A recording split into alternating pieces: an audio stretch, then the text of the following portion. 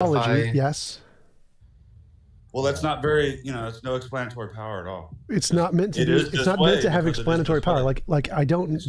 What you're asking is a stupid question. This is called a stupid question because you don't understand the topic. There are many ways that there could be an explanation. Wait, no, stop. So there are many ways that could be an explanation. Like it could be a necessary way that it must be, or it could be a brute contingency, or it could be a brute necessity, or it could be all kinds of things, and all of those are perfectly fine. It doesn't matter. Well, that's what I was trying to get to, but we can't because you just want to say it's just circular reasoning of everything exists and functions the way it does because it does. That's necessarily the case. It is necessarily the case that reality is the way reality is because that's the way reality is. I'm not arguing that it isn't the way it is. That's literally what you're asking. You're asking why is reality reality? You're trying to ask meta questions, right? You're asking why is reality reality? Because it is. That's the only answer. Okay, I mean, if you can stop there, like that's why your system. No. All systems. That's the only option. If your system does something else, you're called making shit up. No. Yes. Because you don't understand it doesn't mean I'm making shit up. Ask him, TJump. So metaphysics, metalogic don't exist according to TJump. Okay. No.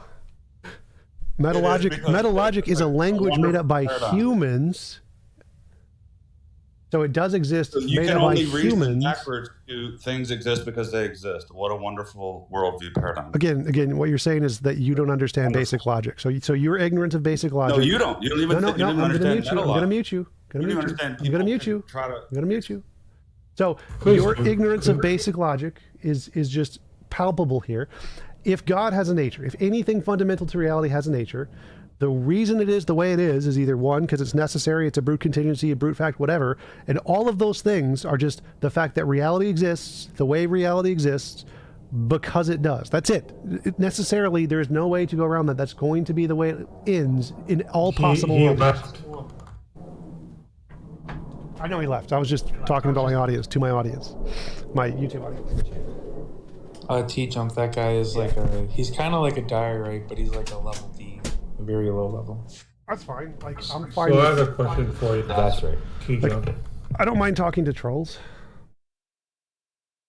I have a question for you. Go for it. But first I have to preface the question. It's kind of a question before the question. Would you agree that information arranged in a certain way created this program that we're talking on Discord? Information organized in a certain way created this program that we're talking on. Okay. Help me understand then, what's the difference between information when you're talking about DNA and information as it is associated with organization and creating a program like Discord? Because physical information has nothing to do with the designer. It's just the nature of the objects. And that's being conflated with information in the colloquial sense of things that we write down, which is not the same as physical information. So if you just Google physics, physical information, you can have a more detailed explanation of that, but it has nothing to do with the mind.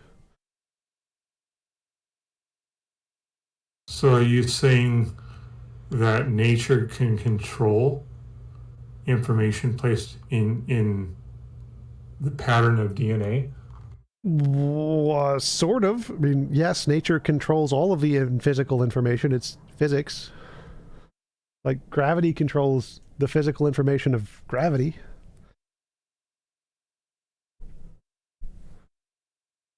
Isn't gravity the What? word we assign to the acceleration either downward or the acceleration of two masses orbiting each other or passing by each other? Well, no, gravity is the fact that objects with larger mass attract because that's a part of the nature of space-time. So it's describing the physical information of space-time and how it operates, and the physical information of the matter in space-time, and the physical information of how they interact. So all of that is just physical information. There's no mind there. Just describing the nature of reality. We call that physical. Gravity is a word they could have called that anything they wanted. They just placed the word gravity there. Yeah, but it's literally a physical field. So or whatever else. It's a literal physical field called space-time, and the literal physical field has properties, and we call that's physical information. Well, I don't disagree that space. By the way, I don't disagree with the fact that space-time is a physical thing. Okay. I was just trying to understand if you could explain the difference between information organized into a fashion to create a program like Discord and the information. So physical information has nothing to do with a mind. It is just a description of the nature of the system. So it has nothing to do with a mind. Our colloquial definition of information that has to do with minds imparting things to a book or whatever is completely separate from physical information because it's not simply a physical description of the system, the nature of the system. So the physical description someone gives to code to create Discord is not physical. It is physical, but the definition of information we use colloquially, like written in a book, has literally nothing to do with the physics definition. If you want to know about the physics definition, Google Claude Shannon information theory in his 1958 paper. I don't want to sound like I'm arguing with you. I'm just trying to understand what you're saying, Kay. Physical information has nothing to do with information made by a mind. That's a colloquial definition made up by people that has nothing to correspond to reality. It's just gibberish. And theists conflate the two with what's called an ambiguity fallacy in order to try and make an argument that isn't there. Physical information has nothing to do with a mind. In physics, the word information has nothing to do with book information. Ambiguous. Interesting. Thank you for the super chat. Genius. Appreciate it. Can you get a loaf of bread for this? Can you even get a loaf of bread for this? That's funny.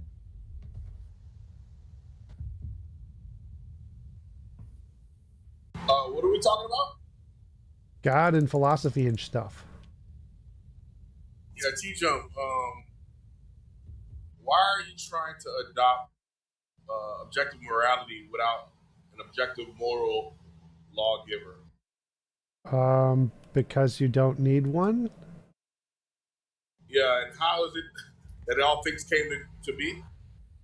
What? I don't understand your question. So you asked, why do I adopt objective... How did all things come to be? Well, reality has always existed. It's never not existed. Oh, so we're eternal. We're in an eternal situation. Yes. No one believes there is literally nothing at some point. That's not a belief. Yeah, how do you show that we're in an eternal universe? Because something can't come from nothing. There was never nothing. So through declaration, you've decided that we're an eternal universe. Is that the full extent of your rigorous examination? So even if God exists, he's a something. God is a something. So God or something must have always existed. There could never have been literally nothing, because if there was literally nothing, there could still literally be nothing. So again, through fiat, you've decided that we're an eternal universe. No, that's logical necessity. Logical necessity. Logical necessity that includes a God? No. So there is no God in your logically necessary existence. No, there's no God required to do logic, and we can understand in logic something cannot come from nothing. Therefore, there must have always been something. Hey, T-Jump, before we go any further, could you define eternal? Because I think you two are talking the same word, but different definitions of the word. Always existing, eternal, always existing. That's fine. I'm asking T-Jump. I'll go with whatever definition he wants to go with. That's fine. You already said that. Is that, did he say it to help you, or is that what he actually thinks? Well, he can use whatever definition. He can use whatever definition he wants. I don't care. I don't care. He can use whatever definition he wants. How are we going to know what he actually thinks? How are we going to know what he actually thinks? Concentrate.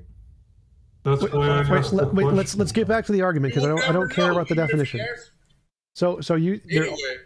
Yeah, so there always has to have been something. I agree. Something always must have existed, including... No, that's your claim. Yeah. So are you saying that literally nothing existed at some point? That doesn't follow. That's not necessary to follow. Okay, so are you claiming it's possible that I there believe is in an literally eternal nothing? God. What? I believe in an eternal God. So you agree there has to have been something always there? Yes. God. Okay. We agree. We agree that God has always been here? No, we agree that there's something that is eternal that has always been there. Yeah, but your something is not my something. We agree? Yes. So why are you saying that we agree if your something is not my something? Because there can be different eternal things. You doesn't need to be a God. There could be something else that's eternal. Yeah, of course. But yet you have yet to show that. Just been claiming that. Right. So you just, the only argument you made is that it's you need something eternally. And I'm like, yes, you need something eternally. And you're like, no, you don't. And I was like, no, I never said anything about you need something eternal. What? I just said that you claim that the universe is eternal. That's your claim. No, I claim that there could never have been nothing. Universe. You said you could have an eternal universe without a God. Yes. And I'm saying, how do you do that? I want to ask him a question about what he actually did say. When you say, and then you went back to just claiming it. T-Jump, when you say there was never a time when there was nothing, how does that fit into the traditional Big Bang cosmology? Well, even in physics, they never said there was nothing. So even there was things before the Big Bang for sure. Yeah, so either it's your pronouncements or someone else's pronouncements. I don't care. They're just pronouncements, right? That could be later found to be wrong, correct? Sure, but they have evidence and yours doesn't. All right, cool. Oh, well, what does evidence mean to you? Things that can differentiate imagination from reality? No, that's not evidence. Well, what do you think evidence is? Evidence, as we understand it, is things that increase the probability of a proposition being true. Right. So something that corresponds to reality and isn't just in your imagination. So, right. Increasing the probability of something being true doesn't mean that it's still that it is within reality. If its truth is that which corresponds to reality. So if you're saying God exists, that means that corresponds to reality. So God exists in reality, right? That would be the claim. Do you understand? Hello? Can you hear me? No, can look, you hear me? I have evidence. Yeah, I was in a little dead zone. I can hear you now. Okay. Now look, your definition doesn't work because I can have evidence for pink unicorns. Doesn't mean that pink unicorns are in reality. Okay, how can you how can you have evidence of pink unicorns? That easy. I can say that because the concept exists and it has been around for a long time, and there's been people that have reported to have seen unicorns, and pink is a color that exists within nature, i.e., pink flamingos. That is logically possible that pink unicorns existed. So you're saying they exist independent of imagination somewhere in reality? They could, and there's evidence for the case. So it's evidence that they exist independent of imagination. Yeah. So my definition was correct. Real? So does that mean they're real? Wait, does that mean they're real? No, evidence is just things that increase the probability. That doesn't mean it's proof. That's what I said. You didn't say that. That's what I said. Things that show can tell the difference. That. No, yes, I did. So telling the difference between imagination and reality is binary, right? It's one or the other. Imagination or reality. No. So evidence which can indicate something is slightly more likely to be real than imaginary is something that can tell the difference between real and imaginary. Just pivoting to my definition, and that's fine. No. This is the definition I've been using for years. You're just ignorant of it. You never said I'm gonna mute you. I've corrected you on this point. You've been corrected. You're gonna correct me when you didn't say that? I've already corrected you. So if you want to present evidence of a God, go ahead. You corrected me when we shared the same definition? No. So I've already corrected you on this point. If you want to present evidence, go ahead. On which point? On pretty much everything you've said so far. So do you have any evidence? Wow. First, if you offer the correction, I would like to know what you corrected. Evidence. I've corrected you on everything you've said. You've been wrong. So do you have any evidence? That's not true. Stop. If you're just going to waste my time, I'm just going to mute you. So if you want to present evidence, go ahead. Lie, you if you keep wasting, last chance. Present evidence. Present evidence. If you're just going to lie, Present evidence. We're done. No evidence. All right. You're muted. I'll be straightforward with you, T-Jump. I believe there's a God, but I don't think any evidence that I could provide you with would convert you to believing in a God. And that's my straightforward answer to you. Yo, is T-Jump just like some YouTube wannabe? All right. Server muted. Bye-bye. All right. Yeah, I mean, if you don't say that you have evidence, then it's perfectly fine. Like if you say, I don't, like it's totally rational to believe in things just because you like them or that they make you happy, as long as you don't claim you have evidence. Like it's irrational to claim you have evidence and to not actually have evidence. That's like a contradiction. So, but if you just believe because you want to believe or because it makes you feel good, that's fine. So if you don't have any evidence, that's fine as long as you don't claim you have evidence. All right, so let me ask you this question. If tomorrow you had an experience where God appeared to you, and I'm not saying he's appeared to me, but this is a hypothetical situation, and he appeared to you, so he appears to you and you know that it's God. He somehow imputes that to you and you have a perfect knowledge that he exists. And you were put in front of a bunch of your atheist friends and they asked you for evidence that God exists. How would you provide that evidence to them? Novel testable predictions. So I'd say that if you want to meet God, pray, like for a good example would be if I pray to a God, say, God, give me a gold brick, and a gold brick appears in front of me every time, I'd say that's good evidence of a God. So any kind of novel testable predictions.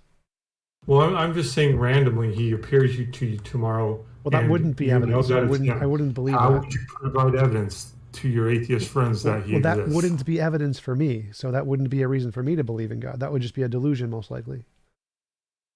How would it be a delusion if you could feel and touch him and know that he exists? Because that happens all the time in bereavement delusions. So bereavement delusions are the fact that like 30% or 30 to 60% of people see and hear dead loved ones or imaginary friends all the time. It's just a thing that we know happens. That's not evidence that he's real. It's evidence of a certain psychological phenomenon we already know about. So in order to provide evidence that God is real, you would need novel testable predictions. Okay, so what you're telling me is that if he did appear to you and he imputed to you with a perfect knowledge that it was him, you would still reject that. Well, there's no such thing. You can't impute to you perfect knowledge. That's just a feeling you have. You feel like he's given you knowledge, but there is no such thing. You would need to provide evidence. Like an evidence would be novel testable predictions, and all evidence is possibly wrong. So there's no way for him to imbue perfect knowledge to you. All he can do is provide evidence. And so the evidence he provided would have to be novel testable predictions for it to count as a reason to believe he's not imaginary. And if he did that, then I would use the same novel testable predictions to indicate him to my other atheist friends. And what if I don't understand, because if you didn't do anything but he appeared, how would you give a testable thing for an atheist to have it appear to him? Well, if he just appeared to me, I wouldn't believe it. I believe it's a delusion. So the first thing is, if God appeared to me, I'm like, all right, give me evidence. And the evidence I would ask for is novel testable predictions. So then he would have to give me novel testable predictions. And if he could do that, then I would believe in him. And I would, in order to convince my atheist friends, he would have to give them novel testable predictions. And what would you accept as testable predictions? It could be anything that can predict the future of things we don't know about yet. So if I pray and gives me a gold brick, that's fine. Heal amputees, that's fine. Tell me the lottery numbers for the next 10 lottery things, that's fine. Tell me certain facts about the universe we don't know yet, that's fine. Like I think the best evidence for God that I've ever seen is in Hinduism. The Hindu Bhagavad Gita predicted the age of the earth to be 4.3 billion years old. It's 4.5, but that's really close. So the fact that it accurately predicted the age of the earth 6,000 years ago is a good prediction that counts as evidence for their God. So if you just predict things in the universe, just like science does, and tells us things in the future we don't know yet, that is good evidence. Wait, it predicted that the earth is 4.3 billion years old? Yep, in the Hindu Bhagavad Gita, it literally says the earth is 4.3 billion years old. It's a good dice throw. It's highly wasn't added in later. Because it's literally in the oldest manuscripts that we have that we can literally carbon date and show that they're really old. but it's most likely, I think it's just they got lucky. But so if they had a lot of those, that would be really good evidence. Like if they could predict a lot of facts about the universe, that would be really good evidence. The fact that it's just one means it's probably just lucky, but it's still better than anything in Christianity.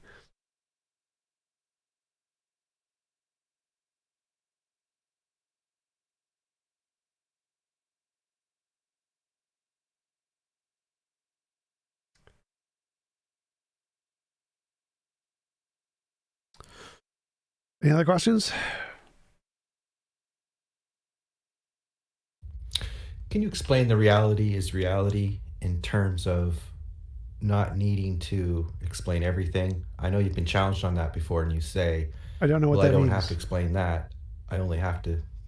Well, I think ontology versus epistemology, I'm not sure. They'd start to. So you say, you've been challenged on it. If you don't know what I'm talking about, I'll go back and find it and ask it again another time. But, yeah, I have no idea. Like, yeah.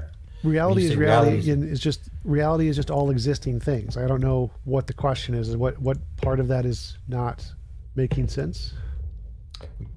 Well, it's not a common challenge you get, obviously. That you were challenged on it one time, and I thought it was an interesting answer, and I wanted to hear it again. Well, Dark Dawkins said he doesn't like that answer, but no one's ever like brought up a challenge to it. They're like, what's the problem with saying reality is all existing things? It's just a definition. Like, there's not a problem here. When we use the word reality, we mean all existing things. Right. As a non-atheistic person, I can accept that. Reality is everything that exists. Yeah. As a theist, I don't have any problem with that definition. Right. Yeah. It shouldn't be a problem for anybody. I don't know what the challenge would be, other than Dark Dawkins doesn't like the answer. I don't know what it's a challenge. What could possibly challenge that? Well, it was interesting because they said you didn't have a reason for it. Like, how do you know that it's nature or reality is reality? You say, I don't have to go to nature. It's just reality is enough, you said. Yes. Like, it doesn't say anything about nature. There could be a supernatural, there could be an ubernatural, there could be a god, there could be multiple gods.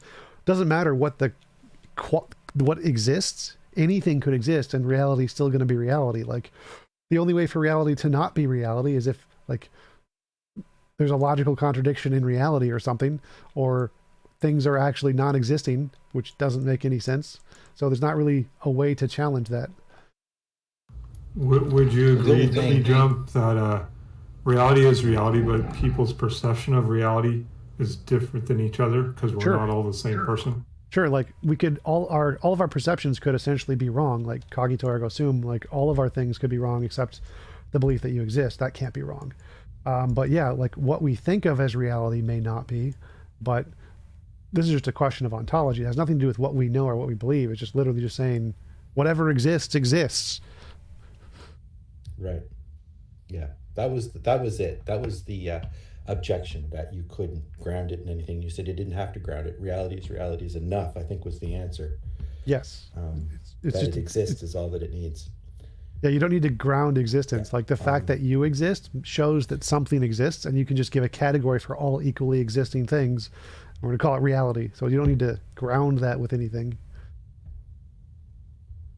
Yeah. And the only value of it is, you could call that A, and like a supernatural or a soul would be like outside of A, not A. Wait, well, no, those would still be in reality. If a soul exists or the supernatural exists, those would also be existing things. They would exist. But what if it doesn't? Like Harry Potter's wand. Then they would be imaginary things, not real things. Then it's outside. Right, so that's the value of that model for me. Just to say religion's outside of it. You know, as an atheist, you can use that as an internal critique to say, I'm not taking this. But that's another question. Atheism is obviously a colloquial term, but I find that its real meaning is inside an internal critique of some deistic religion or whatever. Outside that, it just vanishes to actually have a real meaning. You have to find some other meaning. I don't think so. Like in philosophy, atheism means the belief God does not exist. That's typically the definition in philosophy. There's sure, but that's within a critique of a worldview, though. As soon as you leave that domain, and no, it's literally just the position. I believe God does not exist. What's There's no T-jump? lightning bolt. What is this? Okay, well, all I'm saying is if that religion did not exist, it wouldn't be a question. Well, we may not have come up with the question, but it would still be a question ontologically, like whether or not a God exists, even if we never realized it, even if we never thought up the concept of a God. There's whether or not it exists is still a question. Okay, it exists like two does. Two exists as well. Same as that question. I'll give you that. Yeah. Well, I think God doesn't exist, so I think it's like a unicorn. Many philosophers think abstract objects exist, so I probably wouldn't go with two, but I understand your point. Mm-hmm. Yeah, I'm giving them a lot. I like to go with the idea of a person who believes in a single deity or multiple deities as a person who is a theist, and a non-theist would be a person who believes there are no deities. That is more easy to define than someone saying well, I'm not sure if that works. So like you can be a deist and believe there is a non-personal entity that exists. But that's still a god. That's a deity, right? Yeah, that's... You don't have to put him in a physical or limit him to a physical form, so like right? theism is a personal god. Deism is an impersonal god. Doesn't care about you. Doesn't interact with you. I don't disagree with that, but it is a deity, right? Sure. So a deist would be someone who believes in a deity or multiple deities. A non-deist would be someone who believes in no deities, period. Sort of. But I mean, like, there's other categories. Like, you can believe the universe is divine. You can believe there's an essence of the divine. You can believe consciousness itself is fundamental and everything is divine. Like, there's lots of different variations. Pantheism, panentheism. But all those things would be associating whatever it is. Like, for example, the universe being divine would be the universe is God, or you would believe in a type of deity, because there's no consciousness there. So like naturalistic pantheism or different versions of pantheism is just that nature itself is divine. It doesn't have a mind of any kind. So there's no like personal or conscious agent there.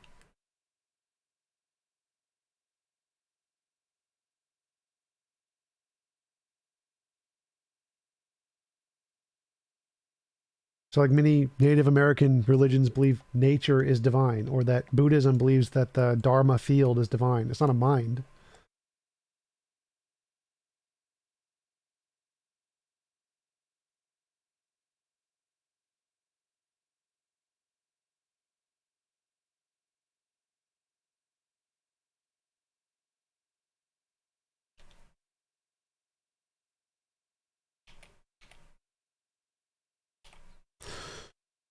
Anybody else got any questions? Interesting comments?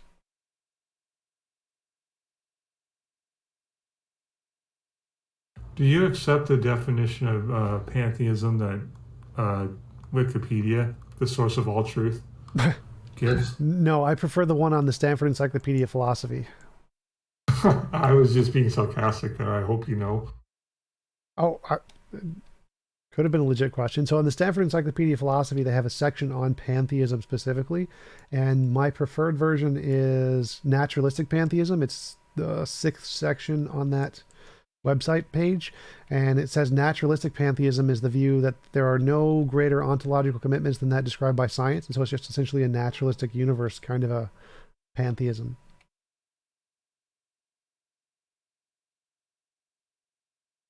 But there's lots of different versions of pantheism, like Spinoza's and Einstein's pantheism.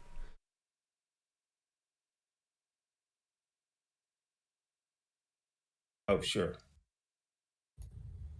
I didn't know that it was different than that. What? I couldn't hear you. I said I didn't know it was different than that. The Spinoza is the natural pantheism. Yeah, Spinoza, I don't think was the same as a naturalistic pantheist. He had his own strange version. But he was a pantheist, but not a naturalistic pantheist. I saw a little thing on the Pythagoreans the other day. They're pretty extreme. Seems. Yeah, it's kind of funny. What's an example of what they weird did? Rituals. Oh, I don't know. They just had weird. They had a club and they had weird rituals. Like they couldn't touch the father beans or something, and that's how he died. He was running away or something, and he came to a field of father beans and he couldn't run through them, so they killed him. Stupid stuff. You'd have to see.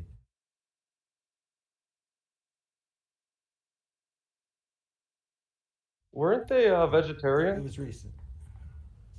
See if I can find it. I'll look it up.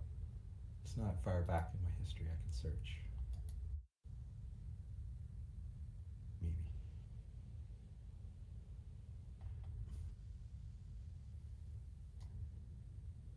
Yo, T-Jump, how you doing? Hey, God, how's it going? Recognize that voice. Hi, you just admitted God existed. Yep, and it is that guy in the Discord server. That is the true God. Thank you. I see you got yourself a nice shiny new room over here on the PNR server. Yep. Let's see, Black. Oh, I can make. Where is God? I can make you a mod here. I think. I don't know how to do it. Oh, that's up to Blackout. He's got that button. You should make Concrete Plus a mod. Sounds no, like he's not muted Concrete. That sounds like a great idea. Thank you. You gotta remember, T-Jump is really good at sarcasm. Well, I was sarcastic too, but I do. I want to know what T-Jump's definition of sarcasm is. Potatoes. Did you just say potatoes? Yes, that well, is my that's in the definition. Stanford Encyclopedia. Correct. Is the Stanford Encyclopedia definition of sarcasm. Potatoes. Awesome. That's perfect. Yo, T-Jump, I still need like an affiliate link to those bathtubs, dude. I'm trying to buy some.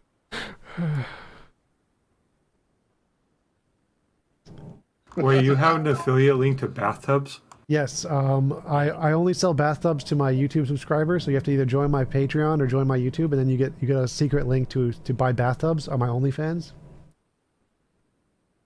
Is that another form of sarcasm in the Stanford Encyclopedia of Philosophy? No, it's a potato. I didn't even know OnlyFans was involved, bro. Because I created the OnlyFans account. Like, Belle Delphine decided to sell, like, water, like bathtub water. I was like, no, I'm selling the bathtubs. Like, screw the water. Should have had water and bathtubs. Then you got something to put in it. I mean, water's valuable, and we're going to need that when the zombie apocalypse comes. When will that come? Does the Bhagavad Gita tell you anything about that? I'm not too worried about it since I'm a blacksmith, so, I'm pretty valuable. Well, we'll be on to World War IV by the time 2024 comes around. Philosophers will have no use in the zombie apocalypse. Philosophers have no use in today's society, so... Well, good point. Hey, Corsi, are you alive? I found it. It was called could make Step spears Inside like the no one Weirdest else. Cult in History. Sorry about that. I was looking for that documentary on Pythagorean, and it's called the Step Inside the Weirdest Cult in History. Oh, I'll for put it sure. in the chat. What's it on YouTube? Yeah. It's on Pythagoreans. I mean, I think he meant, like, what platform is the documentary on? Is it YouTube, Twitch? Oh, it's YouTube. Yeah, YouTube. Yeah. Live on Twitch 24 hours a day. Okay. Dude, Does you're T-Jump on have a room? Twitch Look at that. 24 hours, dude. Here we What go. the hell is your problem, dude? There we go. Yo, T-Jump, are you dead Enjoy. on Twitch 24 hours a day, dude? What? I don't know what you're saying. I don't know. Somebody is slandering you, my guy. They said you're on Twitch 24 hours a I day. No, wish. I said the documentary is on Twitch 24 hours a day. You weren't listening. Oh, Well, also dude. T-Jump holds a Yeah, I reality don't listen TV to show on Mormons Twitch. usually. I do. I hold a reality TV show. It's the life of T-Jump. Don't you record yourself while you're sleeping too? Of course. Like I need the dollar bills, How is yo. this channel on the top, dude? If the channels are going by activity, this channel was just made. Have you looked at the name of the channel? They move, dude. They move, like based on like activity. That's what they said. That's what like Banshee said or something.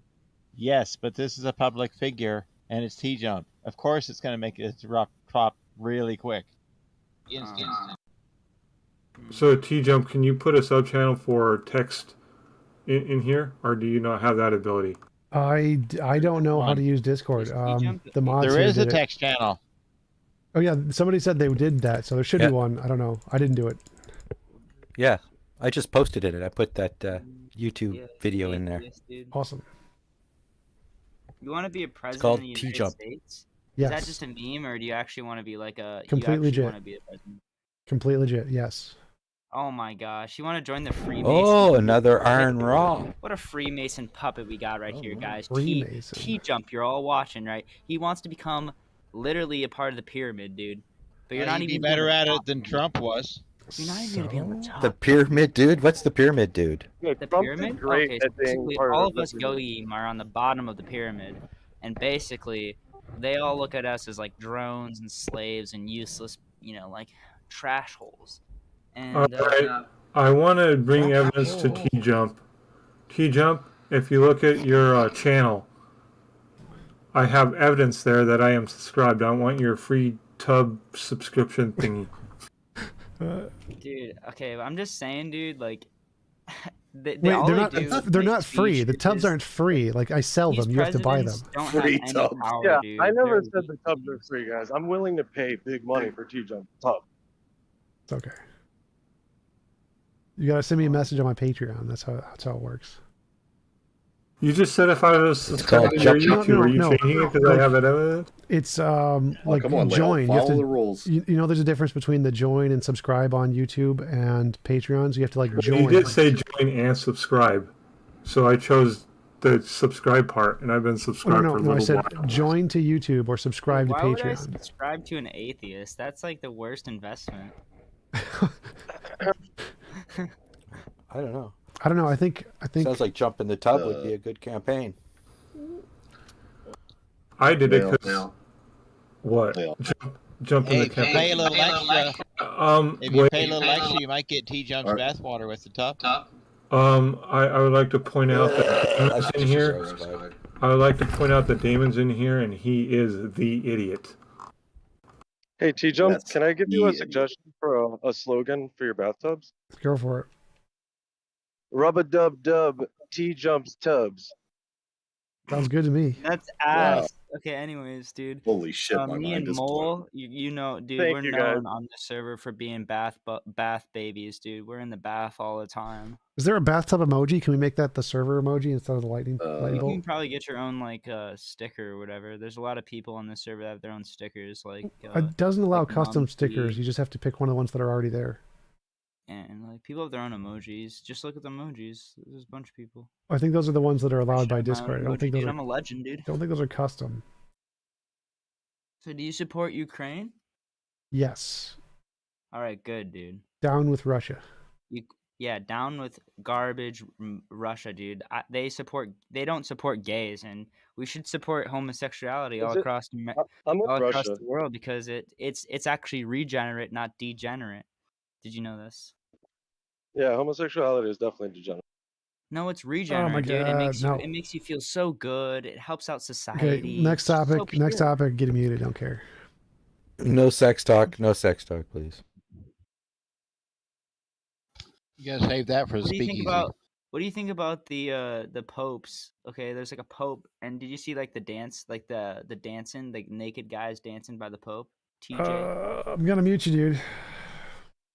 Well, sorry, bro.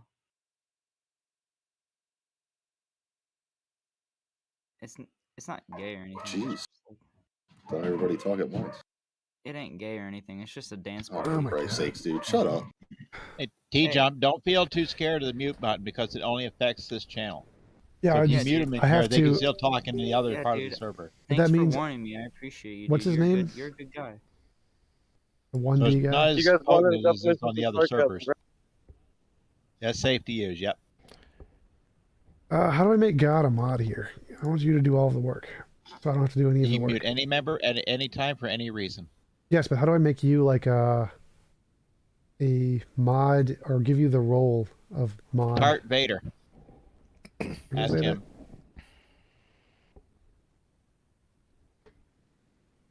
Jack's in the room. Jack has it.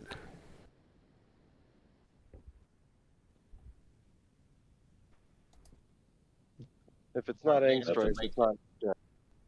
Jack is deafened. He can't hear any of us. Yep, I know. Badly. Jack! See, you can't hear it. Anybody else got any arguments for God or philosophy or something? Something interesting? Yeah, I mean, Steve McRae taught me all I know. That is concerning. I think you may want to get a better teacher. It was a joke. Don't lie. You just, it's legit. You learned everything from Steve McRae. So all you know how to do is be like, atheism is not agnosticism. Haha. What? How not to make a business deal. That was pretty. Like for like 5 years, all Steve talked about was how atheism is not agnosticism because the philosophical definition is the philosophical definition. So there. Yeah. Wow. He's still talking about it, by the way. Yeah, I bet. But most of his content now is just drama. Yeah, I know. And it's all naturally occurring.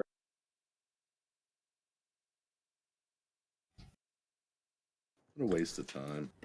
If I wasn't hypnotized by it, I would have turned it off. But I was kind of doing this thing, just relaxing, and it just went on. And I thought, okay, they're going to end this soon. No. I don't know why he sucked so I don't much know if at you know what I'm finding talking about. Yeah. Anyway, it's not worth discussing, but you know what I'm talking about. Well, there could be a God. There could also be a magical leprechaun Sky Daddy too. Yeah, but I don't think there's one of them either. But it could be. But there could be. I mean, how much like non-evidence can you have before like it means something? You know what I mean? Like, this is something I think about a lot. It's pretty stupid, but like, why is non-evidence not evidence for the non-existence of something? Like, if you never find any evidence, then how long should I search around? Absence, my whole life? Absence of evidence is evidence of absence. Can I say theism is true because there's no evidence for atheism? Well, according to them. What does that mean, though? No evidence of non-God. That means there's evidence for God. Where is it? Well, where's the evidence for no God? Well, the evidence for no God is the fact that most ideas humans have are purely things they've made up in their imagination. They're false. They don't correspond to reality. So until evidence is provided that it's not just an imaginary thing, it's rational to conclude it's just an imaginary thing. I'm not convinced. I mean, I could see how that could be convincing. Yeah, I mean, I like that, T-Jump, but I kind of, that's why I listen to you sometimes. I do like that phrase that you come up with there.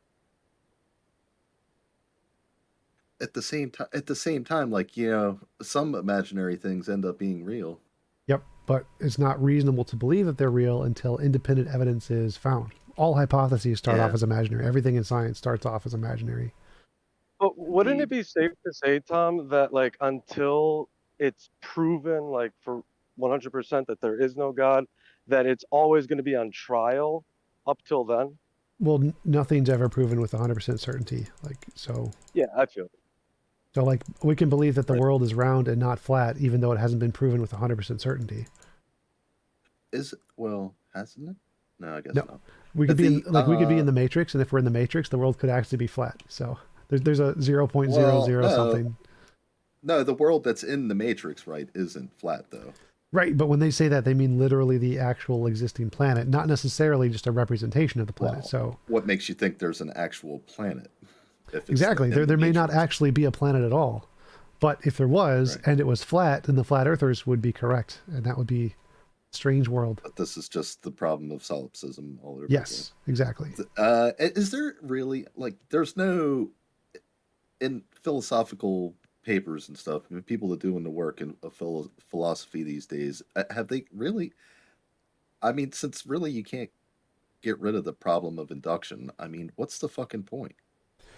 I mean, we're just spinning your wheels there talking about this stuff all the time.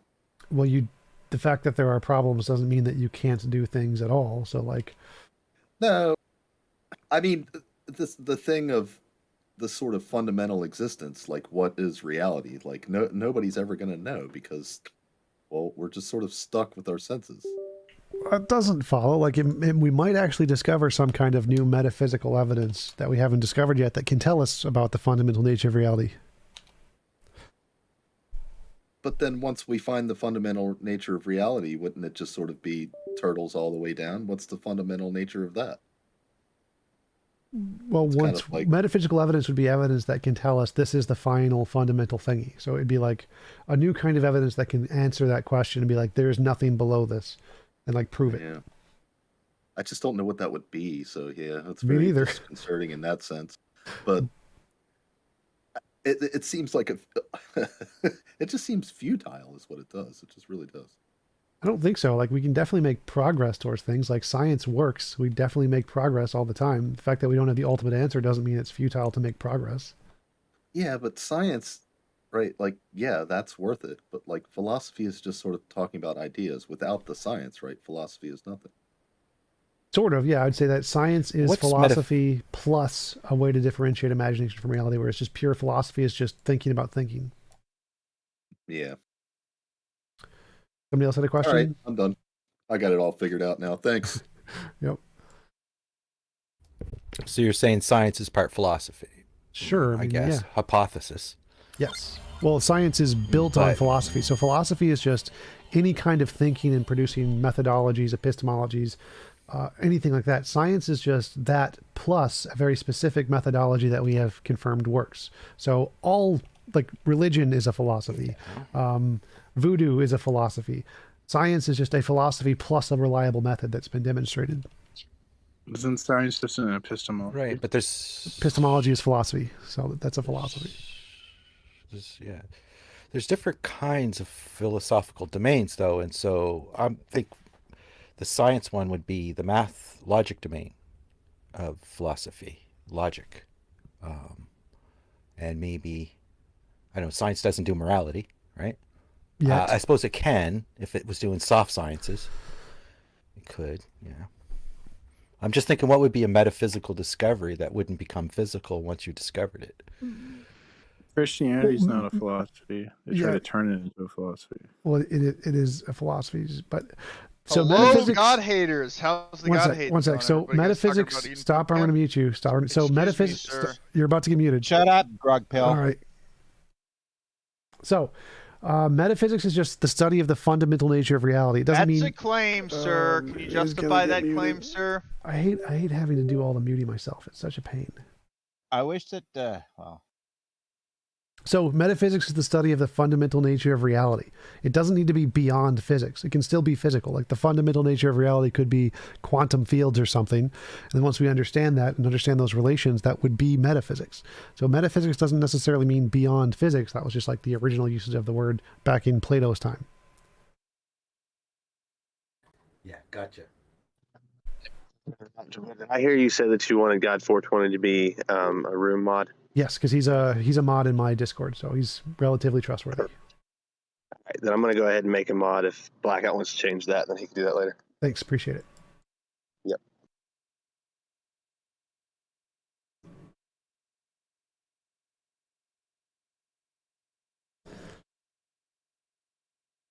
Anybody else got questions, comments, evidence of God? Why Darth is dumb? I think science. Science is mainly used to enslave humanity, and so I don't know. It's pretty gay. Say that again. We live in a scientific dictatorship, and I hate science. Like, they use science to enslave us, so science sucks. How does science enslave you? Aldous Huxley wrote a book about it called Brave New World. Bertrand Russell wrote The Impact of Science on Society, or the Scientific Outlook, talk about these things. Yeah, but I'm looking for like the argument. What argument did they provide that science enslaves us?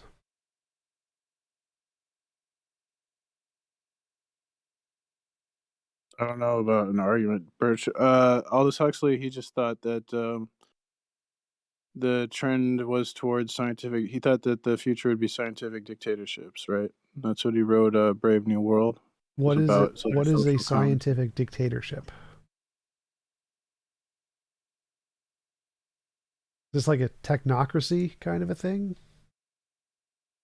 Yeah, like a technocracy. Yeah. Well, we've already been in that. So like the societies that take over are the ones that get the new technology. Like once people got guns and cannons and things, they took over all the places that didn't have guns and cannons. So as soon as you get the correct technological advantage, you take over for sure.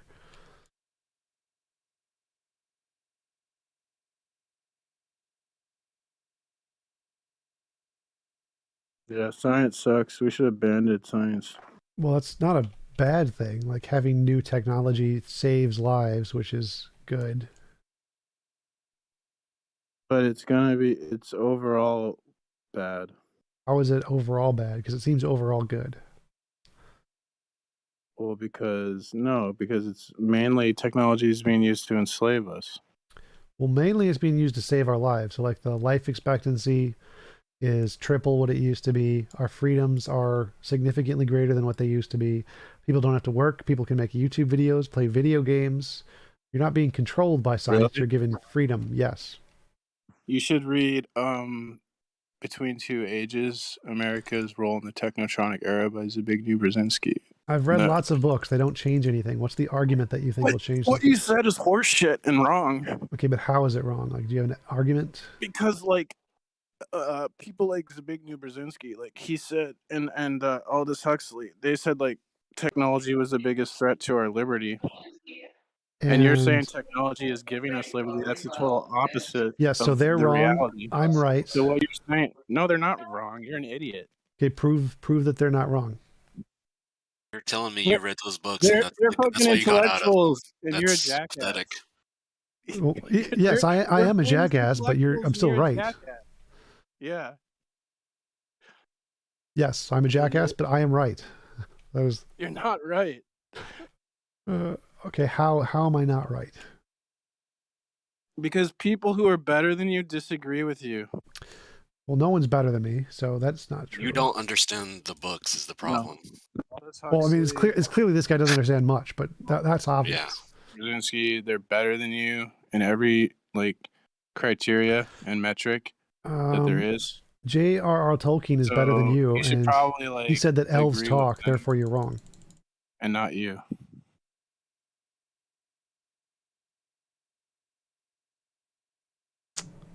Well, Jesus is better than you, and he wrote to sell all your possessions and pick up your cross and follow him, so you should sell all your possessions and take up your cross and follow him.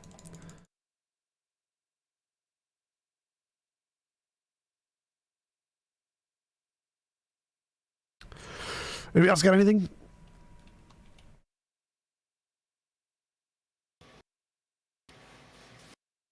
What are you talking about, Tom? Mostly just trolling. It seems to be the pattern we're going with here. Trolling. What about you? How are you doing, Brenda? I'm okay, but I'm hunting for you. Oh yeah? I'm hunting. I'm gonna find a point where I disagree with you, and then I'm gonna crush you. Gonna crush you. Is this thing named after Donald Trump? What thing? No, T-Jump, not T-Rump. So Tom, I agree with you on virtually 99% of your stuff. However, there are things I might disagree with you, and I might in the future come after you. I might come after you, but if I do, it's nothing personal. It's simply business. I am totally okay with that. I get all of my money from people disagreeing with me and me yelling at them on the internet, so I'm totally happy with that.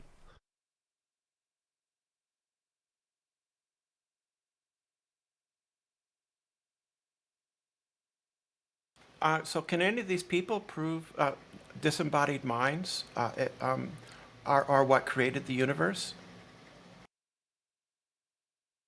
Do we have any theists? We had like 2, but I had to mute them because they were saying gibberish. I am a theist. One of them is called 1D. One of them is called 1D, so you might understand.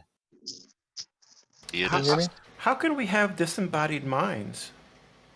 Hello? Because there's a past. Like the universe won't be able to have a past without a disembodied mind to contain it. Cool. What's the argument for that? We do have mindless bodies. The past doesn't exist in the natural world. What? The past? The past doesn't exist in the natural world. It only exists in the mind. No, have you heard of B theory of time? It's literally a physical thing. Yeah. It's past and the If present. you believe in B theory of time, then pedophiles don't exist.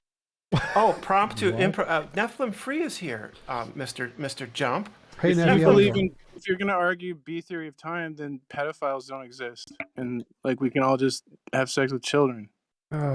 What? God, can you mute? What? Can you mute the trolls? Are you okay, buddy? Can you do your fucking job, please? Oh, just another troll. Just another troll. Tom Jump, Nephilim Free is in here. Nephilim Free, go ahead and inform us how the universe, the world, is only 6,000 years old.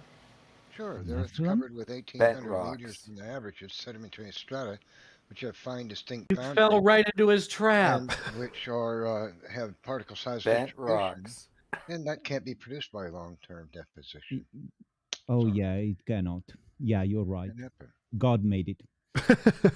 No, it was the magical leprechauns. The magical leprechauns. Oh, did yeah, it. that too. Mountain ranges, which are Have you seen the picture? Mountain ranges which are inverted and curved prove the sedimentary strata were produced Inverted and curved? No. Sedimentary strata, yeah. You hold any degrees in geology, Nephilim? I have a degree No, in geology from every geologists go learn with him. Yeah.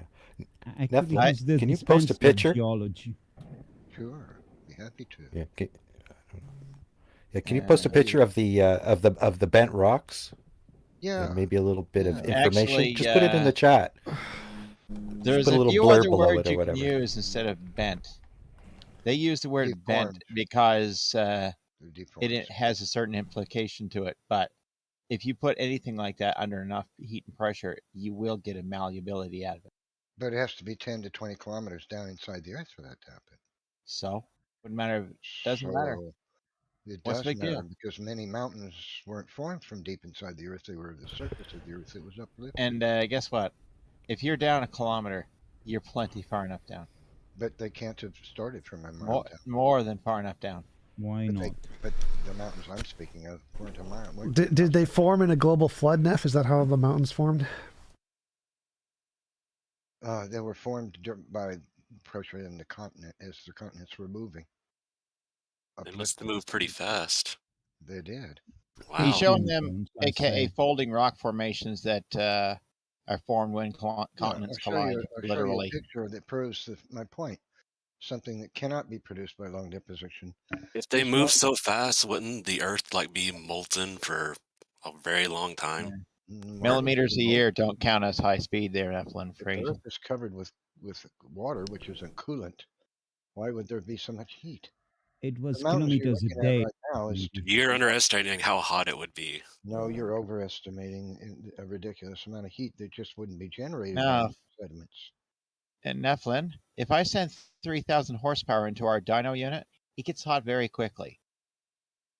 So If I send 50 horsepower into it, I could run it all day. The mountain ranges in my photograph that I'm showing you here were the surface of the Earth that was uplifted. It is moving slowly.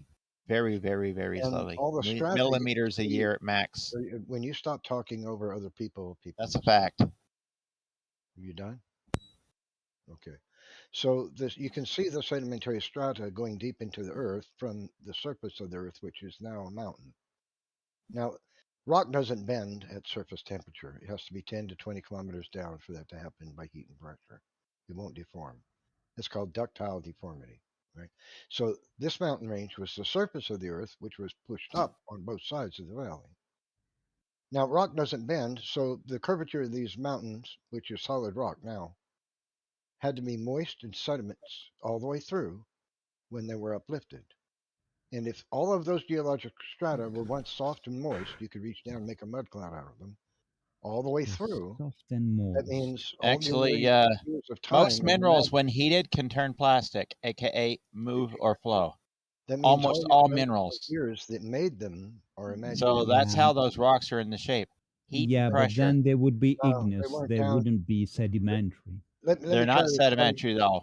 The rocks that they he's are. pointing Those at, are they're not sedimentary. actually sedimentary rocks. Some of them. Those They are are. sedimentary mountains. Those You would see the those would be sedimentary more like old ocean floors. So Possibly. because this mountain was curved in its solid rock today, it concreted after it had formed. It was soft, malleable material when it formed. Well, Neff, if you manage to publish an academic paper and convince the consensus of geologists, then I will take that seriously. I don't need to. I have just proved it to you. No, Yeah. you proved your The opinion, but Academy you of would need Science hold needs to go to up. Nephilim and learn. Hold up. So, if you would like to prove that, you would need to give it to a field of experts who understand the field, who can evaluate it and know that you're not making stuff up. I So, don't need to appeal to people who think like you to prove it. Yeah. well, you need to Then appeal why to are you talking experts. to us? Experts who actually know what they're talking about. Think the way you do to prove it. Well, it's not. They don't think the way I do. They just understand the field. I just proved it with one photograph. Well, no, you could be misunderstanding something. You could be misunderstanding the field. Then tell me how this mountain becomes curved when solid rock won't bend its surface. Well, that's why you need to. Well, that's why you need to present it to the experts because they can tell you. How is it possible? No, for no. That's why you need to ask the experts who actually know what they're talking about. Well, the experts have spoken. Rock becomes deformed at 10 to 20 kilometers down. Well, the experts say that everything in young Earth creationists say is wrong. That's what the experts say. These mountains were formed from the surface of the Earth, TjumpsChair. Okay, well, then you need to bring that up with the experts because they say everything you're saying is wrong. Can you explain to me how? So you just follow what other people tell you. That makes you a mindless slave and a zombie. No, I trust the experts in fields where you're bringing up scientific expertise is required to understand it. Just tell us if I'm wrong. You can't tell me how I'm wrong. Appeal to authority fallacy. No, appeal to authority is only fallacious. Appeal to authority is only fallacious if they're not actual authorities. Geologists talking about geology are actual authorities, so it's not a fallacy. It is when it's actually a controversy. No, that's not how it works. Not a controversy. T-Jump, you saying I'm wrong Yeah, without it is. being able to explain how I'm wrong is a Well, no. I said that if you think you're right, you need to publish your data in a science. Wait, hold up. One sec. Let me finish. One sec. Don't interrupt. Don't interrupt. So, if you think you're right, you need to present your information to the field of experts who can evaluate your data and tell you why you're wrong. I don't need to. So if you think you're right. Wait, hold up. You're interrupting again. Neff, you're interrupting. So if you think your data is correct, you need to present it to the experts and they can evaluate it and tell you why you're wrong. I don't care because I know you're wrong and it's a waste of my time. Right. So Yeah, you're set in your ways, you're biased, and you're ignorant. He can't tell me how I'm wrong, and that's his Well, evidence. no, I just don't need to. It's just a waste of time. Like if you think you're right, you need to present your data to. Get your notepad and take notes, and I'll teach you. No. You can't teach me anything. Explain why you're right. You need to present. I already have explained how. No, Neffy, you need to present your data to the experts. See, this is folds, faults, and rock formation from the University of Houston. They say rock under low confining pressures at near the surface of Earth's surface, therefore generally deformed through fracturing and faulting. Rocks deep within the crust under high confining pressure deformed by folding. Neff, all of the science you say is wrong. If you want to convince anybody, you have to publish a scientific paper in a scientific journal. This is from Columbia. It doesn't matter. Anything you say scientifically, you're a young Earth creationist. It's wrong. You need to present it to the scientific consensus and they can evaluate it. Deeper than 10 to 20 kilometers, the enormous lithostatic You repeating yourself is not going to make you any less wrong, Neff. They say they're talking about rock undergoing deformity. This occurs at the lower continental crust and in the mantle. I don't know why you keep saying things that are wrong and then expect them to stop being wrong. So You can watch rocks being formed on the surface of the earth. You can go to Hawaii and watch it happen in real time. Yeah, I've seen it formed. I've watched that. That's beautiful. That's what your experts say, 10 to 20 kilometers down. And no, you're wrong, T-Jump. Are we still talking about the bendy rocks? The bendy rocks. He's being all erratical here because it's obvious this stuff is happening as shallow as half a kilometer. And yet, this material was the surface of the earth when it was uplifted and deformed. Can you hear me? All right. Well, if you can convince the scientists in the field, good. Then that'll be evidence. Until then, it's just you making stuff up. Well, give it a shot, T-Jump. Try finding a way to explain how I don't need to. I don't need to prove you wrong, Neff. You need to prove yourself right. You have the burden of proof. To refute T-Jump. See, that's the way it is every time you debate him. I don't need to tell you any evidence or arguments. I just have to say you wrong. No, Neff. You need to provide evidence for your claims, and for your claims to be evidence, you need to give them to the experts. The lamest debater there is in the atheist world, because he doesn't actually give an argument for a damn thing. Then why did you show up if you knew that ahead of time? To make him do this. Neflin, why are you being so blasphemous? You got it. Why are you being so blasphemous as to swear, Neflin? He doesn't like being called blasphemous. Where did he say his degree was from again? He lied. He has all degrees in all things. Yeah, he says he has all degrees in all things. Bendy. I love the bendy rocks. He doesn't respect people who have degrees, apparently. Did you guys break the chew toy? Come on. That's what they're there for. Yeah. Just go a little easy on them, then it lasts a little longer. You guys are all jerks. I was going to point out, like, the blaringly obvious problem in his logic, and it's called erosion. Like, no joke, he's talking about these rocks and saying they're surface rocks. No, they're not surface rocks. They're from underground. Erosion just, like, wore away layers, and there you go. Sorry. Like, literally 1 point, and it shuts down his entire argument. And I just got free right when he left. Fuck. That would not have shut down his argument. He would just continue debating. The correct way to debate Nephilim is say, okay, present that in a scientific journal, and if you can convince them, that's fine. Then all right, I'll accept it as evidence. I'll wait for you to do that. I don't know how you get a Jupiter in 6,000 years. Magic. God farted it out. That's how. Oh, okay. Got it. Oh, it is gaseous. So there's credibility. It is true. That's how I did it. I had a horrible case of gas one day after beans, and I unicorn farts. I don't even think you get a Uranus with that amount of time. Oh my! There's another one. Okay, I'll be quiet. The Earth is not flat. Welcome, Lemon. How are you doing? Is he here? It's just a soundbite. Oh. Darn, I got excited. Angels, God damn it. I asked him about the 15 degree per hour drift. Angels, you know he trolls around here. That could have been him. I had to actually look. Did you pee yourself again a little bit, Milk? With excitement. Oh, he's so much fun. Oh, he's fun. It's my favorite clip. Where the hell is morality coming from? He's worse than that. Explain all social science and biology to me in 5 minutes, or you're wrong. If it's complicated, how could it be true? The really fun thing with Lemonbird, that's how I know him, is Lemonbird or Aubrey de Grave or some other. He goes by Fifth. You pronounced it right. Yeah, it's Fifth. One thing you can get him, ask him if you get a chance, ask him if when you go higher in the atmosphere, if the moon gets bigger or smaller, and then be prepared. Put your helmet on because you might desk crash your head too hard. Because he has a really interesting idea about how things like perspective works. It's like nothing you've ever heard in your life. You heard about the corridor? Oh, fuck me with that corridor fucking... where it goes down? Yes.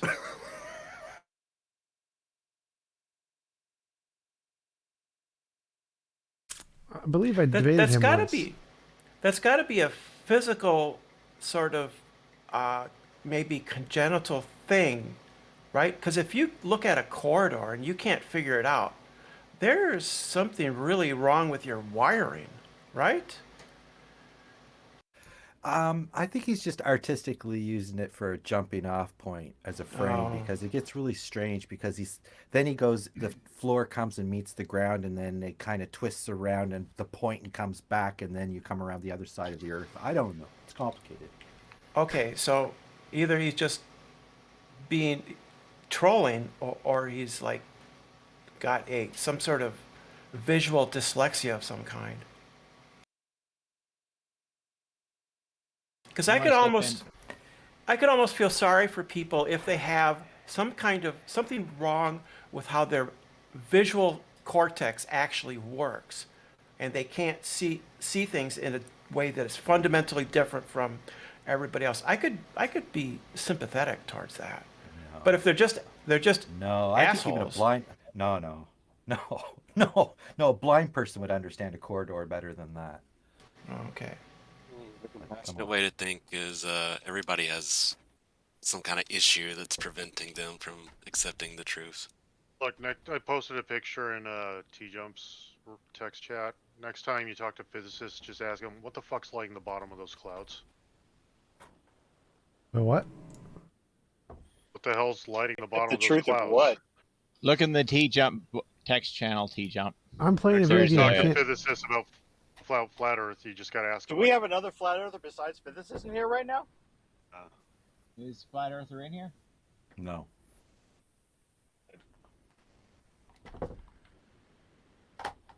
This flat earth is garbage.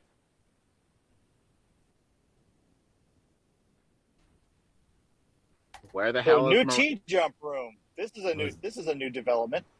Right? Hey, Blackout. May I ask you to do me a tiny favor? He may not be here. Yeah, might be AFK. That happens. T-Jump here right now? T-Jump, congrats on getting your own room. Thank you. I had to bribe like many different people. We won't ask what the contents of the bribes were. We'll keep that on the down low. I'm not gay, but $50 is $50. I still say it has something to do with Patreon. You're getting 50? You told me you were a gay, but Andrew, you guys are getting paid? What's going on? I tried to Yeah, you missed it. He just ran Nephilim out of the room, and Concrete's been muted twice. Concrete. Wait, am I in the wrong room? I think you got back in the wrong room, Concrete. Yeah. This is T-Jump's room, Concrete. Welcome. Yeah. Concrete, whatever room you're in is the right room. He's gone. He ran away.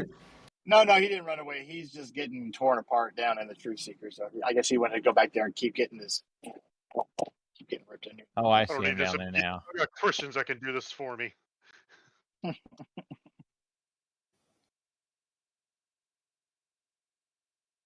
Oh no. He got really mad at me, Jack, when he brought up the whole because he does this all the time. He flips around on his use of popularity as some kind of justification, validation of things. Yeah, it's like the evidence is that because of its popularity, it's added to the well-being of humanity. So there's therefore truth behind it. I don't know. He was lambasting Calvinism because he says, well, a smaller amount of people believe Calvinism. I'm like, wait a minute, dude. In Christianity, it talks about the gate being narrow, that the actual number of people that are going to make it to heaven get through. So back when Jesus was around, if there's only 9 disciples or whatever, does that mean Christianity's false because only 9 people believe it? Exactly. I mean, and you can't know relative to the total population of humanity. You can't know how big or small the number of people, if there are a number of people that are going to be saved, quote unquote. You couldn't know what the ratio of those two numbers would be. So using any argument, using any argument about the size of the number of people that believe a certain thing as pointing to it being valid or invalid or beneficial or not beneficial, it's just going to be a meaningless argument. Well, it just seems easy to point out that most people aren't Christians, and even within Christianity, there's the Catholics who don't get included by the Protestants, and Yep. Mormons and JWs. Oh, we listen to them condemn each other to hell all day long here. It's just always a giant shit show. You could almost argue that every Christian has a different view of God. Each one a pope unto themselves. In the YouTube chat, people are requesting that Tom dye his hair pink. Yep. Someone paid me to do that when I get to 10,000. Nice. Subscribers? Yep. Okay. There's lots of shades of pink. You could make it quite, you could make it quite if you want. I know what's even worse though. Should I advertise your channel on TJump? See if we can get you up there on PewDiePie. Sure. Tom is not going to object to free advertisements. So what would be even worse would be blonde tips, like an 80s raver. Blonde tips, yes. Oof. What about the Justin Bieber hairdo button pink? There you go. Well, Tom is not a lesbian, so no, that wouldn't be appropriate. Hey, talking about frosted tips? Yeah, frosted tips just screams midlife crisis. I mean, that's just. Yeah, that hurts Ellen. Yeah. Well, yeah. I will do anything for money. Ellen, I saw the latest video with you and Jay Robin. No, I have a suggestion. Since clearly making fun of the username is on the table, call him Gay Throbbin from now on. There you go. Gay Throbbin. That's very clever. I'm saying he puts the option on the table. It'd be a shame to waste it. Gay Throbbin. Love that. I'm gonna remember that. Shit. Maybe we didn't come up with that sooner. Yeah, that's a 3-pointer. Right there. Very nice. Is he come here or is he ran away like a coward? Who? Concrete, what's up, man? Why you mad? Is T-Jump here or did he run away like a coward? This is his room. I crushed you, dude. Is he here or is he? He's right T-Jump, there. Are you here? He's right Are there. you, Run away from his own are you room, here like, to have a combo or are you gonna run away again, T-Jump? Hey, Concrete, how thick are you? Concrete's a Look little better. down below. Don't ask personal questions about my penis. Look down below. Don't ask personal questions about my penis. Just a couple members of Blackout. You'll see T-Jump. Yeah, I'm asking if he's at his computer, weirdo. I know he's in the room. Oh yeah, electronically. Clearly, I'm at my computer. Yeah. So T-Jump, are you gonna run away, or are we gonna resume our conversation? Well, can you present an argument this time? I could have done it. I could have presented an argument now. Well, I muted you because you didn't do it. Like that was the point. No, you muted me because you wanted to chastise I'm gonna me. mute you again unless you can present an argument. I know, because you're a coward. I'm literally asking you to present an argument, and you're not doing it. So, are you pretending that you don't know the arguments for the existence of God? Is that now what we're doing? I know them all, and I know why they're all wrong. So tell me one, so I can tell you why it's wrong. But now, so you know there's evidence for the existence of God. No, you no, I don't know. like it. Well, now what? Where do we go from here? So I can prove all of them wrong. So there is no evidence. So I know them all. I know they're all wrong. Yes. Prove the Kalam wrong, as presented by William Lane Craig. Go ahead. Oh, geez. Okay. Kalam by William Lane Craig is that anything that begins to exist has a cause. The universe has a cause. The universe has the the universe began to exist. The universe has a cause. That's fine. It's not a god. Then William Lane Craig adds 3 other premises, which are whatever created the universe is spaceless, timeless, and immaterial. The only things that are spaceless, timeless, and immaterial are minds and abstract objects. That premise is false. Minds are not spaceless or timeless or immaterial, and the only things that are quantum fields. Therefore, by the Kalam, the only thing that can qualify as a creation of the universe is a quantum field. Okay, great. So, is the quantum field a fact of life, or is it a theoretical position? It's fact of life. We have proven quantum fields are real. Oh, okay. So basically, you're saying that you can't be wrong about quantum fields. No. Oh, which one is it? This is crazy. Which one is it? It has been empirically, scientifically demonstrated to exist. Okay. So it's a fact, but it doesn't need to be 100% certain to be a fact. Oh, really? Yes. Oh, wow. Let me look up the definition for fact. Let's see if that's the case. You might want to skip to the definition of fallibilism. Fallibilism would be a good place to start.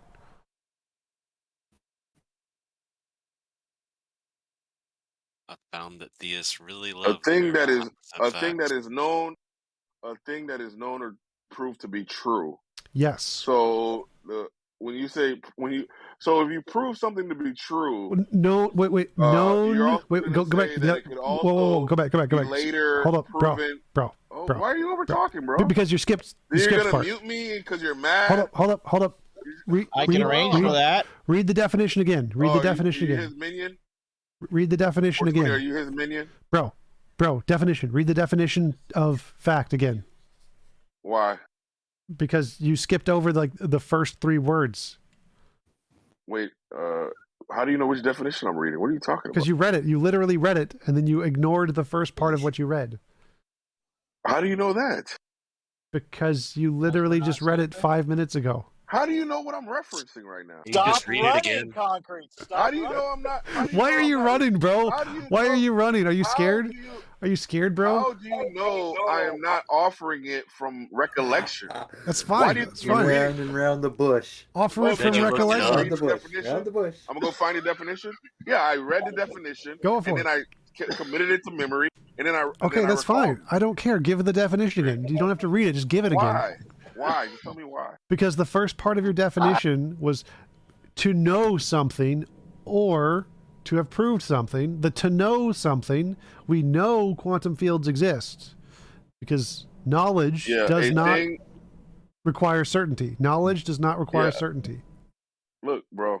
So when we're talking about facts, we separate that from opinion. Sure. Opinions are things that are subjective. We take facts to be objective. Yes, I agree. So if these are mind independent realities, yes, quantum fields are mind independent objective facts. Then that means that 100% agreement. No, with the existence of no. Remember, hold up. I'm trying to explain. Independent. Hold on, bro. Hold up. It can't be in. All right. So you're gonna overtalk. You're not gonna let me ever get any of my points out, and then you're gonna claim victory because I've never actually gotten one single point out. I can't claim victory yet because I haven't explained to you what you're saying is wrong yet. So as you said in your definition, hold up. You said to know something, like a fact is something we know. Knowledge is a justified true belief. Do we have a justified true belief that quantum fields exist? Yes. So we know it. Okay. So whatever philosophical definition you use for knowledge, and whichever one you want to philosophical definition you want to use for fact, I'm just going to appeal to the colloquial understanding of a fact, and you're going to be in contention with that. So what you've done is you've hijacked. So you said to know a fact is something to know something, right? That's the colloquial definition. Bro. Come on, man! I'm starting to see a pattern here, bro. Well, I already see a pattern in what you're doing, and it's dumb shit. So we know quantum fields exist. That we have a justified true belief. Are you going to allow me to get a point out? Only if you can actually make it coherent.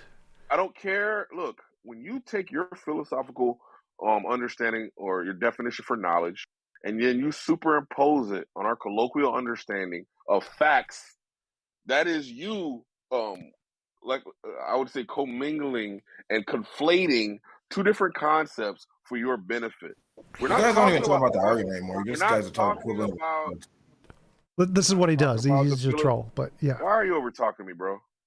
This is what they do. We're not talking about the philosophical consideration for knowledge. We're talking about the way we understand it in an everyday parlance. So when we talk about a fact, something that is known, that is just saying that it is apprehended to you, that is cognizant to you about something that is in reality with 100% certainty. No one agrees with that definition. Yes. No, that's not true at all. The thing you do is hold up, bro. It's the same is thing we is say, the world round a fact? Bro, come on. Come on, bro. I'm gonna mute you, bro. Is the world round? Is that a fact? He's gone. He's gone, TJ.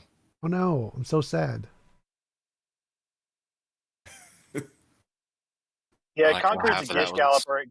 Concrete's a gish galloper. He can't engage in dialogue. I like how half that was just him complaining about being persecuted.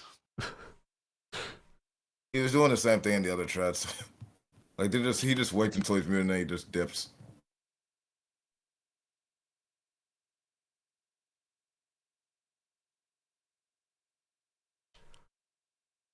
Luca, you have a new currency you're in competition with. Not for long. Do you have some maniacal economic strategy in play about to be put in play? Nah. Just a market prediction. Sounded beautiful, T-Jump. What sounded beautiful? They have to run from everything. Yeah. Not a lot of serious conversations on the Discord debates, unfortunately. Yeah. Luca always runs from me with the mute button. I mute you because you're like a deeply retarded person, and your voice is hideously annoying. That's why I mute you. I'm surprised I don't have you on local mute right now. Let me fix that.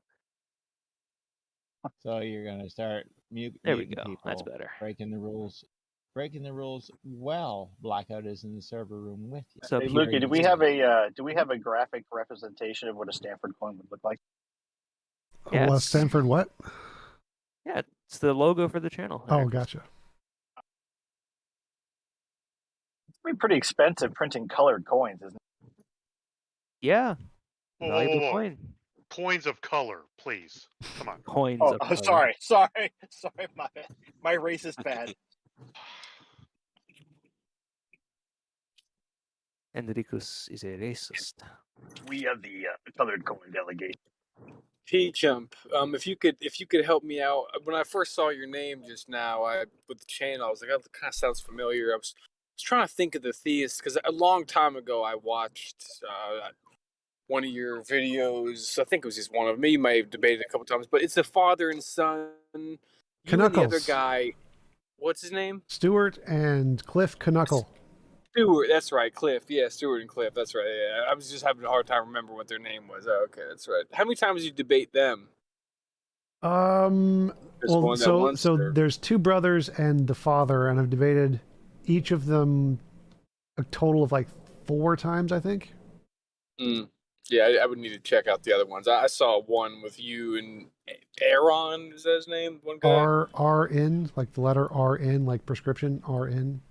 Yeah, okay, yeah. I would need to watch. They are Knuckles heads. They are what? Knuckleheads. They are Knuckleheads. Knuckleheads. Yeah, a good one.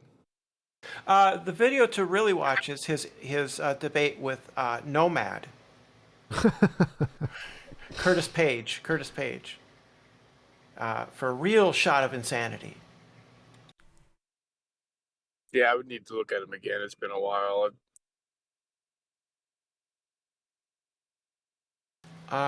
Also, he debated a Thomist who claimed that electrons were conscious, or something like that.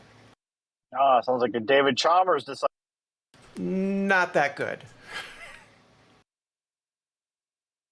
Yeah, but for future reference, if you ever get into it, like any of these atheists will tell you in here, concrete probably isn't the most ideal person to have to attempt to have a real conversation with. I mean, I like him in a way, but at the same time, that's true.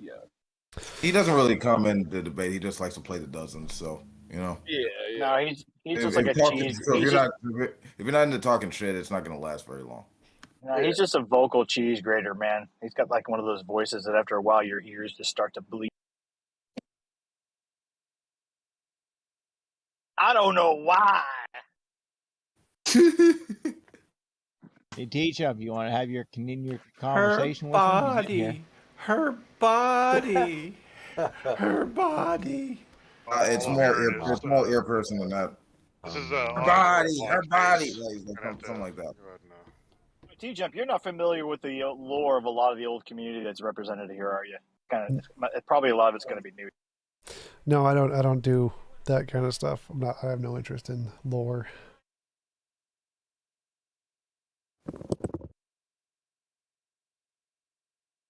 Well, you're going to run into it. If you're in here for any amount of time, you're going to run into it. So what's the moral thing for Moses to kill it just that happens. Egyptian? What was in fact, it's already happening. I was just asking any Christian in the room, was it a moral thing for Moses to kill that Egyptian? Which Egyptian? In the Bible, the book of Exodus. I don't remember Moses killing anybody. The one that was like beating a slave, and that's why he like left the palace, I guess. Yeah. Was that moral? I mean, I think that in my view, I think that like all killing is immoral, but it could be tolerated or justified according to the situation. We live in a fallen world, so we sometimes are forced to have fallen actions. God morality is situationalist. Is that it? It's not what I said. Well, you said all killing is immoral, right? Yeah, I would say that. Yeah. So it was a moral thing for Moses to do at the time. Like he violated society by killing the Egyptian. It was a righteous. Yeah, it was a righteous smiting. I love that word. I guess. Yeah. The Egyptian was smiting a Hebrew, so Moses smote the Egyptian. What I'm trying to say is because I look at this context as broader, even being in self defense and stuff. Because I take like a pacifist route, or I try to for the most part, and I think that all killing isn't good. Like I can't ever point to any killing and say yes, this was good. Like if I even say defended, let's go into a quick scenario. Defended my family. A guy comes to my house. He's gonna kill or rape somebody, whatever.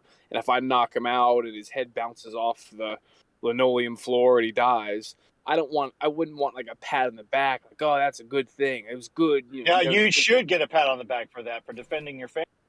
No. So I agree. I agree that.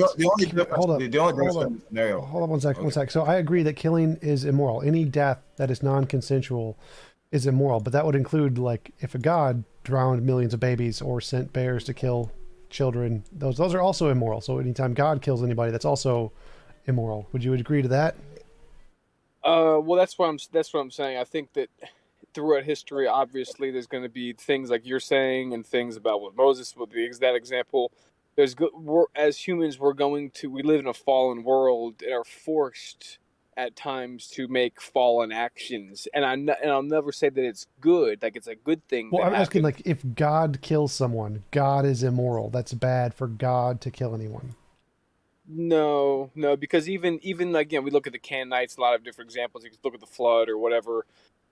I like the one where he sent bears to kill 40 children for making fun of a bald guy. That one's funny. Oh, and you're taking it out of context, dude. Nice. Yeah, they're always going to say, T-Jump, that there is a dualistic morality principle. Well, the kids were pagan boys, and they were going to go attack him. Please shut up. No. They're gonna say that God has a different moral sense for his actions that he adheres to, rather than what he prescribes for humans to do. Well, to go back to the original example, right? The thing with Moses, like slavery was legal back in like Egypt, so he violated that by killing the Egyptian and then running off to avoid the death penalty. Yeah, but Wolf, Moses was a mythical character. Can mythical characters commit immoral acts? Well, hold on. We're talking about the morality of it, not the historicity. He's a real person. Basically, it breaks down to there's no principle of killing is immoral. The principle is humans killing each other, at least in this context, because we wouldn't be able to include whatever creatures possibly could exist in the universe. But we're just going to say that humans killing humans is wrong, and God killing humans isn't. That's the way their morality is going to work. There's no single principle of killing. Well, that's why I asked, because he said any killing is wrong, and so I agree. I think any killing of anyone without consent is always immoral. But if he says, if he believes God is okay with that, God can do it, then he doesn't believe all killing is wrong. So there's got to be some exception. What is the exception?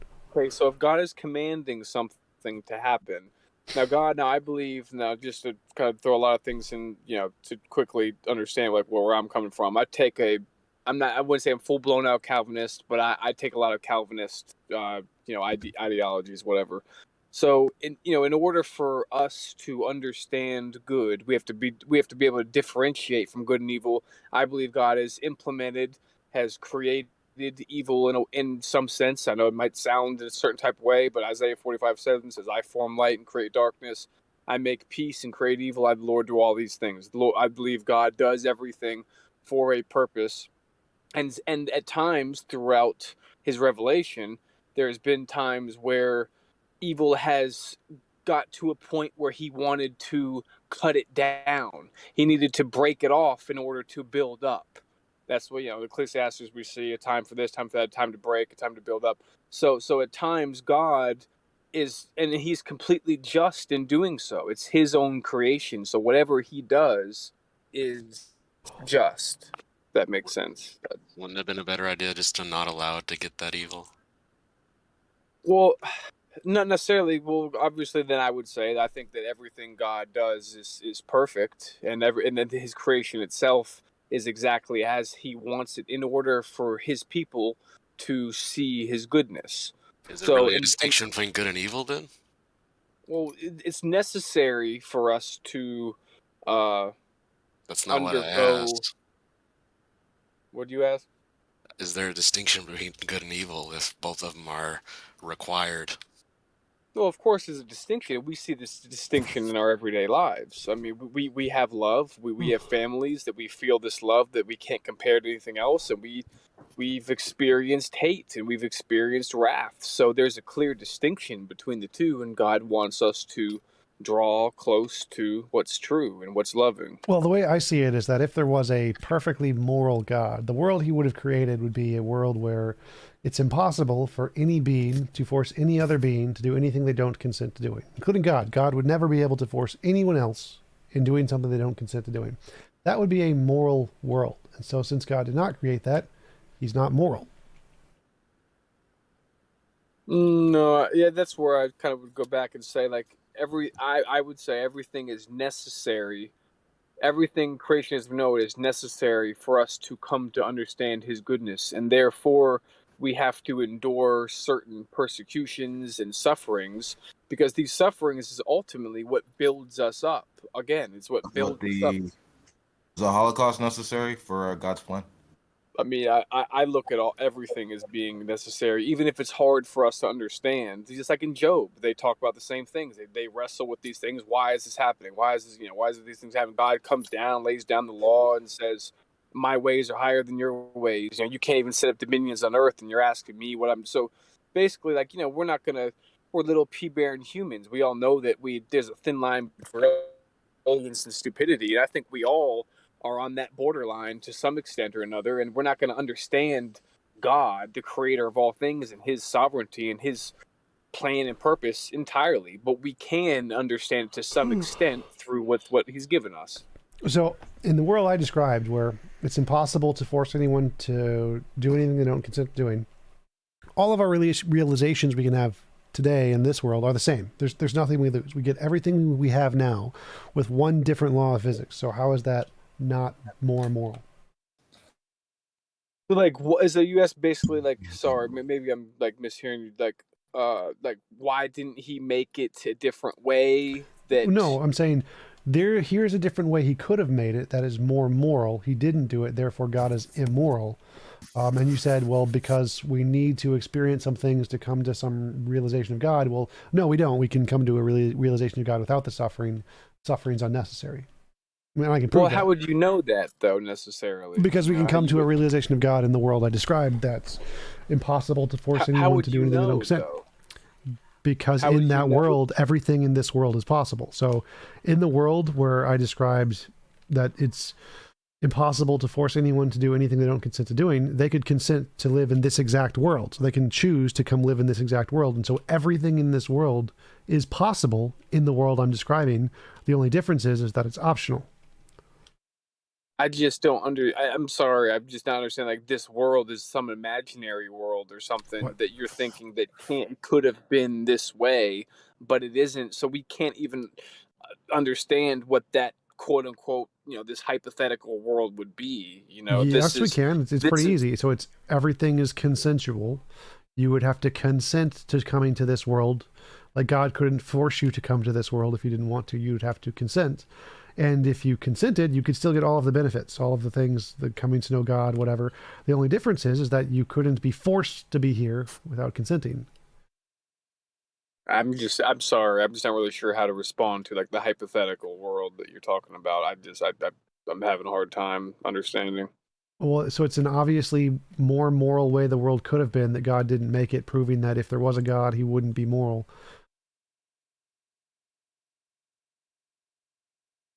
Yeah, like I said, I'm just having a hard time understanding. Like, you know, this is reality. What we live in, what we have is reality. This is the world. And once again, to say Okay, that. so Oh, let me try to explain it in a different way. So, like, if we have a doctor, like, let me try to explain it in a different way. So, let's say we have a doctor today, modern medicine, and he decides to cut your leg off. Obviously, that would be immoral. Like, he could have just given you antibiotics. He's not like a doctor in the 1800s that has to cut your leg off. Him cutting your leg off is immoral. And you saying that, well, that's just the way reality is, that doesn't make it not immoral, because there's clearly a logically possible way that he could have done it differently that caused less pain. So if there's a logically possible way God could have done it differently to cause less pain, but didn't, that would be like a doctor today cutting your leg off instead of giving you an antibacterial, which would be obviously immoral. Sure, yeah. I feel like I answered that to begin with. One of the passages I like a lot. Well, just two of them at least. Sorrow is better than laughter, for by the sadness of the countenance the heart is made better. That's Ecclesiastes 7:3. Then you got Romans 3. Then for we glory in our tribulations. Tribulations produces experience, and experience produces patience, and patience produces hope, and it goes on. But point is you know, I would say that, like, obviously, like, you know, your position to say, oh, why doesn't God just like you know, drill this knowledge into us so we just have an understanding of it? Can't God do that if he's so? No, I did not say that. No. So I said everything in this world, everything that is a benefit of this world can be gained in a better world. And we can prove that because in a better world, you could choose to live in this world, but you can choose not to.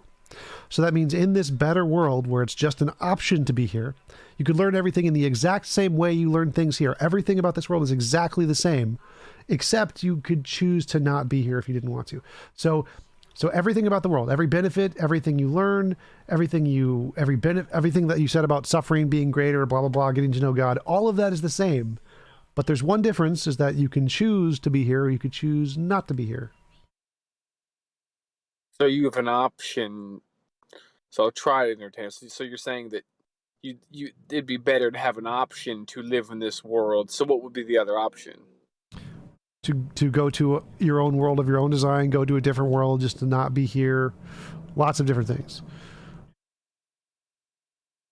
I mean, the first thing that I could think of is just that it sounds like, you know, kind of wanting to be your own God and do things your own I way. never said you get to control other people. I never said you get to control the universe. The only difference is that you don't have to be in the world God designed without consent. So you're saying just we should be able to have a choice to either live in God's this reality, or we should be able to, if there is a God, then we should be able to have that God let us be able to choose to live in a different reality. So what would this different reality be that you want to live in? Well, he could create lots of different ones, but I would say that you should be able to design your own, but it wouldn't make a difference. Like, it could be any of the different possibilities. Well, see, then that's when the designing your own thing, like I said, well, that's kind of like being your own God. Well, no, that's not like being your own God. Like, if I give you a video game and you can program whatever you want in the video game, you're not God. I gave you the video game. So you're not being your own God. You don't get control of other people. So it's not being your own God. You just get your own, like, little universe. If you consent to be in this kind of a universe, you can be in that kind of universe. In a way, though, that's kind of... being your own God means you get to control everything and everyone. There's no part of that I said. Not necessarily. You could just say, like, hey, I want this creation, and I'm like, you know, if you want to say you want to be completely by yourself in the world, you could then say, oh, I'm the God of this world. This is the reality. No, because God is an all-powerful being who controls all of the universe and everyone else. So you're not being your own God. You get in your own house is not being your own God.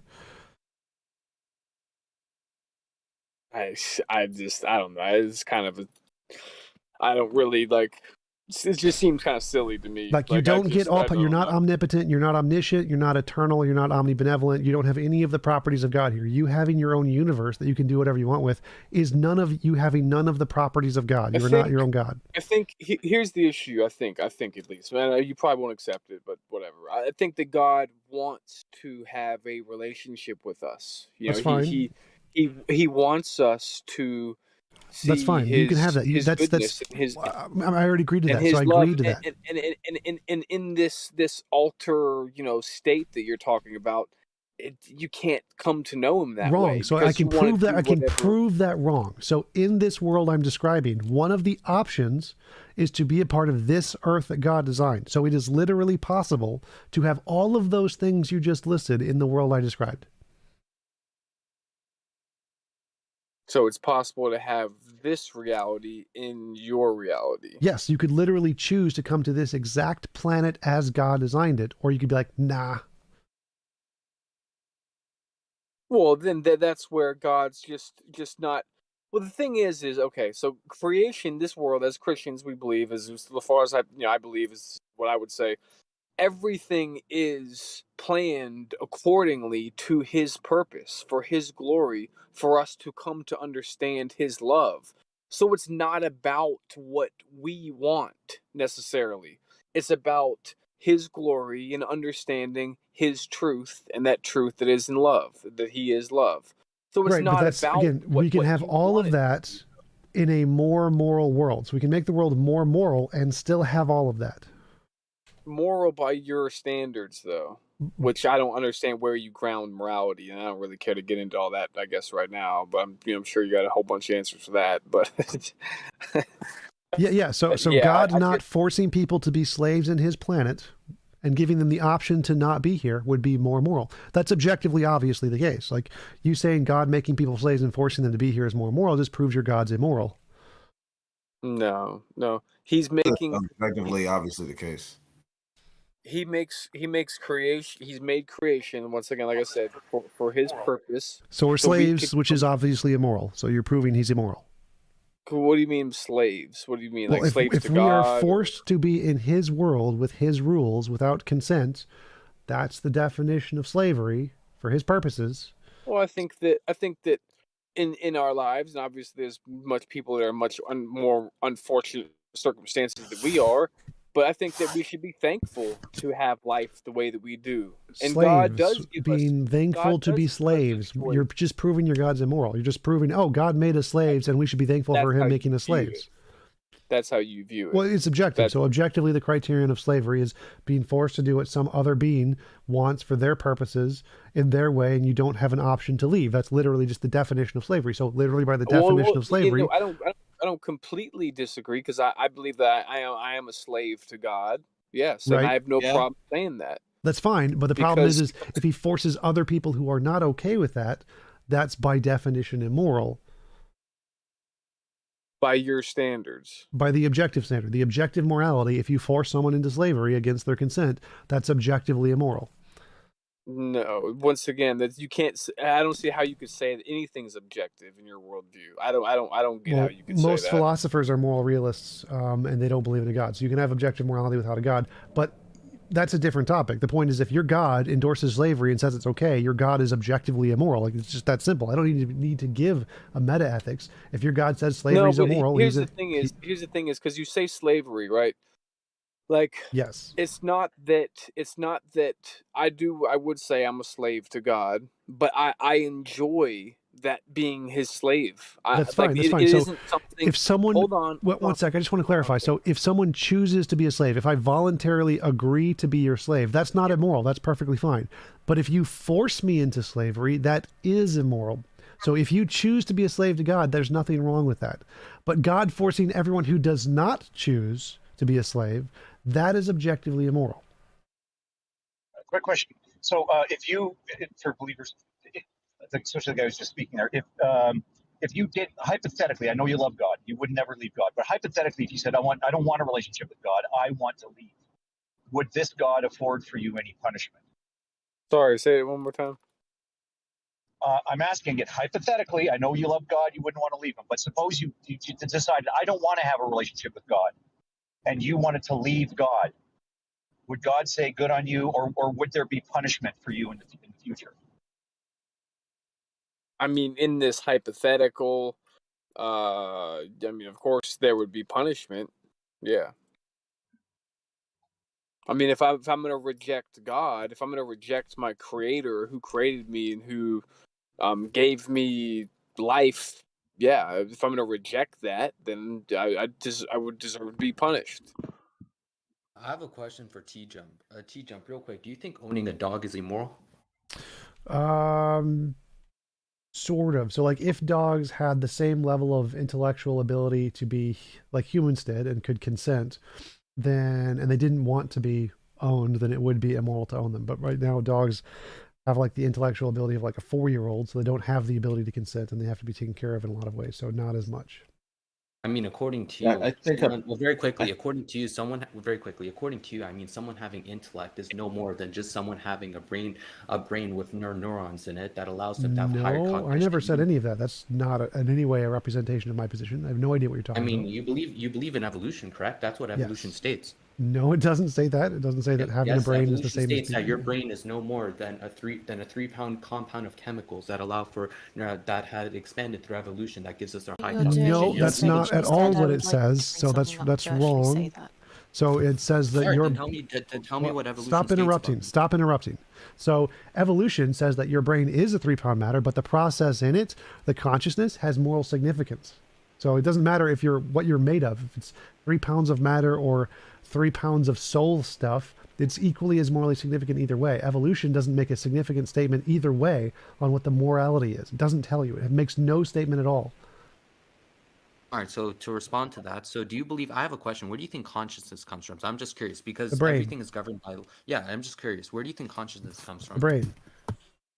The brain. All right. So, and where in the brain does it allow us to have consciousness? Like what chemicals or hormones in neurology would? If I knew that, I'd win a Nobel Prize. What difference does that make? No, I'm just asking you a question. Right. So if I knew that, I'd win a Nobel Prize. But all the evidence indicates that's the case, and making other stuff up is just you making stuff up. So that's the best explanation of everything. No, I'm asking you a question in neurology. Like, as for me, I would say, like, for example, my soul, right? And we can get to that, but I'm just asking you where in neurology or what chemicals or hormones would allow for this, because as you admitted, your brain is just so let me answer that. So there's evidence of neurology creating consciousness. There's no evidence of the soul. The only rational thing to say is that yes, your soul or your consciousness is a result of your brain, and only irrational people would say that there is a soul thing because there's no evidence of it. All right. So the thing is, though, is that what evidence they give for this, right? Because, scientific evidence, they either say that we can test it, we can observe it, or we can see the effects of it, right? And we can make this claim, right? So the thing is that they base this on the effects. They look at neurology and they see that, this part of the brain is active during this, dopamine is released. That's how evidence works. No, this is how neurology works. This is what that. Yes, that's what evidence works. is. And they say that, and they say, one second, I'm not finished. And they say that the neurology, and what we see active in the brain is the effects of consciousness, and that's what evidence we have for consciousness. Yes, so the physical brain causes consciousness, and when we mess with the physical brain, we mess with consciousness, and that's exactly what we see in all the experiments. All right, great. So it's based on brain activity, right? So I'm saying, how does that tell you if someone has consciousness or not? My question still stands. We use induction. We say I have consciousness, and my consciousness has these properties, and I see these properties in other people. Therefore, they have consciousness. Okay, so it's just a more complicated form of I think, therefore I am. No. No, I mean that's essentially what you said, because according to you, thinking, one second, the process of thinking is no more than just an activity occurring in the brain, which goes into neurology. No, so again, even if it was a soul, that would still be the same. So what you're saying is gibberish right now. Like all neurologists, cognitive scientists, stop interrupting. So everyone in the sciences related to the brain say, yeah, it's just physical. There's no evidence of the soul. Soul people are just making shit up. That's the only rational conclusion, and it makes no difference what you think consciousness is. Even if you think it's like a soul thing, all of the value, all of the meaning and purpose and stuff is the same, regardless of whether consciousness is made of soul stuff or matter stuff. It still has exactly the same significance and abilities, and so it makes no difference whether or not you think it's made of a soul stuff. Well, it does make a difference because you cannot take the principles that pertain to your brain and neurology and apply it to the soul. Because do you know what transcendency is? Can you just define transcendency for everyone? I have no real idea quick? what you mean. Just transcendent just means above something or outside of something. So it No, means transcendency refers to the mode in which you exist, and obviously your soul being no, it doesn't. immaterial, your Transcendence body- just means it's above or outside of something. There's lots of different versions of transcendence. It does not mean what you just said. Yeah, there's a. What are you talking about? One of the definitions of transcendency is the mode in which you exist. This is something that is agreed upon. Even scholastics who I detest, right? I'm against scholasticism, but even scholastics have defined transcendency in this way. So I don't know what Transcendent is beyond or above the range of normal or physical human experience. That's it. It says nothing else. Yeah, I know. That's the allegory to refer to. No, that's the definition. That's when you go to the definition. That's the definition. Okay, sure. You can Surpassing go Google the it. ordinary, exceptional, definition. You can go Google it and say, oh. I this is the literally just did. So I'm looking at Google. definition Google that says you even admit. transcendent, definition, surpassing the ordinary, exceptional, period.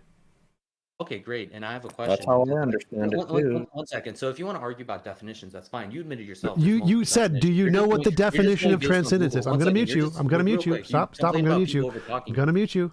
So you said, do you know what the definition of transcendent is? I just gave you the definition of transcendent. This is not arguing over definitions. This is me telling you you're a dumbass because you asked what the definition is. I gave you the definition. Right, you gave me the definition, and I Yes. gave you my definition, and you're like, no, that's not the definition. No, That's you- why we got in this argument. So don't be Right. deceptive. Yeah. So when I first go of to the all- dictionary definition, this is the definition. No, You asked what the, Google- wait, stop. I'm going to mute Google you. it. Sorry, I'm going to serve and mute you for a bit. So you asked for the definition. I gave you the dictionary definition, and you wanted me to give the definition to people, and then you are then complaining that you've made up this whole new definition, which is not in the dictionary. There's no whatever you just said anywhere in the dictionary definition. So you would need to explain why anyone. I'm going with T-Jump here. He's using standard English. Yeah. So if you're making up a new term that has a new definition, then don't call it transcendent and assume we all know what it means, because we know what the dictionary definition is, not what your personal subjective made up definition is. All right, so first of all, trust me, the person who's writing all of these definitions on Google, that's not objective at all. That might be objective for you, but not objective for the person who put that. Number two, definitions aren't objective. Definitions are by definition not objective. They're definitions. They're just words, how we use the word. Yes, I'm very aware. Yes, I'm Then very why aware of did that. you You're not then why allowing me did to you say finish that my the people writing the definitions is objective? Obviously, definitions are not objective. This is not an argument. No, I said they're objective to you because they don't pertain to you. No, they're not. All words are not objective. They're definitions. Definitions are not objective. They're words. They're usages, not objective to anybody. Okay, great. That's my point exactly. Then why are you complaining about me? Let's say I am making up this definition. Because you which I'm said, not. do you know the definition of a Definition word? is not the definition for everything. So why are you Okay, complaining I'm going about to serve me and being mute you again. So if you ask, do you know the definition of a word? And then I go to the thing that we use where we give these definitions and it says this and not what you said, then I know the definition, you don't. That's like the whole point of what you said. Do you know the definition of transcendent? Yes, I do. So instead of gish galloping and making up gibberish, why don't you present an argument? What is your argument? I just love that I was in the room. No, I wanted to get. Objective for you, but it's not objective for me. That's a hilarious line. It is. No, But- no. One did second. What I was trying to say here, very quickly. What I was trying to say Others here. here, like myself, are corroborating what Tom is saying. You know, we're all finding it defined the same way. You're the one who's using it in an unusual way. All right, This is a dog pile. This is what's known as a classic dog pile. Yeah. Yeah, and Well, I keep to getting muted because I interrupt T-Jump's interruptions. Can I get No, my this chance? is Yeah, you corroboration. guys are too This is not a afraid dog. to face Monkey 101. Wait, so you'll are have to see you? that. So you're not okay with being muted while you're talking, but you're okay when Christians do it? All right, No, wait, let's go back to the argument. Give me an I argument. just came in DC. I don't know what you're talking about. Dude, forget other people. Monkey. And I Give just me came an in argument. DC. Stop gibberishing. Give me an I argument. was giving you my argument, but you Okay, keep okay, stop over-talking me. explaining yourself. Give me the argument. Premise, conclusion. Go. Oh, I'm not going to give you a syllogistic argument. I'm not bound by it. Premise, conclusion. All right, great. I'm not You bound by can get close. Just get as close as you can. Just give me the argument. All right, great. I have a question for you. Okay. That's Because I not wanted to no. get Just to this start with point. the argument, then ask a question. Give me an I argument. have a question. It's a Socratic method. I That's great. understand That's you great. don't like Give me philosophy, but I'm an asking you a argument. No, question. I So like anyway- philosophy. So I'm going to anyways, mute you. what I'm going to mute you. evidence- I'm going to mute you. Argument. Give me an argument. Go. I'm going to ask you a question. No, you're not going to ask me a question. You're going to give an argument, or you're going to get muted. Give me an argument. My argument is going to follow from how you. This is suicide by mod, the typical Christian response. Yes, it is. So argument. Give me an argument. Just give me what. There's no argument that follows from how you answer a question. You have to give an argument. Give me an argument. Okay, fine. There's no evidence for evolution. I was going to ask you what your evidence is, but there's no Okay, evidence that's not. for evolution. What is your argument for a God? What is your argument for a God? Is this what the event is here today? Sure, it's my server. I can just pick whatever I want. It is now. What is your argument for a God? You told me to make an argument, and then you went, okay, make an argument on this subject. I came here to debate on something else. Oh, so okay. My apologies. That was my mistake. What did you come here to debate on? What was the topic you came here to debate on? I came here that I wanted to get to evolution, right? And that's why I brought up that point and how in your epistemology. Well, thank you. That's what I was asking for. I was just trying to understand what the point of your conversation was. So thank you. That is what I was looking for. So you're debating evolution. Okay. All right, so what evidence do you have for evolution? That's why I wanted to ask you that question. All of the scientific novel testable predictions that have confirmed the allele frequencies, the retroviruses, the patterns in DNA over time, all of the different genetic testing we can do, the corroboration of archaeology, geology, biology, reaffirming these things, pretty much the entire field of all of those scientific fields, all of that. Go. All right, great. Let's go to the most important one, DNA, right? So you think there's evidence for evolution because you set up a family tree, right? You set up a family tree and you set up these branches, and you see that as you go further on, you see that these species relate further and further to each other, right? Now you would agree that within this tree of life, as you would call it, that the further you go, the more similar these species, like for example, within the same clade, these species begin to start resembling each other in terms of their characteristics, right? Why is DNA the most important? That it's one of the most important. No, that's a fair statement. So DNA is the mechanism by which evolution happens. So that's fair. So argument, why is this a problem? Yeah, so what I'm trying to say here is that, okay, so if you were to go off a clade, right, and you were to go based on the organisms in that clade who have, almost identical DNA, like one of your arguments for this, and correct me if I'm wrong on this, one of your arguments is that, we share a common ancestor allegedly with a chimpanzee. That's why our DNA is do you have an argument against evolution? What is the argument against evolution? Yeah, my argument is against that quote evidence. Yeah, I wanted to go by each one of your evidence one by one, and first I'll start with DNA. So here's the thing: you would agree. Okay, so what is the argument against DNA? Not against DNA, against how DNA resemblance would mean we share a common ancestor. DNA resemblance. Okay, so you're saying DNA being similar with small differences is not something that should indicate that we came from a common ancestor. That's your argument or your premise? No, that's not my argument. Yeah, that's the conclusion. So what is your argument? My argument is that you take like for example the chimpanzee, right? You would say that's our closest relative. Now you would agree that of all organisms, the chimpanzees resemble us the most, right? Now within DNA, there's a genetic coding that gives us our characteristics. Wait, you're gibberish. Can you give me what is your argument that this is wrong? Why is this wrong? Because all this it doesn't show that we have a common ancestor. All it shows is that we have genetic coding that allows us to have the same characteristics. So what you're giving is a non sequitur. Doesn't follow. So you're saying that because there are alternative explanations, the fact that there are alternative explanations means it's not evidence of this explanation? Is that your argument? No, I mean, it doesn't prove. You said that's your evidence for it. Yes, so yeah, I'm refuting your evidence. Well, no. So it seems like your argument is that because there are other things, that it's not a deductive proof, therefore it isn't evidence. That seems to be your argument.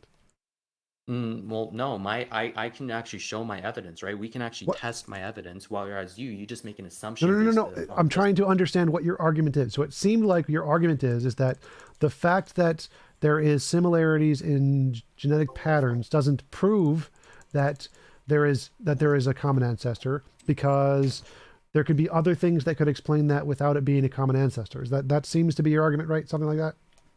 Yes, that my alternative actually works because we can test, observe it, and see the effects of it. Okay, what is your evidence for this alternative thing? What is my evidence? Oh, it's very simple. They actually did this test. I'll give it for you. They actually did this test where they took, like, for example, the genetic coding of a human and how our thumbs are produced, right, when we're an embryo, and they applied it to multiple other organisms that have thumbs. They saw it active in the thumbs. Therefore, it's showing that all this shows is that the DNA is similar insofar as much as the genetic coding allows for similar attributes. Doesn't mean we share a common ancestor. That's your presupposition. So we know that genes produce your body, and so the things in your genes actually do shape your body. So obviously if you have thumbs and other things have thumbs, they probably have the same thumb DNA. What does that have to do with? So the genetic ancestry thing is like, if we look at endogenous retroviruses, we can see their location in a DNA, and we can see that they're in the exact same location for some species and not for other species. And we can do this for like hundreds of different endogenous retroviruses, and we can show that the closer they are in relation to their genetic pattern, the more of these they have in common. Yeah, the more characteristics they have in common. Endogenous retroviruses. One second. So, one second before we get to that, and those characteristics pertain to the genetic coding. But how does that mean? And I'm focusing on this point, right? Because we went down this route with, like, for example, human and chimpanzee. How does that prove that a human and chimpanzee share a common ancestor? All it proves is that they have similar characteristics. Therefore, an endogenous retrovirus is when a virus injects its DNA into a sperm or an egg cell, and that change is then passed on to all of its kids that have accepted this, because an endogenous retrovirus is a virus that has inserted itself into your DNA that isn't there normally. Okay, so if there's the same endogenous retrovirus in chimps and gorillas and humans, either that they all came from a common ancestor that was infected with the same endogenous retrovirus, or the same endogenous retrovirus infected all of the different species at the exact same place in the DNA spectrum, because where the retrovirus inserts its DNA is different. So if it's in the exact same place, which is like a 50 long string of ATCG in a 3 billion long series, for all of these different species is exactly the same by pure chance, or there was one endogenous retrovirus that infected a common ancestor of all of these species, which is the more plausible explanation. Why is it the more plausible explanation? Okay, so let me go through the math here. So there's 4 species. Each of them has a DNA string that's like 3 billion base pairs long. And in this string, there is an endogenous, the DNA of an endogenous retrovirus, which is a virus that injects its DNA into a series of something else. Now, what is the probability that the random injection will happen in the exact same place in 4 different species of 3 billion base pairs long? I mean, it's definitely a lesser chance than abiogenesis, which you believe in. So that's a different topic. So we're talking about evidence here. So the evidence that these endogenous retroviruses are in the exact same place in all of these different species, and it's not just one. I'm just giving one as an example. There are dozens and dozens of these in the exact same place across all these different species and in billions of base pairs. The more plausible explanation is that the reason that these are in the exact same place in all of these different species is because they come from a common ancestor, and this endogenous retrovirus infected us at some point before they split off to these different species. And that explains why these endogenous retroviruses are in the exact same place in all these different species, and we can find these patterns across all the different combinations of life on the planet. All right, so one thing I would say in response to that, I have 2 things to say about that. First, taking humans, right? Taking what you would say Homo sapiens, taking humans, right? These three other species, right? What are these 3 other species, and are they of the same genus? I'm just curious. You can pick them of the same genus. What difference does that make? It does. I mean, I'm willing to admit that there can be variation within a genus, so these 3 species. One second, not humans, but the 3 other species. Well, just to clarify, I can pick any species. Endogenous retroviruses are patterns that we find in all spectrums, from like plants to animals. You can pick whatever scale you want. We're going to find these things. They've existed throughout pretty much all of life. Yeah, I understand, but you're talking about in the same place, right? And you're talking about how these 4 species, no. us humans. Endogenous retroviruses, we can find these patterns over billions of years from any group of species you want. There's different endogenous retroviruses that are shared between humans and apes, between humans and chinchillas, between humans and fish. They all have endogenous retroviruses that have injected their DNA. We can find this at any level you want. And they're all in the same place. Yes, the endogenous retrovirus has injected itself at the same place in the DNA spectrum across these species. Okay, so that's interesting. So one second. So now that we're talking on this, right? I wanted to ask if they're of the same genus, because I'm willing to admit that if there's 3 species of apes, right? Yes and no, both. Both. I'm not finished yet. They can share a common ancestor within the genus, right? Now they're just saying that all these species have it in the exact same place. First of all, you're willing to grant that my position, there's still a chance for it, but now it's based on, okay, who has the greater chance? So when that's how evidence works. Evidence is based on probabilities. When was this retrovirus? retrovirus? When was this retrovirus? Can you just tell me in which species this retrovirus, affected? There are millions of them. There are millions of retroviruses, and there's the DNA they have left in all of the different species, and we can find when they left them in the species because they've been injecting themselves into DNA since the beginning of life. So there are different ones, and they've applied to all of the different species at all the different times. There's lots and lots of these. Pick your time period, and you can pick an endogenous retrovirus. How does it have anything to do with common ancestry? The existence of retroviruses and their patterns. Okay, I'll explain it again. So either you just asked the question, right? You've already told us about the phenomenon, right? We'll say yes, this phenomenon exists. Right. What does that have to do with common ancestry? Okay, so I'll explain it again. So if we have four different species, are you going to tell us about the phenomenon again? No, I'm going to wait. Stop. I'm going to mute you. So the evidence. Okay. Stop. So the evidence is that there are these four different species, and you can pick whatever species you want. Fish and plants and chinchillas, doesn't matter.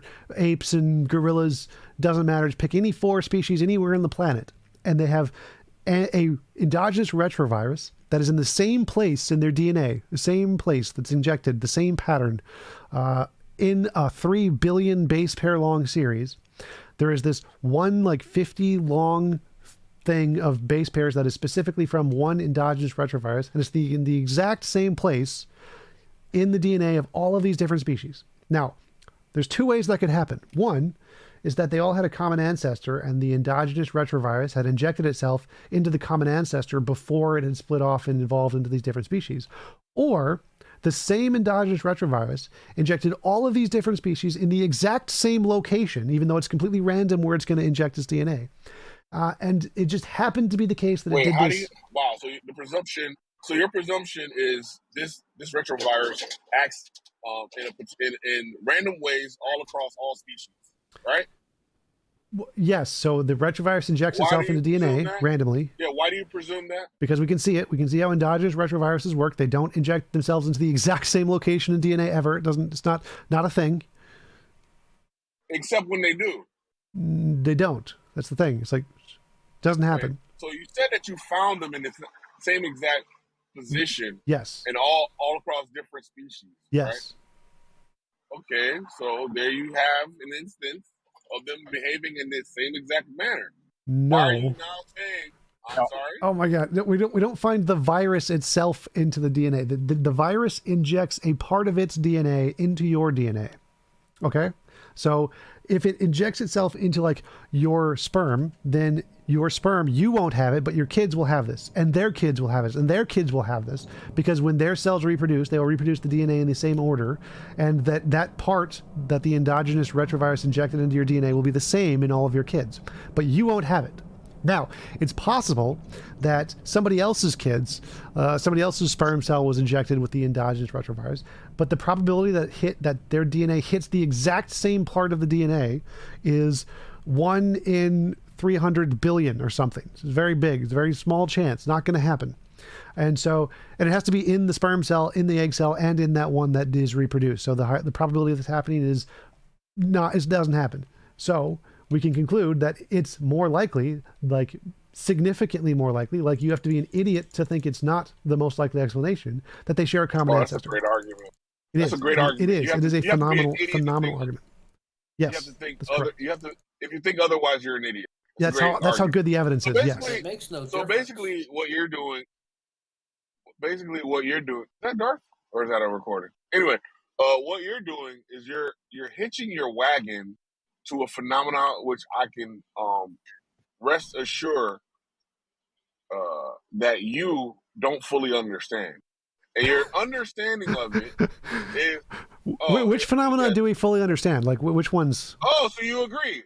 Oh, yes, yes, I agree. So so you're hitching your wagon. Wait, hold up, bro. Which phenomenons, bro? Which phenomenons do you fully understand? Answer the question. Answer that. We're going back. I'm going to mute you. Which phenomenon do you fully understand? Give me one. Oh, I mute him now. Yeah. So again, which phenomenon do you?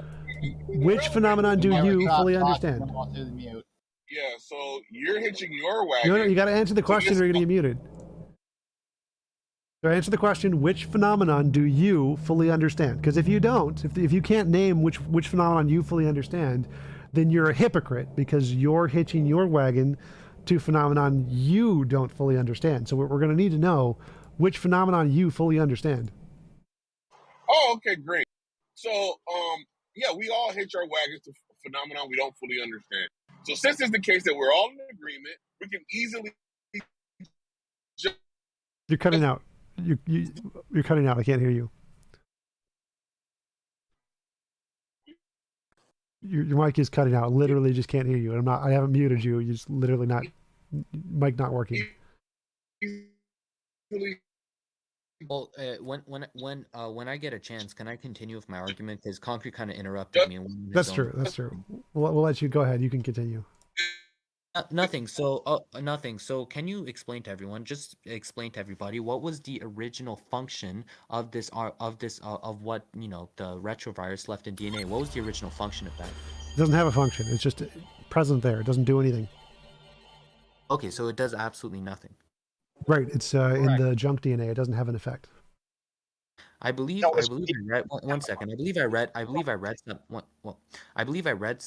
read something on this because I actually had a discussion with someone who holds your position on this, and he said that the original purpose of it was to actually help fight against retroviruses, but then over time it became, quote, vestigial, right? Would you agree with that? I have no idea what you're talking about. Like, is he talking about a specific one? Like, no. Endogenous retroviruses don't have a purpose in the DNA of another organism. They spread like as a virus. They inject a cell with DNA and cause it to reproduce. So the reason an endogenous retrovirus injects its DNA is to reproduce, and sometimes it gets stuck in the DNA of an organism. Okay, and where can you trace? And I just have a question. Where can you trace the origin of the retrovirus? Because I personally don't see how this would contradict my worldview. All I need to say is that after the fall of Adam and Eve, right, there could have been this virus that affected these organisms, these different kinds of animals that are the common ancestor for, the variation that occurs within their kinds, right? And well, that's the part that it contradicts your worldview, because these exist in between fish and mammals and humans. Same ones. So if these are true, then that shows that fish and mammals and humans all came from a common ancestor. No, it necessarily wouldn't. It just That's literally what it shows. So the endogenous one second. The endogenous retrovirus is the same. I'm going to mute you. The endogenous retrovirus is the same in fish and in mammals and in humans. So if this is true, then that shows they all have a common ancestor. Proves... This is under the assumption of common ancestry in the tree of life. No, right? this is evidence of common ancestry.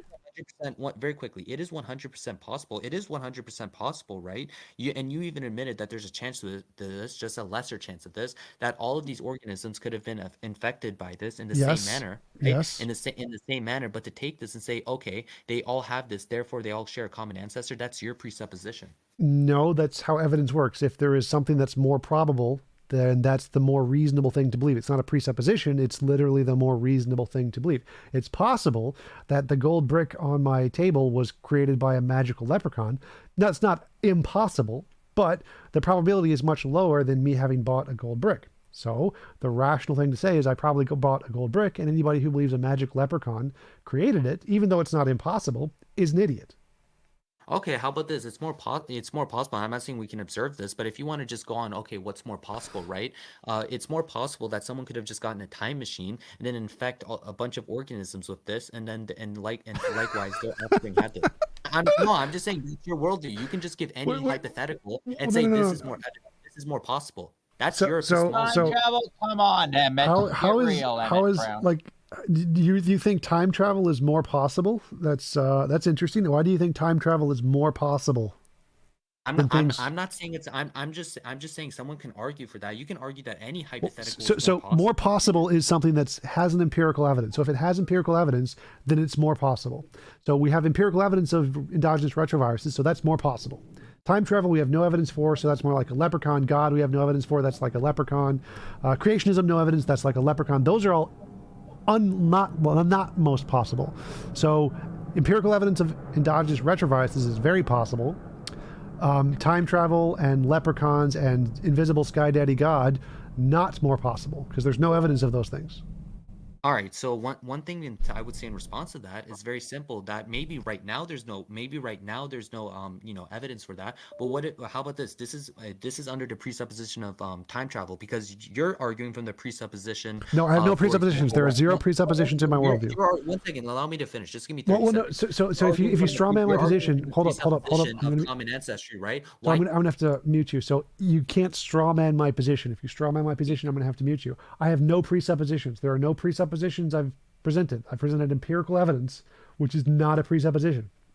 Presuppositions are things you assume are true before the argument begins. If it's the conclusion of an argument, then it's the opposite of a presupposition. It literally cannot be a presupposition. So if I have a conclusion that common ancestry is true because of this data, that is the opposite of a presupposition. So don't call it a presupposition. Okay, so I have a question. So concerning this argument, are you saying that people would come to the same? Okay, so let's say someone's never heard of evolution, right? They don't know anything about evolution, and they study retrovirus and they see that it is present in all organisms in the same place. Would they come to the conclusion that they all have a common ancestor? Yes.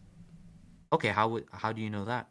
For the reasons I explained before, if endogenous retroviruses inject their DNA randomly, essentially, and if it happens to be the case that this endogenous retrovirus is in the exact same location in a broad spectrum of species, it's more likely that it happened that it injected itself into a common ancestor of all of the different species. And this is not just for one. We have, again, thousands and thousands of endogenous retroviruses, so we can find a big tree pattern of these endogenous retroviruses that coincidentally maps exactly onto the evolutionary tree for some reason. Very quickly, I just want to say something very quickly. And the people who posited that were biologists, right? Most of which are evolutionists. So to some degree, they had that presupposition, and you're just there's no presupposition. Again, the way we confirm this theory is through the evidence. It's not a presupposition. Again, most people didn't start. You can't read the mind of the biologist. You can't read evolution. It was not a theory for always. You can't presuppose evolution because it was a theory created by people at some point. So it can't be a presupposition. So it can't be a presupposition. So someone can't presuppose evolution in abiogenesis I mean, and then make arguments based on that. No, so evolution was a thing that people came to by evidence. That's like Darwin's theory of evolution. It was he looked at evidence and came to a hypothesis. It can't be a presupposition if it's something you come to through evidence. Those are opposites. Okay, great. You can argue that's what Darwin did, right? And by the way, Darwin thought that that's what all biologists do. They study the evidence and then come to the conclusion. 1 second. So I'm trying to explain something. So Darwin, on the one hand, like compared to biologists nowadays, Darwin had a very, you could say, primitive knowledge of this because he thought a cell was just merely a glob of goo. That's how he describes it, right? Now, whereas biologists now, they have a more detailed anatomy of the cell, right? So they study this. Yeah. So let's go to the point. The point is that no biologists presuppose evolution. They do it because of the evidence. They became biologists because of the evidence. They believe evolution because of the evidence. It's never a presupposition. Okay, so when the biologists are running all of these tests, right? And by the way, I can give you many examples where biologists. Yes, there's lots of tests. 1 second. Yeah, they do all these tests, right? And you're saying you're reading their mind. They have no presupposition of evolution whatsoever. No, we can go through their education history and say, oh, look, they learned about the evidence and then came to the conclusion. So it's not a presupposition. So your argument is false. All right. Great. They came to the conclusion, they adopted that worldview, and then they started doing their own experiments under that worldview. Exactly. That's not a presupposition. So that is a presupposition. No, if they said, here is the evidence, and based on the evidence, I come to a conclusion, that's the opposite of a presupposition. They didn't start with that before they made an argument. That was the evidence. Can argue. Very quickly, anyone can argue that. All right, I'm bored. Next topic. Yeah, I'm kind of curious what started you guys off on this, and what's like the argument here. I mean, is the argument that, I don't know, T-Jump, maybe you can catch me up to speed. Oh yeah, you're saying evolution is false. He's a creationist. Well, yeah, sure, right. Yeah, but blatantly false, dude. I'm hearing, I heard comments about junk DNA, among other things. So, were you defending monkeys? Were you defending yourself against monkeys pressing? Like, what was going on? What he was saying that evolution is false and creationism is true, and I was giving evidence of evolution. Okay, so And was junk DNA one of the evidences in your mind for evolution? No, he was asking what was the purpose of the endogenous retrovirus DNA, and I said no, it's just part of the junk DNA. It doesn't actually do anything. So, okay, I'm curious why Mumkey would even ask that, but about junk DNA, do you see a corollary between just in a conceptual mode here of junk DNA and like vestigial organs? No. No? No idea Well, what you mean. Well, okay, so you're certainly familiar with like an argument from personal incredulity, right? I can't understand something, therefore it's not true. Yes, I'm familiar with an argument from incredulity. Right. Okay. And so even with that taken into account, you don't see any resemblance between the theory of, or the idea, I should say, of junk DNA and vestigial organs? I have no idea what you're asking. So none of that is an argument from ignorance. And I don't, if I don't understand what you're asking, I'm not saying you're wrong. Slow down. I'm not accusing you of anything. I'm not trying to trap you. No, I'm not saying, I'm saying I don't understand the connection between any of the three things you said. Argument from ignorance, vestigial limbs, and junk DNA. I don't see a connection that you're trying to make between any of those three things. Well, so personal incredulity is not a 1-1 match to an argument from ignorance. But what I'm getting at is this. Yeah, the idea. Ignorance is saying, like, I don't know, therefore it's wrong. Incredulity is saying, I don't understand it, therefore it's wrong. Or I find it hard to believe, or I don't see the reason for X, therefore negative X, or something of that nature. I'm still not understanding your connection between that and vestigial limbs and junk DNA. I don't see a connection between any of the things you've said. So what's the, why do people use the phrase junk DNA? What do they mean when they say that? That there's I forget the specific biological definition, but it doesn't have, I don't remember, but it's some specific function that they don't do. Non-coding, or something like that. Well, in other words, it's DNA that allegedly has no function or seems to be. No one means that. Say again. So no one means by junk DNA that it has no function. They mean it has a non-coding function. So it doesn't do the coding process, but it doesn't mean it has no function. Okay, so when you use the term, then what do you mean? That it's non-coding. And so I guess then let me back up. Do you feel that junk DNA is somehow like a piece of evidence against a creator of some sort, or? And I never brought up junk DNA, so no. Okay, well then that might be my mistake, because I'm trying to catch up to speed to where you guys were talking. I hear, I popped in, you're talking about junk DNA, and I'm thinking to myself, okay, T-Jump's probably trying to invoke junk DNA as a so the only reference to junk DNA was he asked what was the purpose of the retrovirus DNA, and I said it doesn't have a purpose. It doesn't have a purpose in the organism that it exists in. It is a part of junk DNA.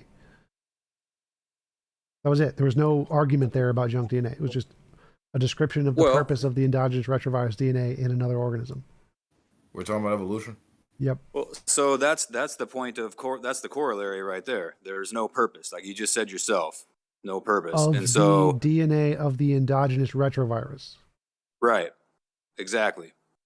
My only point, and it's a minor point that obviously doesn't have any bearing on the larger issue of what you guys were discussing, but anytime you have an argument of the variant, well, there's no purpose for this.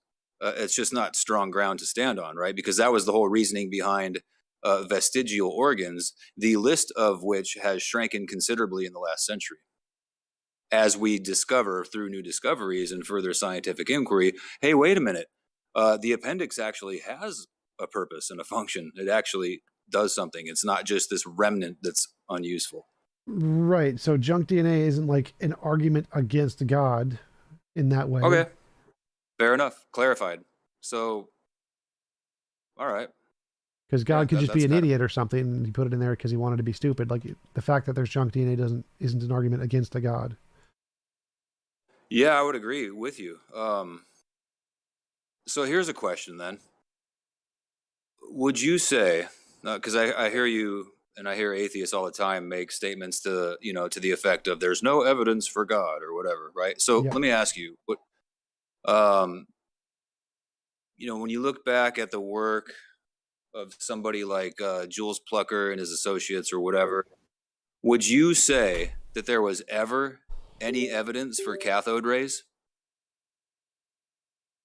I have no idea. Like, I don't know enough about the topic, but I know there isn't any evidence of a god. Except, well, I guess the best evidence of a god is the evidence of the Bhagavad Gita, which predicted the age of the Earth is 4.3 billion years old. That's probably the only, the best evidence that has ever been presented to me of the existence of a god. Excuse me, TJump. I can actually go right onto this cathode rays and fully explain it to you if you want. Because that's something I can do, is explain that one to you. See, I'm actually using said piece of gear. No, it's so as long I'm running as, a CRT. Oh my gosh, man, this guy's railroading. So as long as, like, if you're going to say something like, okay, it's my opinion that there's no evidence for God or something like that, I wouldn't have much of an issue with that. But when it's stated strongly, as in the, you know, under the pretense of some like objective truth, I think that's a little bit maybe disingenuous, you know, I don't know what that means. Like, so my position is that there is no evidence of a God because there's nothing that's been presented that can indicate God is a real thing rather than an imaginary thing. Of course, that there is some, like one example, like the Hindu thing. Right. Right. So it has to be presented to me for me to know about it. Right. Yeah. No, I get it. I get it. So like the default is that things are imaginary until demonstrated otherwise, because most things people come up with are just figments of their imagination. Therefore, until evidence is presented, it's rational to conclude it's just in people's imagination.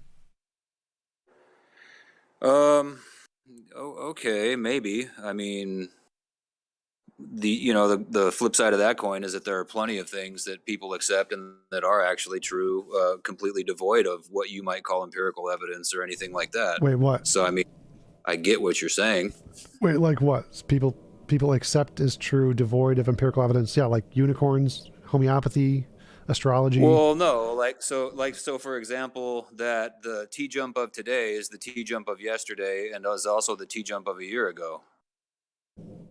Well, that isn't the same in any way, because that's like the same is just relative to how you define it. It's not like an empirical claim. No, there's no empirical evidence for that claim, right? But we all accept the fact, we all intuitively accept the principle of the law of identity over time.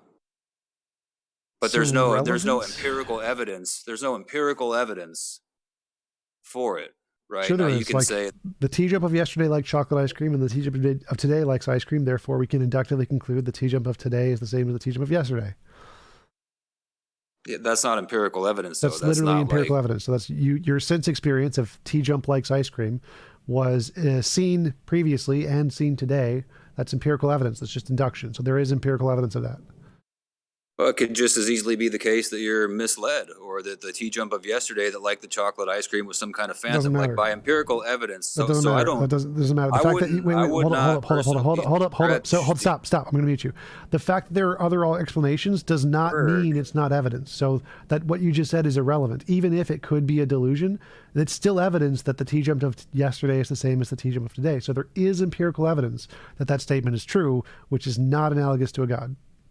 Okay, by empirical evidence, I'm referring to scientifically testable hypotheses. Let's get more precise then. That is a scientifically testable hypothesis. There's no scientifically testable evidence for the law of identity, right? Or lots of things. Those are languages that we make up to describe things, so they don't exist anywhere. Wait, what? Logic is a language made up by humans to describe the way reality is. That's it. Well, so did the law of non-contradiction obtain before human existence? The law of non-contradiction described reality, or presumably, unless a non-standard logic is true, described reality before we made up the law. Well, that's a contradiction. I mean, no pun intended. The word tree refers to an existing object before we invented the word tree. The words of logic described reality before we invented the words of logic.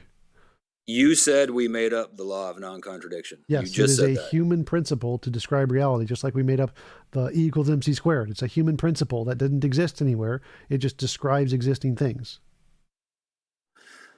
Right. So before human existence, could the Earth both exist and not exist? No. So I assume standard logic is true, so no.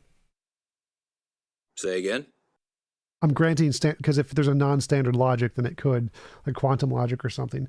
So I think that standard logic is probably correct. So no. Well, but we made up standard logic. Yes, it's to describe reality. So like if I say, do I believe that the tree is outside, and the sentence "the tree is outside" is a made-up sentence by English, it can still correspond to reality. Logic is a language, so it has sentences that can correspond to reality, sentences that don't correspond, and sentences that are self-contradictory. Okay, let's hone this down. Was the law of non-contradiction true before human existence? Yes, it yes or described no? reality before human existence, presumably. Well, wait. There couldn't be anything to describe reality before human existence because humans are the only ones that describe. I'm saying before there were any agents that were even possible of description, right? So T minus. What you're saying is gibberish here. So the word tree described trees before the word tree was invented. So the word tree, would it accurately describe the things that exist that they correspond to today? Yes, they would still exist. If I could finish, I was just, I was in the middle of the sentence. But okay, so what I'm asking you. Well, I'm just trying to get clarity here. You're telling me that we made up the law of non-contradiction. Yes, you so said we that. make up all the laws of science and physics. They're made up sentences made up by humans. Before the existence of human beings who are the only beings with descriptive powers, before that time. Yes, it still described reality. Yes, even before. Yes. Please. I'm literally answering your question. The answer is yes. Before any humans. Okay, you're muted. Next. Anybody else got any questions? I think what the gibberish generators is failing to realize is you're just pointing out the concept itself was created by humans, but what the concept is describing definitely pre-existed humans. Yes. That's what he's not understanding. Yes, and he's just repeating the same question over and over again. So like the word tree was invented by humans, but did the word tree describe something before any humans existed? Yes, like there were trees that existed before humans did, or presumably trees existed before humans did. So the word tree corresponds to something that exists before humans, and it accurately corresponds to something before humans. I think the bigger takeaway is like there's really no empirical evidence for logical truths. They just exist as like they're descriptions. Well, I agree. They're descriptions of things we experience. They're languages. So I mean, it seems like whenever you get cornered, you get like over talky and muties. Are you? I don't do that. What? Who would do that? So yeah. I also didn't feel like you were fair to Warfare because he was trying to finish his point. Well, so the point about logic is logic doesn't exist. It's like most people in philosophy don't believe logic is like an actually existing abstract object. It's a language created by humans. So obviously you don't need empirical evidence for things that are languages made up by humans. You don't need empirical evidence of the language of English because it's not an empirically existing thing. So obviously it's perfectly fine to believe logic exists as a thing made up by humans in our human imagination without empirical evidence because it's just an imaginary thing. It's a language. But if you claim what is it that the language describes? One sec. So, but if you think the logic exists independently of imagination, like there's actually some kind of Platonic logical object, then yes, I'd say you need empirical evidence to actually demonstrate that that is not something just in your imagination. You asked, what does logic describe? It describes the nature of reality, how reality operates. Okay. So what do you think of like, so there's forms of logic that don't describe reality. Yes. Right? Because like not all logic there are is multiple forms logic. of logic, yes. Okay, so what are those logics describing? Like possible worlds? Imaginary worlds? So I'd say like it's the same as the sentence, the sky is pink. Like what world is that describing? Like you could say it's an imaginary world of some kind. Mm-hmm. If the sentence doesn't correspond to reality, then it corresponds to not reality. So the only sense in which like one system of logic is true is just that it maps onto how our reality works or how propositions work in our reality. Yeah, I'd say that one of the systems of logic corresponds to the nature of reality and the others probably don't. And so whichever one that is the right one, the right logic. There's actually a Stanford Encyclopedia section on this, the right logic in quotation marks, that describes this. Yeah, one of the logics could be in correspondence to the way nature operates, and that's the right one. Mm-hmm. Are you open to the possibility that there could be like different logics, like a kind of logic that applies to like physical models and the sentences that like describe aspects of the physical models versus like biological models or historiographical models, that each of these could have like logics could be constrained to a specific domain and that different domains could have different logics? Or do you think that there's one like unitary logic? I mean, I guess you could make up a logic and apply it to your own made-up domain. As far as I know, all those domains use the same standard logic that most other people use. I mean, it's possible that you could make up a new logic to have a new domain. I don't know what that would really mean, but... You don't have like an a priori commitment that wouldn't make any sense. No, I think that non-standard logics are definitely possible. It's possible that they describe reality in a more coherent way than standard logic. I just don't think it's the case. Sure. Hey, real quick, TJ. Yeah, we were talking earlier, which I'd like to talk again sometime about. What we were talking about. You're cutting in and out. I can't hear you. Am I? Is it still bad? Or maybe it's Randolph. Are you like fuzzing? No, that's not me. No. Yeah. Okay. Now try. Yeah. So anyway, yeah, we were talking earlier. Yeah, I'd like to maybe talk again in the future, but I just wanted to ask if you don't mind answering. When you grew up, did you grow up in a Christian household? Yep. No. Yes. If you could just maybe. Yes. I mean, if you don't want to answer that, it's fine. I was brought up in a Christian household. I went to Catholic grade school, Catholic high school. So you were raised like Catholic? Were you Christian? baptized? I was raised Christian and went to Catholic school. Okay. So any like specific denomination, Christian or Non-denominational, I think. Non-denominational, and then you went to a Catholic school. Yep. Okay. All right. I'm just wondering. Just curious. Hey, T-Jump, can I ask a quick question? You just did. Okay. To your knowledge, does S5 modal logic have any real-world applications? I don't know. I also wanted to say something on this. If you have a system that you call logic, even if it's different, your system still has to be logical. It can't have any contradictions. It still has to. No, that's incorrect. So there are literally logics that have true contradictions. They're called paraconsistent logics. But that doesn't, like the ones that are explosive where everything in the logic becomes a logical contradictions are called diletheism. So there are logics that do have true contradictions. Okay, I understand there you can posit something as a true contradiction. To me, it's just, your posit of the worldview isn't going to represent the actual world. Right. So I agree. I think that standard logic is the correct logic, but it's possible that other logics like quantum logic or paraconsistent logic or many-valued logic or fuzzy logic, they might describe the world better. We just don't know it or can't realize it. So it's possible that standard logic isn't the most fundamental description of reality. I just don't think it's the case. Okay, that's fair, I guess. But I think the whole point Warfare was getting at is basically that there are things that are, transcendental to the material world. Well, no. So that's when logic describes the way reality is. There's nothing that's transcendental there. It's just describing the nature of reality, how it operates. So the fact that it works to describe the nature reality operates as isn't transcendental. It's just a description of the way nature works.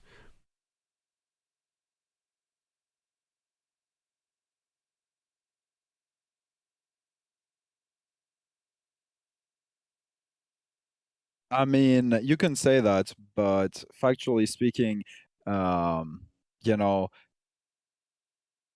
it's like numbers, and physical properties. These properties, you can say they're merely descriptive, but that's where the disagreement would be. Basically, we don't see them as merely descriptions. We see them as actual properties. No, most don't see math or logic as actual properties. They're just languages made up by humans. If you go to the Stanford Encyclopedia of Philosophy, classical logic, very first sentence, logic is a formal language. They're languages that describe things. They don't exist unto themselves.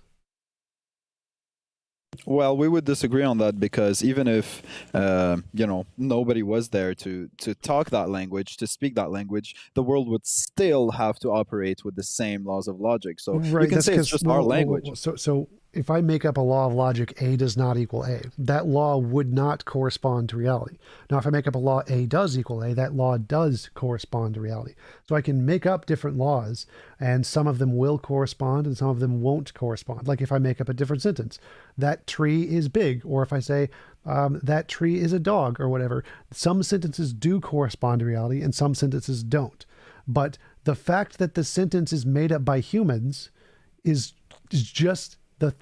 irrelevant to the fact that it could describe reality. So even if no humans existed, those sentences, the tree is big, would still describe the tree, even if no humans ever existed. So the logic of the system of logic is just a language to describe the way reality is. The tree is big. It's a thing in reality. The logic itself doesn't exist anywhere. Okay, I'm going to stop here. I'm just going to say one last thing. You said, you could make a statement like A is not A. And that's true. You could make that. But, that would basically not be logical. So, that would be illogical. Right. So I can make up a logical sentence or logical system that does not correspond to reality, like a different kind of logic. So logics don't inherently govern reality or anything. They're languages made up by humans. Some of them can describe reality, some of them don't. Just like any sentence. Sorry. No, finish. I don't want to interrupt you. Finish. No, that was it. So logic is a language, and like any language, there's lots of different versions, and some describe reality and some don't. Yeah, that's fair. I mean, I would say the ones that do not describe reality are just, lies. And maybe, sort of. Maybe there are different systems that explain reality on different levels. But when we're referring to logic, we're usually referring to, the colloquial meaning of just logic. Not quite sure what you mean there. So like there are many different kinds of logic that have different logical operators and different systems. Like many have things that can be both true and false at the same time. So things that can be neither true and false at the same time. And there's quantum logic, like the thing doesn't exist until it devolves from a waveform or something. There's fuzzy logic and many value logic reject one of the laws of the standard logic. So there's many different versions of logic. One of them probably describes reality and the others probably don't. But all logic is a language made up by humans to describe reality. And none of those logics, none of those systems existed prior to humans. They're things humans made up to try and describe reality. Honestly, T-Jump, I'm not as good as Warfare on this topic. So if you really want to, just unmute him and keep going. I discuss this with actual professors all the time on my YouTube channel. Like he doesn't know what he's talking about. I can definitively tell you that.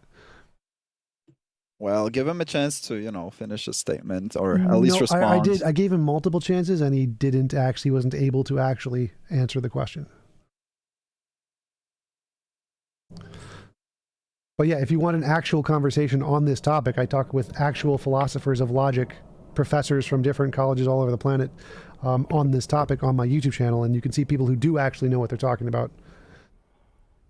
Okay, well, I'm interested in. I'll look at the videos. If you wanna, I don't know, post them in a chat or something. I'll definitely look it up. Sure. What would be a good one to So watch? T-Jump, Like, just who would it be? Yeah. See, I'm gonna look through my list and see if I can find a good one on logic.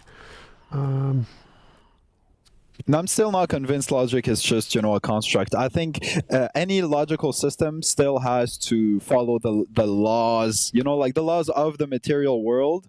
So therefore, it's like, it's constrained to, being logical and applying to the real world. If it's not the case, then it's a false logic. I mean, yeah, I would agree. Just like any sentence in English, like if it does correspond, like there is a tree outside, then it's a true sentence. And if it says like there is a pink unicorn outside, then it's a false sentence. So logic, I think, is the same as any sentence. Okay, but if your logic is false, your sentence is false, then it's not logical anymore.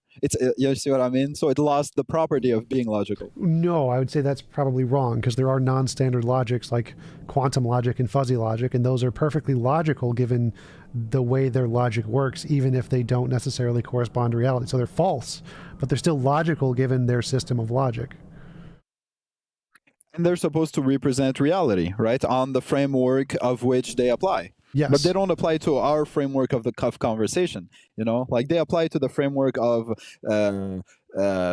quantum mechanics. Yeah, if we're talking about that, then yeah. Though, you see what I mean?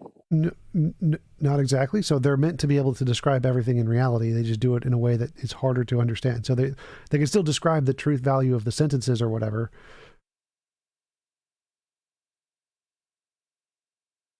I mean, how does quantum mechanics explain the truth value of a sentence?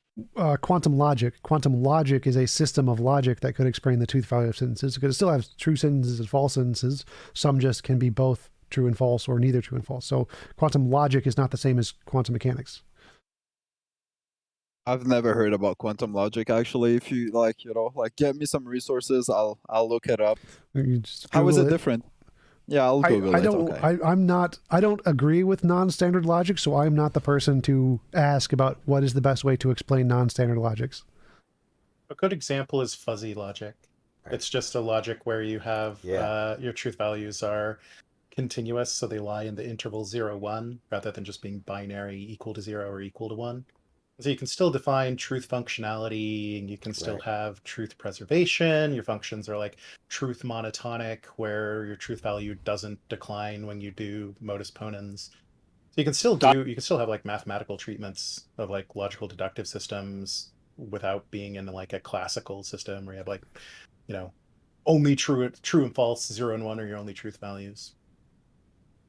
All right, I'll post a video of mine with a professor in my chat. You guys can check it out if you want. I think we discussed logic in that one. I don't really remember because I've had too many of them. But that was a good conversation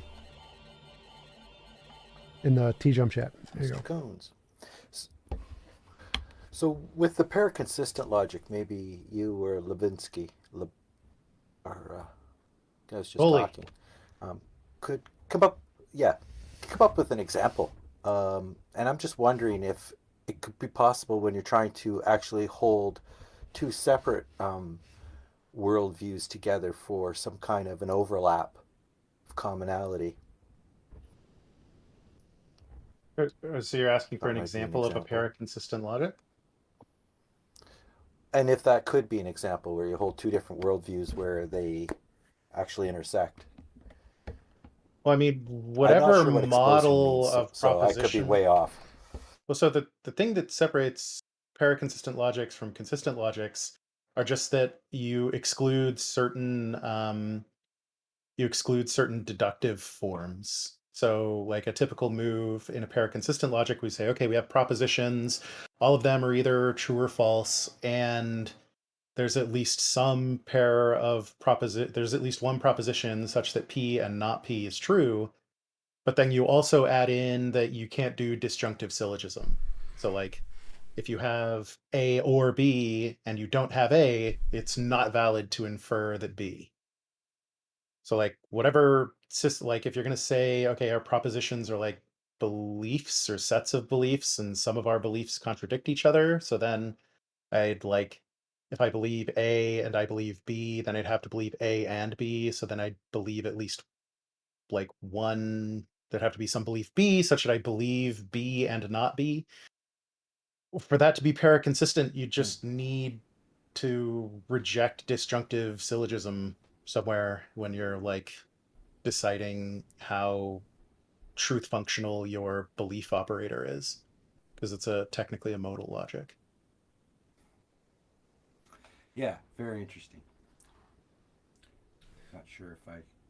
But so all you have to do is fiddle with how you're allowed to... Doesn't sound very stable. Well, it's just a matter of how you are allowed to make deductions. That's like the only part that paraconsistent logics have to fiddle with. How would you describe dialetheistic logics? So I understand dialetheism to just be that there are some true contradictions. I think if you allow for an explosive system, then you get to something called trivialism, where like every proposition is true. I'd probably distinguish trivialism from dialetheism. Well, wouldn't paraconsistent logic be a kind of dialetheism where they have some statements? As soon as you admit a true contradiction, I think you'd be dialectic. Yeah.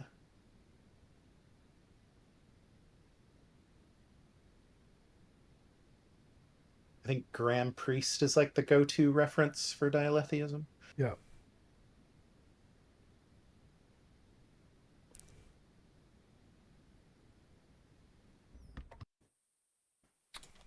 Anybody else have any arguments, philosophy, God stuff?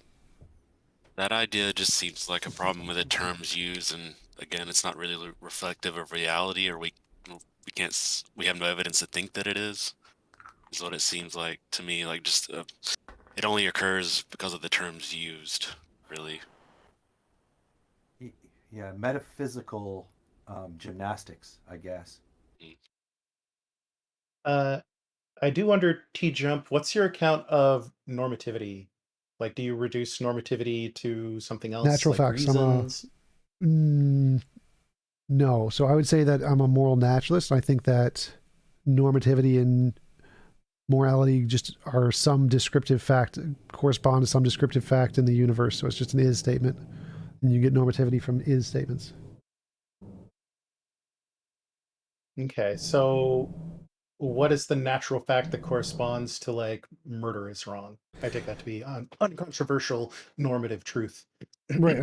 I think that the essence of morality is some like moral law, kind of like a Platonic object, but it's just actually a law of physics of some kind. And that in some way instantiates all of the moral principles that are correct. They're just abstract descriptions of some essence of this moral law, like a physical law.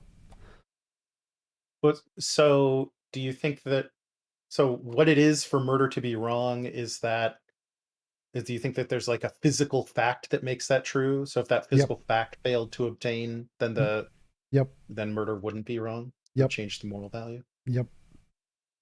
Okay.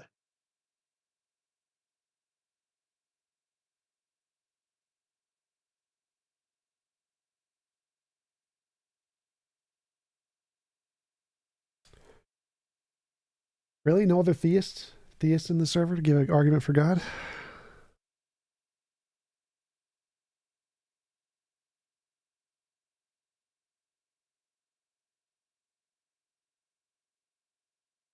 Defeated them all. True facts. I do have one. Have one, but he's on recording.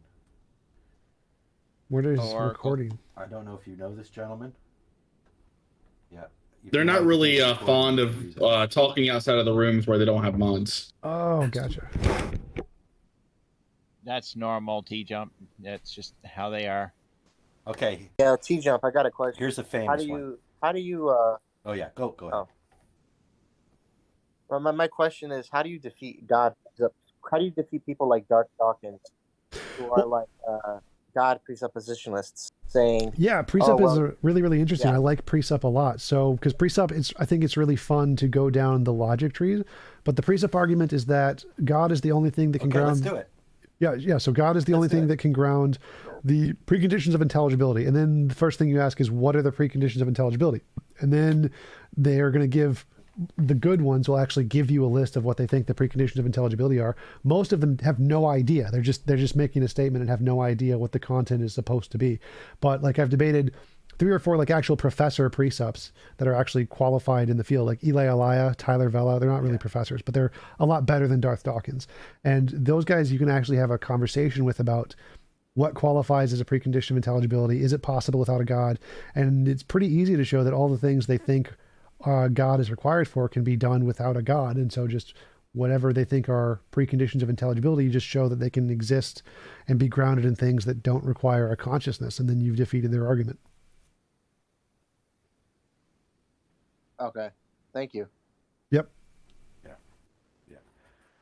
That's what I was going to play. I got the modus ponens that Darth gives. I play it in the room sometimes for people, but there's a lot of people here. Probably not a good time. But if you wanted to pick it apart, you could. Sure, go for it. All right. P, therefore Q. And P is the Oh, my computer just restarted. independence of facts from God, that there's one or more facts that are independent of God. And P is the independence of facts from God, that there's one or more facts that are independent of God. Then it follows that God cannot logically coexist if facts are real and are independent of God. So there's the meat of it. Well, that isn't like, I'm not sure if that's like his actual argument, because that's just saying that essentially if all facts are essentially, I mean, it seems like a Platonic facts kind of existing argument, that if facts exist, one of the facts has to be in some way entailed in God, because he would be one of the facts, or they have to be they all entailed with God. And so if there is one fact that could exist independent of God, then his definition of God, which is one where it entails all facts, couldn't exist, which is like, sure, that's just definitionally true, but that isn't like an argument for why it has to be true. That's just his definitional case of it has to be true by the definition of God he provides. But normally his argument for God is that it's the only way to account for the preconditions of intelligibility.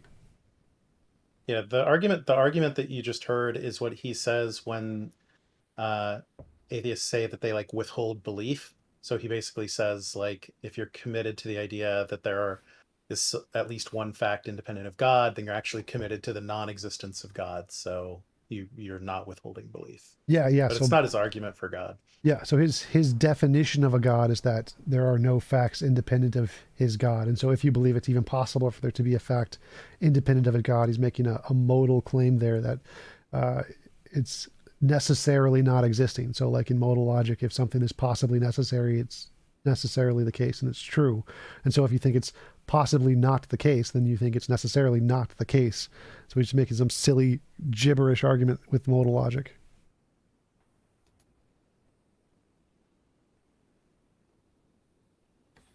Okay.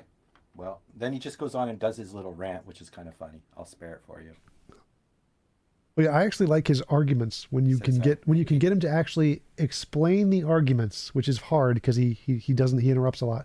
But the good precepts that actually will talk with you, Eli, Tyler Vell, those kind of guys, it's fun to explore the precept ideology because it's really interesting to interact with that set of arguments. But yeah, Darth is hard to do it with because he doesn't really interact as much. He doesn't explain things very much.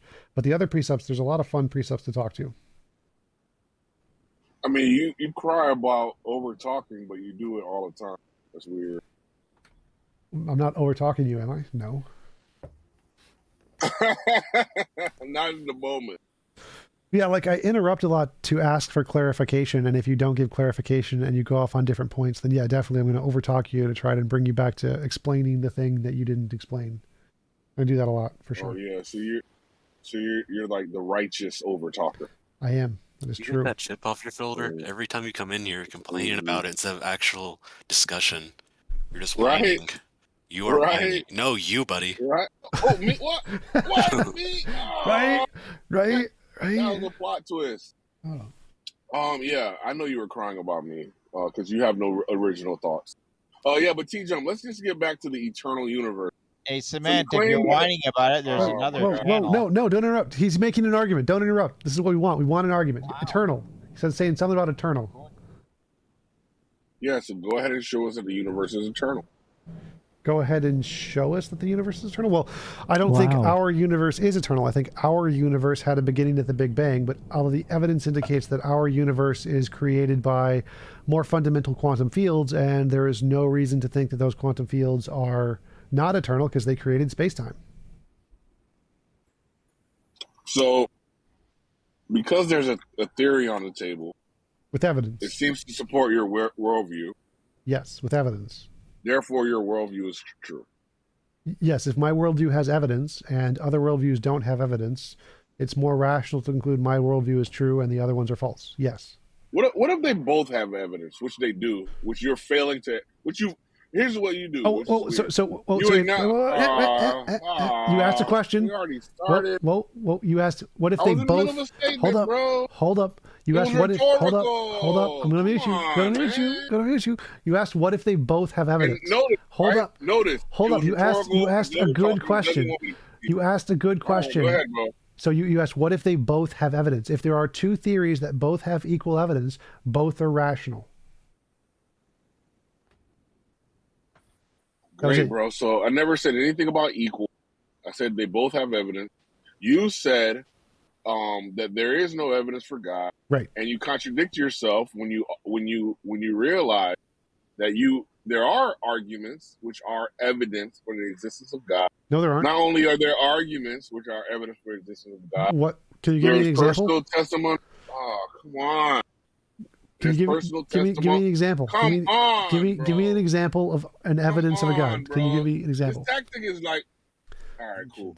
So there's also personal testimony. That's not evidence. Personal testimony is not evidence? No. Not good evidence. You know? Oh, good. Look. See, No. I'd say zero. That's zero. how you're supposed to talk. It's zero evidence. Honestly, no. Yeah, it's no. I'm saying it's zero. Zero. Back to zero. Again. Zero. Do you know what evidence is? Yes. TJ? Evidence is that which What can is indicate evidence? something is real and not imaginary. All right, great. So you have your own proprietary definition. Nope, it's So the same we'll definition. It's just phrased differently. What we'll do? Why are you phrasing it differently if it's the same definition? Because I like the different phrasing. It's like, Oh, okay, cool. You like it. Yes. So I'm just gonna operate on the assumption that you smuggled in some other beliefs within your change of the definition. I don't think you just like it. I think it actually helps to bolster your argument. I have no idea how it does that. Yeah, you don't. Okay, just claim ignorance. I can't get into your mind, so I can't prove that you're not ignorant. That's fine. No. You have to prove that my definition somehow brings in something that gives me an unfair advantage. I don't know how it does that. I don't have to prove that. Well, you made the assertion that you're going to assume that. So I can have that. I can have that supposition. Okay, that's fair. Not a straw man if you do that. No. That's fine. That's fine. He can assume that. I don't have that. Concrete. It doesn't have to be a straw man. Concrete. So he can have that presupposition. Oh, you're overtalking. One sec. Concrete. One sec. Concrete. So he can have that presupposition. That's perfectly fine. But I want to know if he has any evidence for that, or if it's just something he's making. It's not a presupposition. It's just a supposition. Okay. Is there any evidence for that, or is it just your supposition? You know the difference? You know the difference, right? Okay, cool. All right. So do you have any evidence of that, or is it just? Of course, there's evidence. I think I see your dishonesty as an interlocutor. What's the evidence? As evidence, your dishonesty as an interlocutor is evidence that the reason why you changed the definition of evidence is not merely because you like it. It's to smuggle in probably other unstated premises and to bolster your argument. Okay, but can you actually indicate the statement does that in any way? Like, what are the other assumptions in the argument? So here's what you're doing. You're saying there is no evidence for the existence of God, and we know that that's not true. Well, that's completely irrelevant.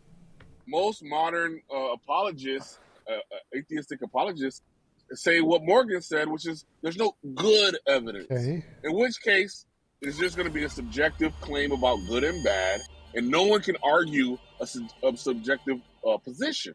Okay, but so what you're saying is something more in tune with reality or against reality when you say there are no arguments for God.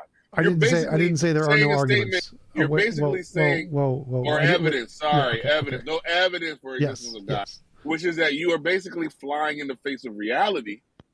We try to help you out with that, and you still just don't understand it. Okay. And now you have this other fucking weirdo, nipping concrete. And it just shows more disingenuity from you. Stop for a second. Right? So all you need to do, concrete. I'm going to mute you. Concrete. I'm going to mute you. Concrete. Okay. So do you understand now? I'm going to mute you. Hello. So concrete. All you need to do to disprove my definition is give one thing which counts as evidence. That's all you need to do. So just give me one thing. What are you talking about? My claim is that there is. Hold up. So my claim is that there is no evidence of a God. For you to defeat my claim, all you have to do is give evidence of a God. So my claim, no evidence. All you have to do is present evidence, and then my claim is defeated. So present one thing, which is evidence. Again, I presented several things that are evident. Okay, pick one. Give me one. I've already said them. Did you not hear them? No, I didn't hear them. Tell me one. Now we know that you are either tell me one. severely Come on. obtuse or you're a liar. Tell me one. Well, Which one is it? Well, I'm deliberately trying to give you Stop with the character attacks incentive. and fucking answer, Which one T-Jump. is it? Well, I don't care. You can character attack me all you want. I don't care. But I It's want. not a character I just attack. want. It's I an want him to give observation me. based on your answers. I'm based on your trying. I'm statement. trying to Either elicit. you're a liar or you're severely obtuse. Well, I'm trying to get you to answer the question. It's either you have real. Okay, I'm gonna have to serve you.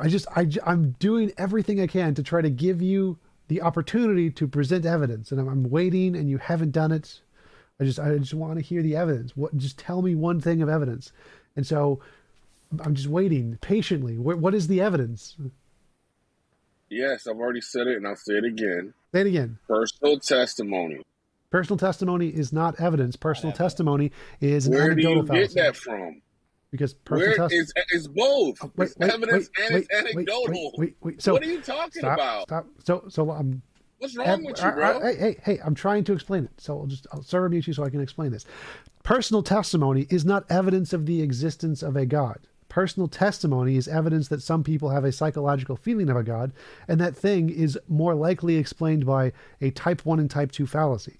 Type 1 and type 2 fallacies say that if you see a rustle in the bushes, that it's more likely to be, if you believe it's a lion and you run away, you're more likely to survive. And if you believe it's the wind and you don't run away, you're more likely to die. Therefore, the people who think it's a lion survive and reproduce more, which creates a proclivity for the species to think that there is an hyperactive agency detection system inside of things, and so they're likely to attribute agency to things that have no agency. Therefore, the fact that people have this disposition to think that there is a God or have personal experience of a God is not evidence there is a God. It's evidence that the type 1 and type 2 fallacies are acting accordingly.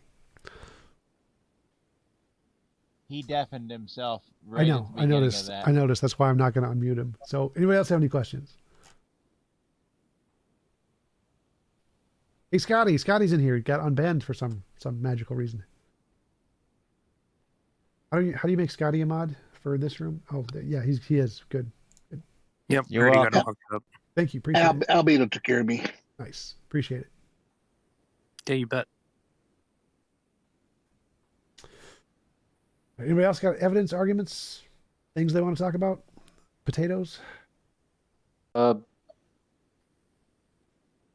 not really a philosopher, but I would like to say something to start something, maybe a conversation. Go for it. Maybe can you maybe say what is degeneracy and what is degenerate? Well, degeneracy I would probably describe in physical terms as some kind of decay, like rot or rust or some kind. So I don't think there's a moral degeneracy in that sense. So do you think it's a fallacy when someone says like, this is degenerate or you are a degenerate? Like, is this just like a... Yeah, it's an ad hom. It's an ad hominem. Okay. Wait, if I say you're a degenerate, that's not an ad hom. Yes, it is. What? Why is it an ad hom? That's an insult. Insults are... An ad hom is... your argument is that's crap an ad because hom you are fallacy. degenerate. That's an ad hom. No, that's an ad hominem fallacy. An ad hominem is just an attack of the person. So any insult is an ad hom. It's just not an ad hom fallacy. What? What? No one says that. No, that's not right. Yes, it is correct. It is literally correct. So it's the difference between a What do you straw mean man it's and a correct? straw man Like, fallacy. that's what you use? Or like that's what everyone Do you want to uses? get muted? Would you like to get muted? Like all 7 people that just spoke up against what you Yes, said? like all of you. So don't waste my time on this. Oh, okay. You fucking weirdo. Hey, T-Jump. Bye-bye. T-Jump, what was the evidence that Concrete gave to you? Personal testimony? Was that after, because... Okay. No, but I just Neil deGrasse Tyson, actually, if you look up on YouTube, I don't know if you know this channel called the Agaton Foundation on YouTube. Agaton Foundation, yes. Yeah, so basically there's when, like it says, Neil deGrasse Tyson best hits. Basically, it talks about... There's actually one of me on there, I think. I think there's a T-Jump. Yeah, there's a compilation T-Jump on there. too, yeah. You're on there too. But it also... It says that that Neil deGrasse Tyson said, if you get alien abducted, you need in 21st century you need more than personal evidence and more than a photograph. You need like actual physical evidence. Yes. Because I'm not denying that anecdotal evidence isn't evidence, right? But it's weak evidence. It's the lowest form. So I'm more specific when I say evidence. It has to be something that indicates that whatever you're asserting more than other things that already are known to exist. So like if I see a footprint in the snow, you could say that's evidence of a unicorn, but I'd say no, it's not, because there's no prior evidence of unicorns existing. It could be evidence of a horse, but it would not count as evidence of a unicorn. So because I'm using evidence in a more strict sense, that makes it actually coherent in debates, that you don't get to count anything as evidence just because it could logically explain the data. That doesn't count as evidence. For it to be evidence, it has to be one of the best things to explain the data. So basically, data needs to have there have to be basically what you're saying is multiple data points that create like a picture, like a theory, basically. Sort of, not really, but like it has to be one of the things that best explains the data, not just a thing that could logically explain the data. Okay. I mean, I see the utility of the definition. It just to what I'm used to is just that, presents under a Christmas tree is technically evidence that Santa exists. It doesn't mean that we should believe it.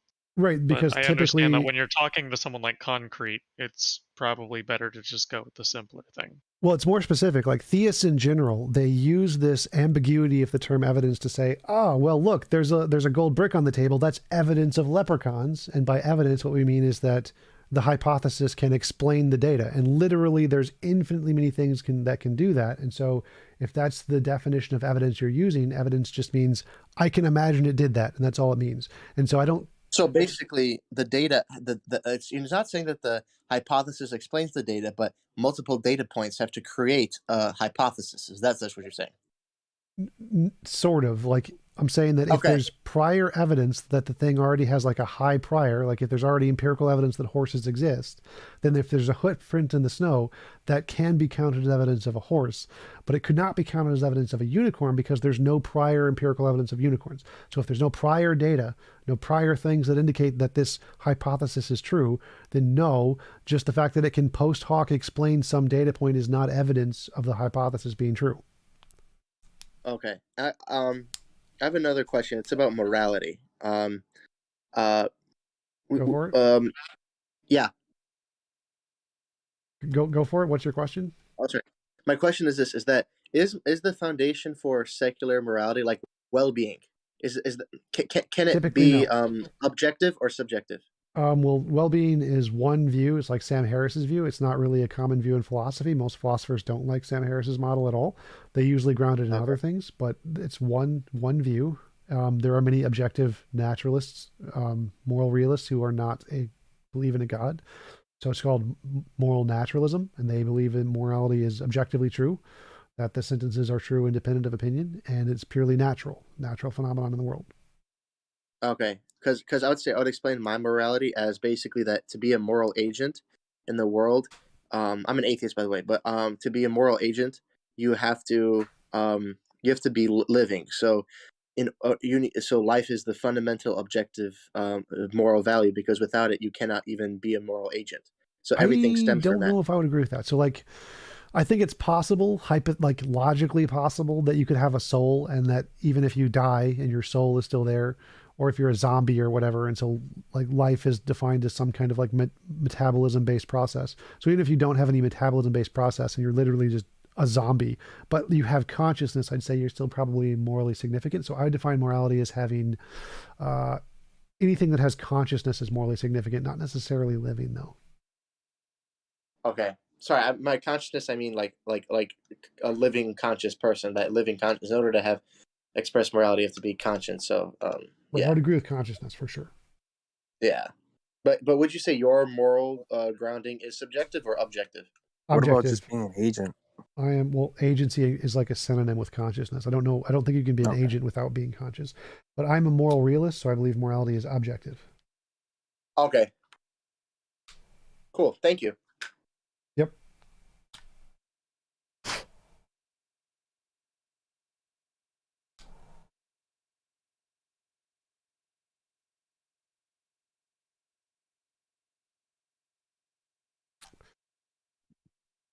Anybody else got any questions, comments?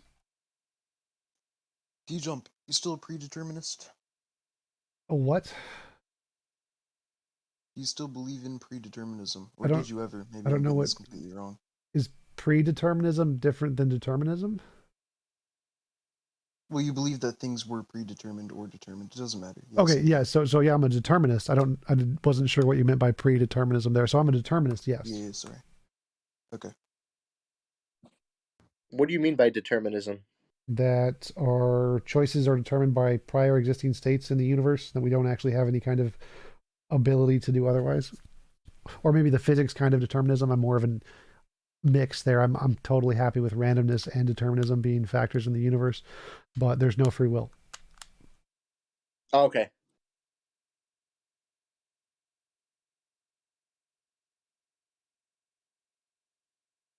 Well, there's no, I would say, ultimate free will. Like, you can't do absolutely anything you want. I would say that all of your decisions are either, like if you pick chocolate over ice cream or whatever, any decision, it's either going to be done for reasons, which are like biological states in your brain or whatever, or if they're done for no reason, then they're completely random. So either they're determined by prior reasons, or they're determined by no reasons, in which case they're random. So I don't see a way to get free will there. It's either you're determined or you're random, and those are really the only two options. Cool. So is it compatibilism where you can actually steer that through intention over time, where, obviously? Well, compatibilism is just a kind of determinism. So they just accept, determinism is the way it is, but we're going to define certain deterministic processes as you. And so as long as those deterministic processes are within the category of you, then you can decide otherwise.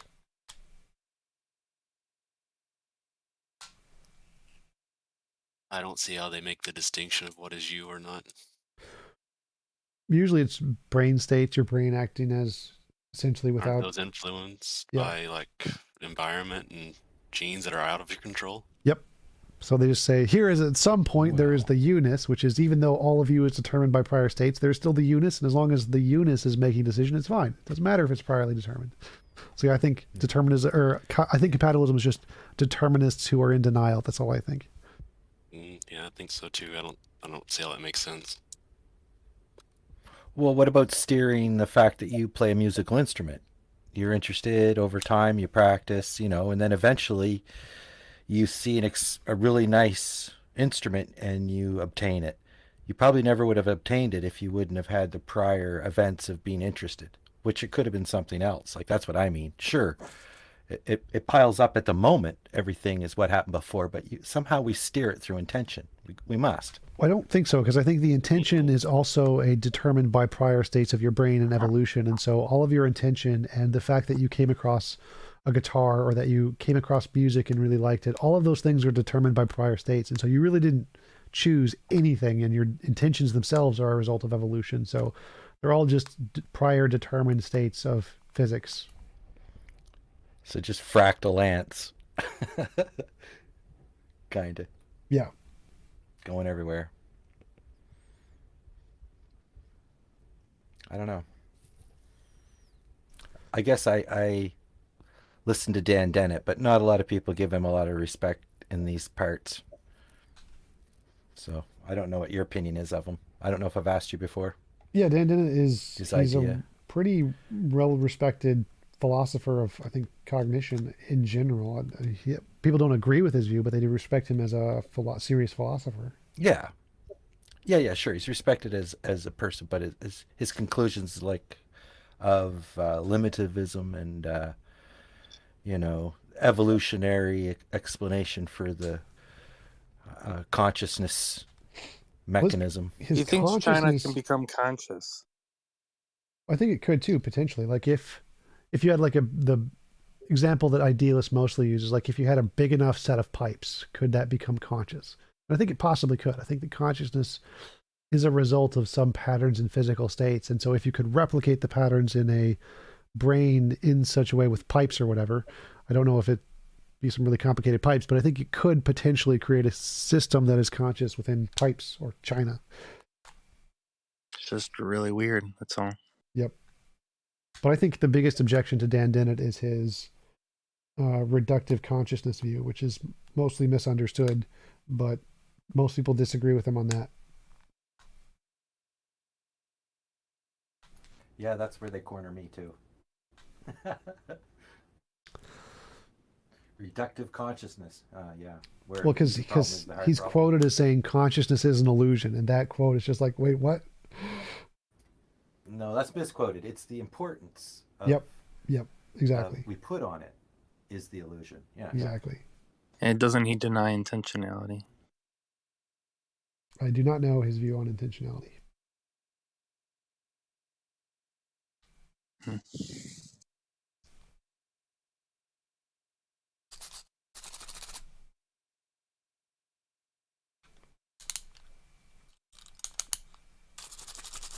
think if you deny consciousness, you're saying you're like only dispositional. I don't know how that would work. Like, I don't know how like you if you're not conscious, you're not an agent. Remember how you said like that's kind of like a synonym? Oh, so you can be conscious without being an agent, I think. Like you could have like a consciousness that just exists with no desires or whatever. That's possible. And so you could have some kinds of consciousness, or like an ant or something with literally no desires, or someone in a coma where all their desires are destroyed, but they're still conscious. That's possible. Wouldn't that be AI? Probably the beginning of AI. I think a desire can be a disposition. I think desire is like food. Food is a desire, and it's something that everything has, right? I think a desire can be a disposition. So. Like, I don't think plants have a desire for food, but they still get food. You don't? No. Why not? Why don't you think so? Because I don't think they're conscious. I don't think they're able to have desires. You don't think they want the sunlight that makes them grow? No, I don't think they want anything. Yeah, it's like saying viruses want to infect a human being or something. COVID wants to infect you. It's coming for you. I mean, where did consciousness start? Isn't consciousness like the knowing that you're here? So like a worm is conscious, and it just wants to eat food, so it looks for food, and that's what consciousness is. Well, no, I think consciousness is like literally your direct experience, like your qualia experience, and whatever that started as. I don't know. I think it requires brains of some kind, because it seems the only evidence we have is that consciousness comes in brains. So it probably started at some point after the original brain process. Became big enough to actually be. Yeah, when brains became big enough and complicated enough to actually have conscience. So T-Jump, you know what a P zombie is? Yep, philosophical zombie. Mm-hmm. So do those things have desires? Probably not, no. Okay. And they're gonna look and act very similar to like a human, like indistinguishable. Exactly the same. So they're going to act as if they have desires, but they have literally no conscious state, kind of like an NPC in a video game. Yeah. So how would we be able to determine like something that has only dispositions like a P zombie versus something that has intentions like a human? We couldn't. That's kind of the point of a P zombie, is you couldn't tell the difference. Same thing as solipsism. You can't 100% prove it. You think humans have intention? Well, no, that's not true, because under like eliminativism, P zombies can't exist. It's like it refutes it. Oh yeah, because it says like if literally all of the physical states in the brain are exactly the same and consciousness is in some way one of the physical states in the brain, then if they had the exact physical states in the brain, P zombies would be impossible. Exactly. Either we'd all be P zombies or we'd all be conscious agents. And so I think there's, I mean, if you take it in the most literal sense, that's true. But I think if I took all the particles in my brain and all the electrical signals and like separated them, moved them apart by like 10 feet, obviously I wouldn't be conscious. But you could still have all of the parts and all the electrical signals working in the same way. But I think there's some way you could add a restraint, and so that they're disconnected. They're not like conjoined in some way, and that would eliminate consciousness. But that would definitely have to be like a physical difference in the brain of some way. Mm-hmm. Well, let me ask, like, how do you differentiate between consciousness and biological programming? What? Biological programming as in like DNA? Well, just like the example of the he gave of the plant, but like he said wanting, sunlight and things like that for the biological process. And I agree with you with your statement in regards to that, wanting it. It's just a function of how it functions, right? So like, where do you differentiate that between consciousness, like biological programming, almost biological determinism, right? Where do you differentiate the two? Well, not really, because I think that our consciousness is a result of biology and all of our desires is a result of biology. I just think it's a particular kind of biology. So like biology is programmed to make hearts and stuff, but that's not conscious. So consciousness is a result of biology and is determined by biological programming, just like hearts and lungs and hands and things. Yeah, I don't necessarily disagree with that. Like, so what do you do with people that have been grown up and nurtured in particular environments that have biologically acclimation is not the best word, condition them to desiring destructive behaviors in their life? Like, how do you address that in regards to, well, is that good or is that bad, or or do we just let them be, or? Well, if it's destructive, it's presumably bad. And like, if in the perfect world, we would just ask them, do you want us to turn off this desire? And if we could, we just turn off the desire or cure them of the desire. That would be the best option, is to give them an option to just turn it off. Like drug addicts, they often have the desire that they could turn off their addiction. And the moral thing to do would be like, yeah, just if we had the ability, give them a pill to turn it off. But I don't quite understand your question in that, like, the environments we're in and how they affect us, the nature versus nurture distinction, whatever we do that impacts our memory and causes our neuroplasticity to change in that we value certain things differently. I mean, that's also still biology. Like, biology gives us neuroplasticity. It gives us the things that causes us to desire and value things in society differently also. So it's still biological programming doing that. Okay. Cool. Thanks. Thank you for answering that. Yeah, no problem. Anytime.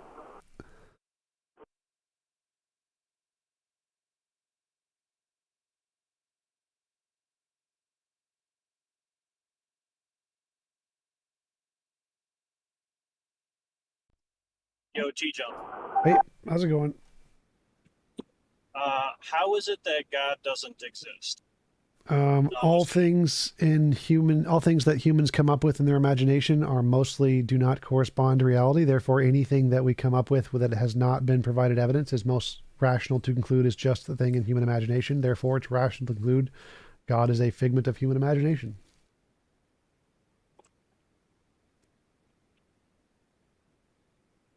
Fair enough. That's a good answer. Do you think? Do you give weight to the response that God would be a more complex answer, and that we should default to a simpler answer on unknown issues like that?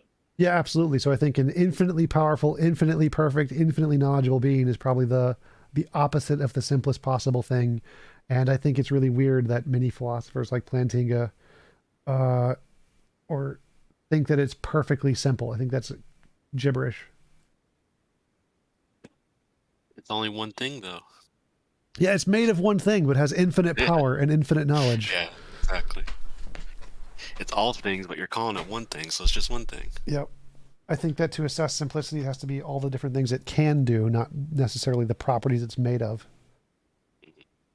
So like an apple is made of matter. It's made of one thing. Therefore, the apple is simpler than an all-powerful, all-knowing, all-loving being who can create infinitely many apples. What if it was one thing like Georg Cantor's infinity of infinities, or Alf Nola's one thing? Those are abstract one thing that would concepts. necessarily. But what if that was ontologically the reality of it? That abstract concepts exist. Well, so think of Plato's necessary creation, right? Platonic that all objects? things that could exist do exist, huh? Platonic objects? Every object that could exist does exist. I don't think that's true.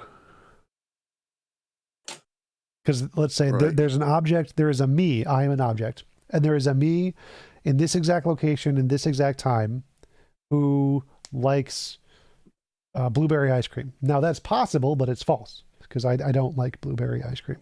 So it's possible that that object did exist, but since I'm the only thing that is in this exact location and in this exact time, that is false. So not everything that could possibly exist does exist. What about the multiverse? No, so not only the multiverse, but think more of an omniverse. So I'm the panpsychist you spoke with a few months ago. You probably don't remember when I asked you for your justification for the existence of the objective external world. Your response was novel, testable predictions. Yep. Since that time, I've done my own research. And I noticed in your Jay Dyer debate, you guys were specifically digging on Quine and the two dogmas of empiricism. And ironically, one thing that Quine points out, echoing Hume, Locke, and Berkeley, is that, and stated very conclusively in the two dogmas of empiricism, he said that mankind has yet to provide a sufficient justification for the existence of the objective external material world. So given that we're both begin our epistemology with the cogito, or at least I have a variation of the cogito, in that both of us agree that what absolutely does exist at least is consciousness and experience, that given two things. One, think of Occam's razor and what you guys were speaking to about the simpler answer, given that we could both agree that consciousness exists, but that neither one, that we don't both agree that the objective external world exists, given that you have to have an extra presupposition than I do. Well, it's not a presupposition. And on top of that, it's a presupposition that you have yet to justify. So, wouldn't panpsychism be a simpler answer? Well, it's not a presupposition. It's based on evidence. So I agree that we start with the cogito. I think, therefore I am. And there's some difference between my imagination and my experience. I imagine a unicorn. I don't see a unicorn. So I need some method to differentiate the experiential things and the imaginary things. What can do that very well is things that can predict the future. If we have some method that can accurately predict the future, it's more reasonable to believe that that method corresponds to something in reality more than my imagination, because my imagination is very bad at predicting the future, and if this method is very good at predicting the future, it's reasonable to believe that this method describes reality more so than my imagination. So if this method is something like science, that there's an external world, and that if the external world works this way, we can expect to see this results, and it works, then that method is reasonable to believe more so than my imagination of just like solipsism. So the fact that we can make novel predictions and those predictions are based on this like assumption of the external world means it's reasonable to believe that there is an external world. Well, two things to that point. One, yes, unfortunately, Descartes only reduced reality to mind or to thought, right? But from my perspective, thought is just as much of an experiential phenomena as any external, quote unquote, experience is. Sure. And so that I'm reducing everything to consciousness and what is the perceived dialectic or dichotomy. Right, I understood what your position was, but I'm saying that we have evidence, which is we need some method to differentiate imagination from experience. Like right now, we don't know. Experience could just be all in our imagination. We don't know. But there's some difference between the kinds of things we're experiencing and the kinds of things we're imagining, even if they're both in your head, even if they're both just imaginary. There's a difference between the imaginary experiential things and the imaginary things. Like if I imagine a unicorn, that's different from me looking and seeing my TV screen. There's two different classes of things there. Now, how do we differentiate between these two things is we need a model that can accurately predict the future. That is a very good way to be able to show that what I'm seeing, if I see a unicorn, maybe that's just in my head, maybe it's a part of the experiential things. to know that science is very, very good. Novel testable predictions can differentiate, is the thing I'm seeing just in my head as a imaginary thing, or is it one of the imaginary experiential things? And if that model, science, is based on this assumption that there is an external world and it operates in such a way, then it's reasonable to believe those experiential things that this scientific model describes correspond to an external world. So I agree, we start all the imaginary, but if the model predicts the future and it says there's an external world, it's reasonable to believe there's an external world. Well, so on top of the problem of induction to kind of be brought up here, I would like to point out that the heart of skepticism and what Descartes ultimately drilled down to is that you can't actually differentiate the reality that you're perceiving, whether or not you could observe or perceive continuity within that experience, from, let's say, being insane and thinking that you're only imagining this continuity. Well, again, so I addressed that. I said our imagination is very bad at predicting the future. We can't imagine the future very well. So if there's a model that can predict the future very well, that's a reason to trust the model more than our imagination. So being insane, it's still very bad at predicting the future. There's no imaginary thing that's good at predicting the future. So if we have a model that can, that's a good reason to trust the model. It's not proof. We don't need 100% proof here, but that's still a good reason to trust that this is describing something more than just our imagination, because our imagination doesn't do good at predicting the future. I would agree that all of what you just said was evidence, but I would hearken back to Quine is not that far gone.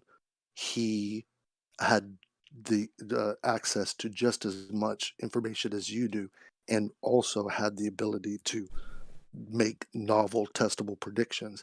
And he concluded with Locke and Berkeley that ultimately we feel it with the absolute philosophical certainty as a race have yet to provide sufficient justification for the existence of the external material world. Right. I think he's So wrong. once again, I think they're all wrong, but that doesn't matter because we don't need proof. We don't need 100% proof. We have evidence, and you agreed that's evidence, and that's good enough. Okay, wait. So we agree that consciousness absolutely exists, Sure. but we don't agree in the existence of the objective external world, right? Sure. Given that panpsychism can, and I'm saying that from my perspective, I can, using the paradigm that would be commensurate with panpsychism, I can make sense of reality. I don't have the hard problem of consciousness. I don't have the problem of induction. Well, you'd still have the hard problem of consciousness, and you would still have the problem of induction. Those weren't solved by panpsychism. No. Those aren't an issue for panpsychism. Yes, those they are. all exist. No, it's an all-encompassing paradigm. It reduces everything down to perceive or perceive. Hold up. So it doesn't make a difference. Wait. Can I say that? One sec. We got to address this first. Go ahead. Panpsychism does not solve the problem of induction, and what was the other one you listed? No. It doesn't incur. It doesn't have. Yes, it does. Yes, it does. It literally has the problem. It has both of the problems. What was the other one you listed? So induction and what was the other one? Hard problem of consciousness. Hard problem of consciousness. Yes. So even if panpsychism is true, you say that everything is consciousness. Okay, what's consciousness? What is it? It is that which is aware. It is what you are aware of, how you are aware of. Right. And how does that exist in reality? What in reality produces that? It's what's always existed. Right. So we can just is the only thing singular, and that within consciousness, everything exists. Hold up. We could just say that and say, oh, consciousness is just fundamental in physicalism. It's just a law. This is one of the laws. Does that solve the hard problem of consciousness? It doesn't incur the hard problem of consciousness. I don't have to explain how it arose if it's the one presupposition I have. Or should I say, my justification for it is the logical coherency. On a paradigmatic level, it's the logical coherency, explanatory power, and justificatory force. So if I was a physicalist, I could just say that consciousness is fundamental to, it's just one of the things in the physical world. Problem solved. Does that solve the hard problem of consciousness? Am I done? I think it is an answer, or it is a solution that has to be dealt with, and I believe has been dealt with, because the consensus going forward has still been that there exists a hard problem of consciousness. Okay. I mean, it's similar to what we're talking about with No. Quine. The hard problem. One sec. The hard problem of consciousness. One sec. Stop. The hard problem of consciousness is the problem of explaining why and how we have qualia or phenomenal experience. Just saying it's fundamental does nothing. That does not solve any problem. Like anybody could just say it's fundamental.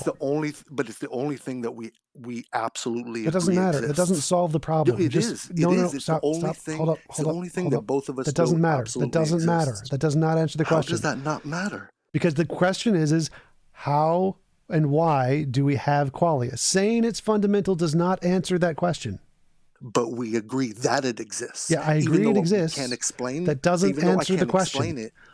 I know, even though I can't explain how it exists, we both agree that it exists. Right. And so that we could use that as a singular arche principle, that within this, absolutely everything exists.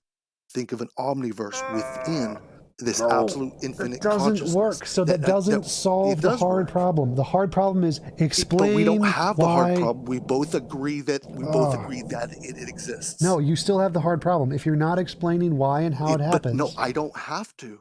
I don't have yes, to. You do. No, the hard problem of consciousness is trying to determine or explain how physicalism, how inert material. No, it's not. I'm literally looking at the definition right now. Hard problem of consciousness is the problem explaining how and why we have qualia or phenomenal experience, period. It's nothing to do with physicalism. It's explain how and why we have consciousness. That's the problem.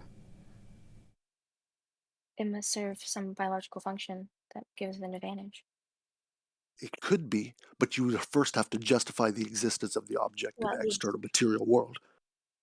So the hard problem of consciousness is just explaining how and why we have qualia. It doesn't matter if we're physical. It doesn't matter if we're idealistic. It doesn't matter if we're dualistic. It doesn't matter if we're panpsychist. You still have to explain how and why we have qualia. That's the problem. But that comes back to what I was saying, is that using consciousness, which is the only thing we absolutely agree on, doesn't solve the problem. As the arche principle, it doesn't solve the problem. Avoids the problem. No, it doesn't. Because it only deals with it in as much as it is a necessity. No, it doesn't. We both agree that it exists. No, it doesn't. Even if I can't explain how. Stop. Even if I can't. That's the problem. You're just admitting you can't solve the problem, and that you're admitting that the hard problem still applies to your worldview. Like, I don't see what you're not getting here. The hard problem is your hard problem. No, it's not. I don't have the problem. No, it's not. I don't have to explain why it exists to utilize it. That's wrong. Again, it applies to your worldview. Induction applies to your worldview. These all apply to your worldview. They apply to every worldview. Yes, they do. I could arrive at my worldview on a completely rational, deductive basis. I don't need induction. But I will say that induction in science in general is oftentimes very congruent with my worldview, specifically mathematics, and specifically Georg Cantor's set theory. No, so you're just wrong. You're just objectively as wrong as you possibly can be. Induction applies to panpsychism. Yes, it does. Does the hard problem of consciousness? Yes, it does. Because you're not answering the question. No. What question? Does, like, for example, induction is just saying, looking at the past and inferring about the future or whatever. And is it necessarily, or are we justified in concluding that from past experiences, the future will follow the same pattern? So if we say you are experiencing, I don't know, liking chocolate ice cream or whatever, will that follow in the future? Well, if you say yes, you have the problem of induction. No. What we're dealing with right now is a deductive argument where I have established that we both agree that consciousness exists absolutely, and we also agree that does not solve the problem of induction at all. That is a deductive. That is a deductive. No, argument. It's not. The cogito is a deductive argument. Tell me it's not. And that's what we're talking about, that you and I both agree that consciousness exists absolutely on a deductive level, and that some of the most famous philosophers, what you're saying is insanely stupid. I'm so stop. What you're saying is insanely stupid. Mankind has not provided sufficient. You're muted. I can't.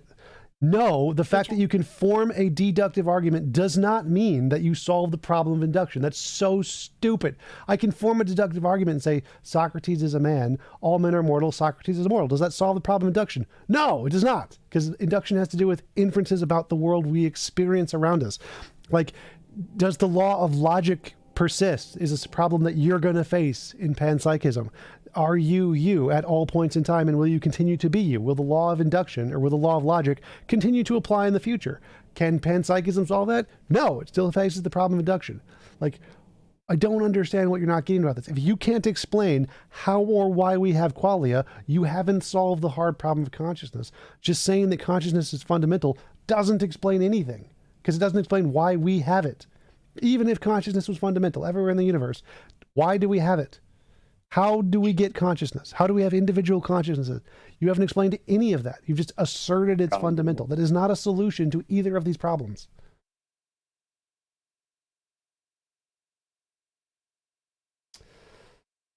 Anybody else have anything? About the theories of consciousness? What?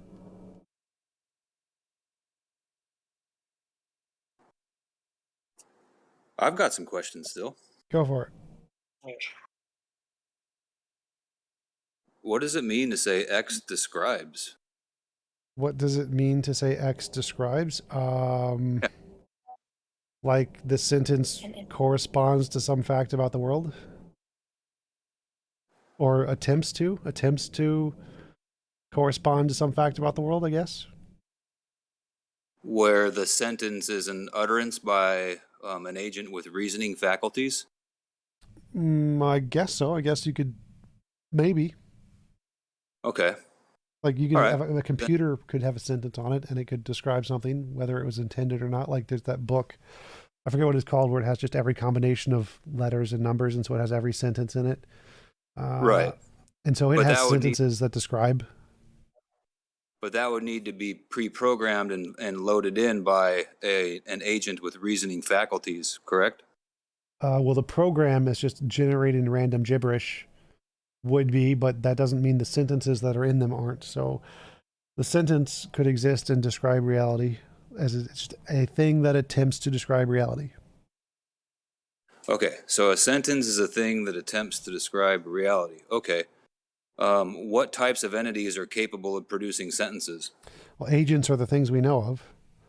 Okay, so Random agents with number generators, possibly. So agents with reasoning faculties. Sure. Okay. So earlier when you said the laws of logic, and this was in the context of pre-human history. Are descriptive. Earlier. Yes, of reality, yes. Earlier when you said the laws of logic describe reality. Yep. But how is that possible if there were no agents with reasoning faculties such for the phenomenon of description to be present? Because logic is a language like English. English describes reality too, like the word tree or the word dinosaurs. The word T-Rex accurately described a T-Rex before humans existed, because the word corresponds to something in reality, even though the word was only invented recently. I don't think I get what you're saying. So logic, A equals A, is a language like the word T-Rex. They were invented by humans recently, in the past several thousand years or whatever, and they describe things that existed before humans did. So logic is a language? Yes, like literally, first sentence, Stanford Encyclopedia of Philosophy, classical logic. Logic is a formal language. Right, okay, exactly. And so then you believe that languages can exist independent of reasoning, of agents with reasoning faculties? This is just basic, just analogical thinking. The word tree, does it refer to trees before humans? Yes, because the word tree has a set criterion of describing things that are like plants that grow leaves and big stalks or whatever. So the fact that the word tree didn't exist before humans made it up does not mean that we can't use the word to describe things before humans. We can do that. The word did not exist before humans, but we can use it to describe things before humans. That's not what I'm asking, though. I mean, that seems like what you're asking. Logic was invented by humans, and logic describes things that were before humans. Okay, if logic was invented by humans, how is it that the law of non-contradiction obtained before humans? If the word So tree, stop. stop. So if the word tree, stop. So if the word tree was invented by humans, how does the word tree accurately describe trees in the prehistoric? Are you asking me for an answer, or are you asking me rhetorically? It's meant to be an analogy to what you're asking. So do you see the comparison? So you asked, how can the law of non-contradiction be true before humans if humans invented the law of non-contradiction? So an analogy to that would be, how can the word tree accurately describe trees before humans, like in the prehistoric? It can't. I mean, in my system, it's very consistent. It can't, because there was no such utterance before humans. Okay. If I were to pretend I was an atheist. So can we use the word tree to describe, like, we look and we see fossilized trees and we say, that's a tree. And that was a tree billions of years ago. Is that statement false? No, and my position wouldn't entail that it need be. So the sentence is, the words can refer to things before humans, because it's a word to represent a certain thing in the physical world, and those things in the physical world existed before humans. And so if the word represents that physical thing at any point in time, then the word refers to that thing independent of what point in time it exists. So then you actually do believe that the laws of logic exist independently of human minds? They are things that humans made up to describe reality. Reality exists. Reality has a way of its nature, and we describe that with logic. This is not hard. This is really, really easy. Okay, wait. Well, wait. I'm being really patient, man. I'm trying to walk. Logic is a language exactly like English, and it refers to things. A equals A is a description of the way reality operates, and reality operates that way before humans did. We just didn't describe it with logic. So a coherent and functional linguistic system can arise from pure random unguided chance? No, the linguistic system does nothing. It does not exist. It is made up by humans. The patterns in reality exist. But you said that logic was a language. Yes, logic is a language exactly like English. It does not exist. I'm trying to steel man your position. I mean, if you just let me get it out. So when you say logic is a language, do you mean that, okay, let's think of how to clarify this. Do you actually mean the words that humans use to describe logic are a language? Or no. Oh God. So I don't understand what you don't get about this. There is a way reality operates. Reality has a pattern in the way it operates. That is not logic. There is no logic in that. That is nature. Nature has a nature to it, and it has a pattern in the way it operates. It's not logic. We describe that pattern with logic. Logic is in a language made up by humans to describe that pattern. That pattern is there way before humans invented logic. So the pattern in reality exists. It's not logic. Logic is a language made up by humans to describe that pattern. Okay, so when you utter the string, logic is a language, all you mean is that all of the laws, the law of non-contradiction, the law of the excluded middle, the law of identity, all things are equations humans made up to describe the way nature is. Okay, perfect. So with all of that fuster and bluster, we've got some clarity. All right, my next question then. So what you call reality, now, before humans existed, would you say that it would be possible, and you may have answered this if I'm trying to clarify your answer, would it be possible for Earth to exist and not exist at the same time? Nature has a nature. It has a pattern in the way it operates. Okay. Perfect. Okay, perfect. So then this orderliness that we use words to describe is orderly before we even invented, on your view, words to describe it, right? Sure, yes. Okay, perfect. Great. Okay. So then, but on the other hand, nature, on your view, is the result of blind, indifferent, perhaps scare quote, random processes, right? No, it's determined processes. Say again? No, it's not. nature, the laws of nature, the way nature operates is not a result of random processes. No. What's it a result of? Well, if you're like a string theorist, you think it's a result of the string theory, the strings. Well, yeah, but that just pushes the question, pushes the problem back a notch, No, right? So, what's the problem? You haven't presented a problem. well, the problem is you're saying that the random. Okay, hold on. Strike the word random. You're saying that all that existed in nature before humans is not the result of random processes, and I'm saying then what is it the result of? And then you Determined said, processes. well, then you said if you're a string theorist, it's the result of string theory, but Yes. that doesn't answer anything. That's So- just a tautology. No, it's not a tautology.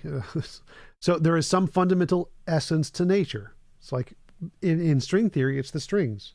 In quantum mechanics, it's a quantum field. In Hilbert space, it's like a Hilbert space. So there is some fundamental nature to reality, and it has a set of properties. It's not a random set of properties. Theists think God is the fundamental thing, and God's nature isn't a result of random processes, it's a result of necessity or whatever. The exact same thing. There is some fundamental essence to the way nature is. It has a necessary nature to it, and it doesn't need to be God. It can be strings, could be a quantum field, could be a Hilbert space. It doesn't need to be God, and that solves the problem. There is some essence to the way nature is, and logic describes that. So you believe that order and what you would describe as a language, like logic, you believe that those things can exist without telos. No. Right? So those are two different things. Logic is a language that doesn't exist without minds. Order is just the way, the nature of the thing that exists without telos. That is the telos. So, like, how does God himself and not himself? Was he designed by a designer? No, that's Richard Dawkins' infamous silly question. No. I mean, Try to answer the question. God has a telos. Sure. God has a nature, a particular nature. He isn't random. no, He's not. I'll answer the question. Right. I'll answer the question. Go for it. But the way to do it, you might not like the way that this goes, Go but for so it. here's the thing. So does God need a designer? No, because God is not a transition from potency to actuality by something already actual. That's why God doesn't need what you would call a designer. Well, that's begging the question. So Now- that's No, not an argument. no, it's not. Yes, it is. It's not begging. No, it's not. Yes, T-Jump. it I can is. explain how it's not. Well, so potency and act are made up properties that don't actually correspond to reality. There are things that the Thomistic ideology, or is it Aquinas, Anselm, one of those guys just made these things up. They don't correspond to anything in reality. But Okay, if you wait. want to hold up one sec. So if you want to say that there is some property within the nature of your God that doesn't need to be, that has order, that doesn't need to be ordered, you can just say that about quantum mechanics. It has a property of order that doesn't need to be ordered. Problem solved. No, not so fast. So hold up. Let's first address the claim that you made a second ago, which was that potency, neither potency nor actuality map to anything in the world. You said they're just made up terms and they don't map to anything. So let me Right. ask you, are you in potency right now for the state of affairs of walking outside in 5 minutes? You can make up the term to describe that, but it corresponds to nothing in reality. Okay. Like, So that let would me be let a me try to yes? clarify. Let me try to clarify. Energy is a thing. Momentum is a thing. Spin is a thing. Act and potency are not things. Those are just abstract descriptions of actual things. So they're not actual things. Okay, so when you move your arm, that's not actual?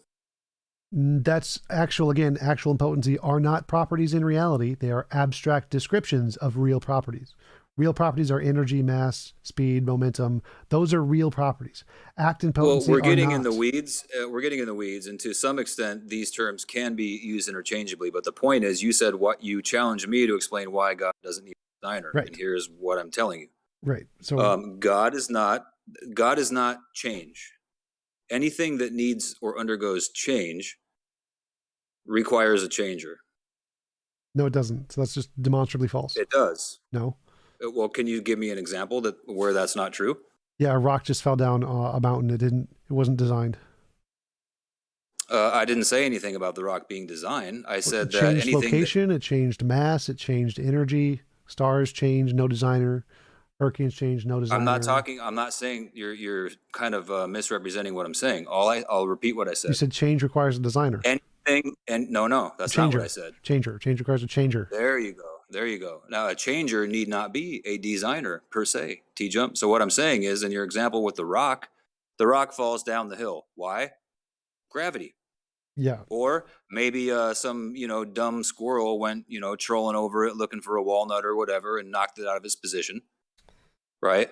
Both of those things, the squirrel or gravity, are something already actual. So change, the rock falling down the mountain, is a transition from potency to act. The rock was in potency for falling down the mountain, but what it took to make that potency actual was something already actual, i.e. the squirrel or the gravity.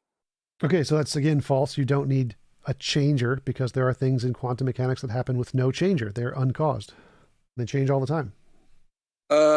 That's not actually the case. Yes, it is. It's literally the consensus in physics called virtual particles. That's not actually the case. It's literally the consensus in physics, the Casimir effect caused by virtual particles. There are literal randomness is literally a thing in physics. You can check the foundational attitudes towards physics poll that says literally randomness is literally a force in the universe. Yeah, I'm aware of quantum physics and how people attempt to use that as an argument against what I'm talking about here. It doesn't work. It does. It literally does. It's literally a refutation of your position that change requires a changer. It's not. Can you explain how it is? Yes, because things happen uncaused all the time. Well, wait. How can you demonstrate? Can you demonstrate empirically that things happen uncaused? Yes, it's called the Casimir effect, where we literally demonstrate particles can pop into existence uncaused. And so how can you empirically demonstrate the lack of a cause? Google Casimir effect. So that's the part of how science works. It makes novel testable predictions based on hypotheses. Well, wait. No. I understand the scientific method. What I'm asking you is Google how the can Casimir we effect. I understand it, T-Jump, but what I'm asking you Well, if you understand it, then that's the answer to your question. So you keep asking, how do we do this scientific experiment? What if I disagree? Go ahead. We keep asking, how does this scientific experiment demonstrate what it demonstrates? Well, then go look at the scientific experiment of the Casimir effect. Right. And I fail to see how the Casimir effect or the double slit or any of these things, I fail to see how any of these things could demonstrate, or even I'll go stronger than that. I fail to see how it's even philosophically plausible to demonstrate the lack of a cause, right? Because what you're ultimately doing here, this is why I brought up earlier, the very first thing. So have you heard of the hidden variable hypothesis in physics? Yes. So the hidden variable hypothesis is that there is some unknown factor determining these things to happen that we just don't know about yet. That's what the hidden variable thing is. Oh, wait, some unknown what? Factor. Okay. So an unknown factor that determines things, doesn't that sound awfully a lot like a changer? Yes, it does. And that's why Perfect. That's exactly why this hypothesis is rejected by pretty much everyone in physics. So the hidden variable hypothesis is rejected by like 90-something% of physicists. So this is not the case. That's an appeal to popularity, right? All kinds of things. No, it's not appeal to. Sure, it is. What you're trying to say is it's appeal to authority. An appeal to authority is not fallacious if they're actual authorities. So they understand physics, they understand nature. You don't. Their model is more reasonable to believe than yours. You're just making shit up. They have actual evidence. So their position. That's just no. Like they have actual evidence, you don't. That means you're making shit up. So you have this hypothesis of there's this God thing that's unchanging, and you think that there's this unchanging thing is required for change, which it's not. Like literally there's no logical contradiction with brute contingency or an infinite regress of changing things. Both of those are equally as logically possible. So that completely proves your point false. Like your premise that a change requires a changer is proven false because brute contingencies are possible. And, infinite regresses are possible. Therefore, your argument is proven false, philosophically and logically. Wait. We both. Wait, hold up. So the more important point here is that there's actually evidence in physics that there is things that happen based on pure randomness due to empirical experimentation and novel predictions. So that's a reasonable thing to accept. A changer is not. There's no evidence of some changer. There's no God evidence at all. Act and potency, no evidence at all. They're just abstract principles to describe things that exist. So neither of those are evidence of anything. They're just abstract labels. So we have actual evidence in my hypothesis. You got nothing. Tell me when I can talk. Go for it. So, first of all, let's just slow down here. Are you aware of the way that Heisenberg described his discoveries, are you aware that, for example, he himself thought of them as Aristotelian potency? I don't care. Okay, well, all right. I didn't ask you if you care. I just asked you if you were aware of it. Well, this isn't relevant to the argument, so this isn't interesting at all. It's just like, oh, this guy thought of one thing one way. Okay. Tell me when I can talk. Tell me when I can talk. Okay, talk, but give like an actual argument or something. I don't care what one guy well, thought. I'm bringing up a fact that's pertinent to this argument. Well, that's right? not. So that's not saying, a pertinent fact. What Heisenberg thought is not a pertinent fact. You have to bring up a pertinent fact. What is some actual evidence here? Tell me when I can talk. Yeah, you can talk after you actually bring up an actual piece of evidence, and then I'm going to interrupt you and tell you to stop and give me some actual evidence. Okay, so my point here is that you are saying that potentia is like a nothing, right? That it doesn't refer to anything real. But right, there's no evidence of it being an actual property anywhere. Okay, are you aware that Heisenberg himself disagreed with you? No, he did not disagree with me. He did not. He did. No, he did not. Okay, so you're denying that Heisenberg thought that quantum mechanics basically had uncovered the Aristotelian concept of potency or potentia? You disagree with that? I'm saying he never presented any evidence of potency or potentia actually being in a real property. So he can think that if he wants. Like Newton thought the organization of the planets was evidence of a god, but until he actually provides evidence and like can actually convince the field to accept that, it's just his opinion. It's not evidence. I think we're getting mixed up here because you seem to be under this, Which equation in quantum mechanics indicates potentia? T-jump. That's what it means to be evidence in physics. You have to actually have something in physics that it corresponds to. Which equation represents potentia in physics? So nada. That's right. Nothing. It's a made-up property to describe abstractly to refer to other things like change. Well, the word change. In Heisenberg's mind, I don't care about Heisenberg's mind. I want the equation. Which thing in physics does it correspond to? Okay. You don't care about what Heisenberg thought. Okay, right. So fair enough. Let's get back to the central issue here. The central issue here is that it is not even logically possible to demonstrate the lack of a cause. Well, so it's logically possible that things exist uncaused, brute contingencies, and it's logically possible there's an infinite regressive change. Therefore, you don't need a changer. The evidence, you can't prove there's no cause, but you can indicate it given how quantum mechanics works and the, delayed quantum eraser you can infer it. What you're saying is that that's how evidence works. Evidence are inferences. That's how evidence is. So if you're just rejecting all evidence, by your own admission, there is no proof, right? So at least we're getting somewhere there. You don't prove anything in science. So if that was your point, you're an idiot. Well, so that's just a leap into the ad hom pool, but because if your entire point was literally to make a trivial fact about science that it never proves anything, it's not to make a trivial fact about science. We got down this side kind of derailment here because you brought up the designer thing. Yes. And there is no evidence of your designer. Right. There is evidence of quantum fields. Yeah, well, that's your opinion. No, that's a fact. That's an objective fact. No, it's not an objective fact. It's your opinion because I could just as well take your tack and say, hey, look, we have these potentia that emerge from what scientists call nothing. But then I could just turn around and say, where is the empirical evidence of the potentia? Because I have empirical evidence of quantum fields. Yeah, we're not debating the empirical evidence for what you call quantum fields. That's not the point. Well, that was my point, is that my quantum fields have evidence. The Casimir effect is virtual particles coming from quantum fields. We have evidence of that. You don't have evidence of your God or potentia or act or any of those kind of things. Like, where is your evidence?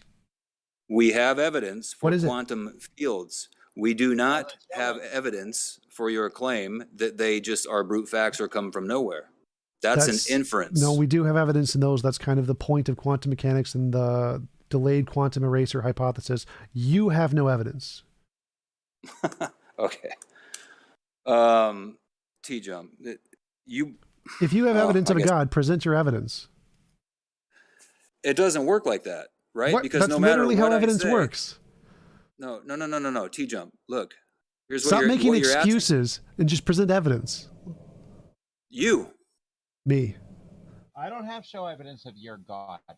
No. Me? That's not what I meant, T-Jump. You are evidence for God. Okay, You how, yourself. You yourself. How am I evidence of God? You're a rational creature. Yes, and that's possible in a naturalistic universe with no God. So how is that evidence of God? Says you. Yes, says all of the evidence. So how is that evidence of God? Exactly. Saying says me isn't evidence of a God. So you made a claim that I'm evidence of a God because I'm a rational being. So you need some kind of an argument that indicates that this indicates a God, or it's not evidence. You have not explained how this is evidence. God is a rational agent. God created human beings in his image and likeness. Begging the question. Human beings are rational agents. Yeah, so we're looking for evidence. Silly game. We're looking for evidence. Like, how do you get to the conclusion, I am me and I am a rational agent, therefore God? Just saying God created the universe as one of your premises is begging the question. We want something to indicate that. That's what evidence is. Not, you can't put your conclusion in the premise. I didn't put the conclusion in the premise. God created humans. That's if God created the humans, God must exist, right? So you're begging the question. We want to know, does God exist? You said what's evidence for God? Let me ask you. What is evidence of God? And you can't say God created in the premise. T-Jump. What does it mean? What do you mean when you say something like there is evidence for X? What can you break down precisely what you mean by a sentence like that? Sure, there is evidence for X. There is reason to believe it corresponds to reality and not just our imagination. Perfect. I think the same thing. Cool. So what is the reason to believe God exists in reality independent of our imagination? Everything that you see that you think is a reason for naturalistic, metaphysical naturalism, I look at that same thing. This is why I asked you if you knew anything about Jules Plucker earlier and what your opinion was on whether or not... Finish the sentence. May I finish, please? Stop giving like a history lesson because I know more about philosophy than you. Just tell me the argument. Your argument says... And now you're bragging. Stop. You're cutting me off. Stop. So your argument was that all of the facts I believe for naturalism are actually evidence of God. How? Tell me when I can speak. Again, you can speak when you answer the question, but I'm going to interrupt you when you keep going off on tangents. So how is all of the facts, like how is the fact that the Big Bang is predicted from a model that is given in quantum fields in any way evidence of God? Because it's orderly and logical. That's perfectly fine. You can have that without a God. So not evidence in your of God. opinion. Well, no, you have to justify the claim that it can't because you're making the argument. Well, you would equally have to justify the claim that no, it's your argument. You hold the burden of proof. You have to demonstrate. When I can talk. You hold the burden of proof, so you need to demonstrate your claim. I don't have to demonstrate anything. So if I just present the logical possibility, it defeats your argument because you haven't presented evidence that your argument holds. So you have to demonstrate. So T-Jump, when I say, for example, X is okay. If I say when I use the string, X is evidence for Y. What that means, in my view, is that X is some data point or a set of data points that we would expect on the assumption that Y was true. Okay, that's post hoc. That's post hoc ergo propter hoc. That's literally a fallacy. No. Okay, it's not. Yes, it is. You said, let me try to rephrase it and see if I got it right. So you said, would we expect to see some data point X if we assume the hypothesis Y was true? No. What I said is this. I'll say it again for you. If I say like X is evidence for Y, what that means, like, okay, so let's make a real world example here. I see a gold brick on my table. If the hypothesis there is a magic leprechaun that lives in my basement and likes to create gold bricks, this would be evidence if we would expect to see the gold brick, and we do. No, I want a better example. So use this example for. Okay, here you go. That was perfect. No, it's not perfect. Yeah, Here's one that's better. So Bob entered into Joe's store and murdered Joe. Okay. So if that is Y, right? Bob went into Joe's store and murdered Joe. Now, if that were the case, if that were true, what types of things would I expect to see? There's a whole range of things I might expect to see. One thing I might expect to see is a witness of this crime. Another thing I might expect to see is some degree of forensic evidence left over, right? You would agree to that, yes? So let me give you another example. So would you agree to that? No, again, this is just post hoc ergo propter hoc. You're literally giving and affirming the consequent fallacy. So if it rained, I would expect to see the grass is wet. The grass is wet, therefore it rained. That's your argument? No, that's not what I'm saying. You're How is that strawmanning me. not literally what you just said? T-Jump, this is what I'm asking you. Because you don't let me finish my sentences. So this is going to be He hasn't longer. let you finish it. He just gave you the exact kind of an argument. And now you're doing the same thing, whoever that is. No. So Yeah, we're allowed to interrupt you. Stop complaining about it. I'm just going to mute you. So I don't care. I don't care. So tell me how this is not the same structure of your argument. You say that something is evidence if the data point X is something we would expect to see if the hypothesis Y were assumed to be true or something like that. Is that close? I have not even made an argument yet. Can we start there? No, because we're talking about what you just defined as evidence. So what you just defined as evidence is called a post hoc ergo propter hoc fallacy. T-Jump, let me ask you this and just give me an honest answer. Sure.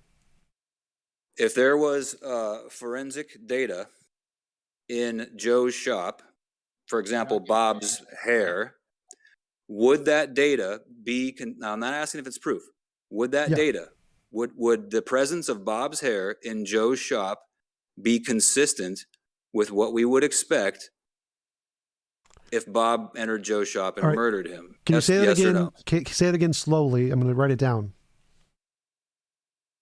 I'm just asking a question. Yeah. I'm gonna copy your statement word for word and replace the examples to try and show you it's an affirmative consequence. Could you repeat that again? The prosecutor alleges that Bob entered Joe's shop and murdered him. Okay. Yeah, give me the part where there's like we found something in Bob's shop or whatever. But we got the first part, right? Yes, that's just the assumption. Okay. So go. Okay, great. So if we were to find, for example, Bob's hair in Joe's shop. Now, hold on. Don't interrupt me yet, please. I'm not. Go. Keep going. Don't stop. Keep going. I'm not asking if that proves that Bob murdered Joe. I didn't say that. Keep going. like you keep going off on tangents. Like finish the sentence. If we find Bob's hair in Joe's shop. Is that something that would be consistent? Slow down. Is that something that would be consistent? Hurry up. Slow down. Okay, go ahead. Okay. Is that something that would be consistent with the claim that Bob entered Joe's shop and murdered him? Yes or no? Okay, so if we find that the grass is red, is that consistent with the claim a magic leprechaun peed on the grass? T-Jump. No, this is serious. This is serious. If we find... Okay, I'll answer that when you answer me, or I guess you can kick me. Yes, it's obviously consistent. So, is it consistent? Okay, perfect. If I find a gold brick on my table, is that consistent with the hypothesis there is a magical leprechaun in my basement who creates gold bricks? Sure. Post hoc ergo propter hoc. Do you know what my counter to that would be? No. Go ahead. What would it be? The earth is flat?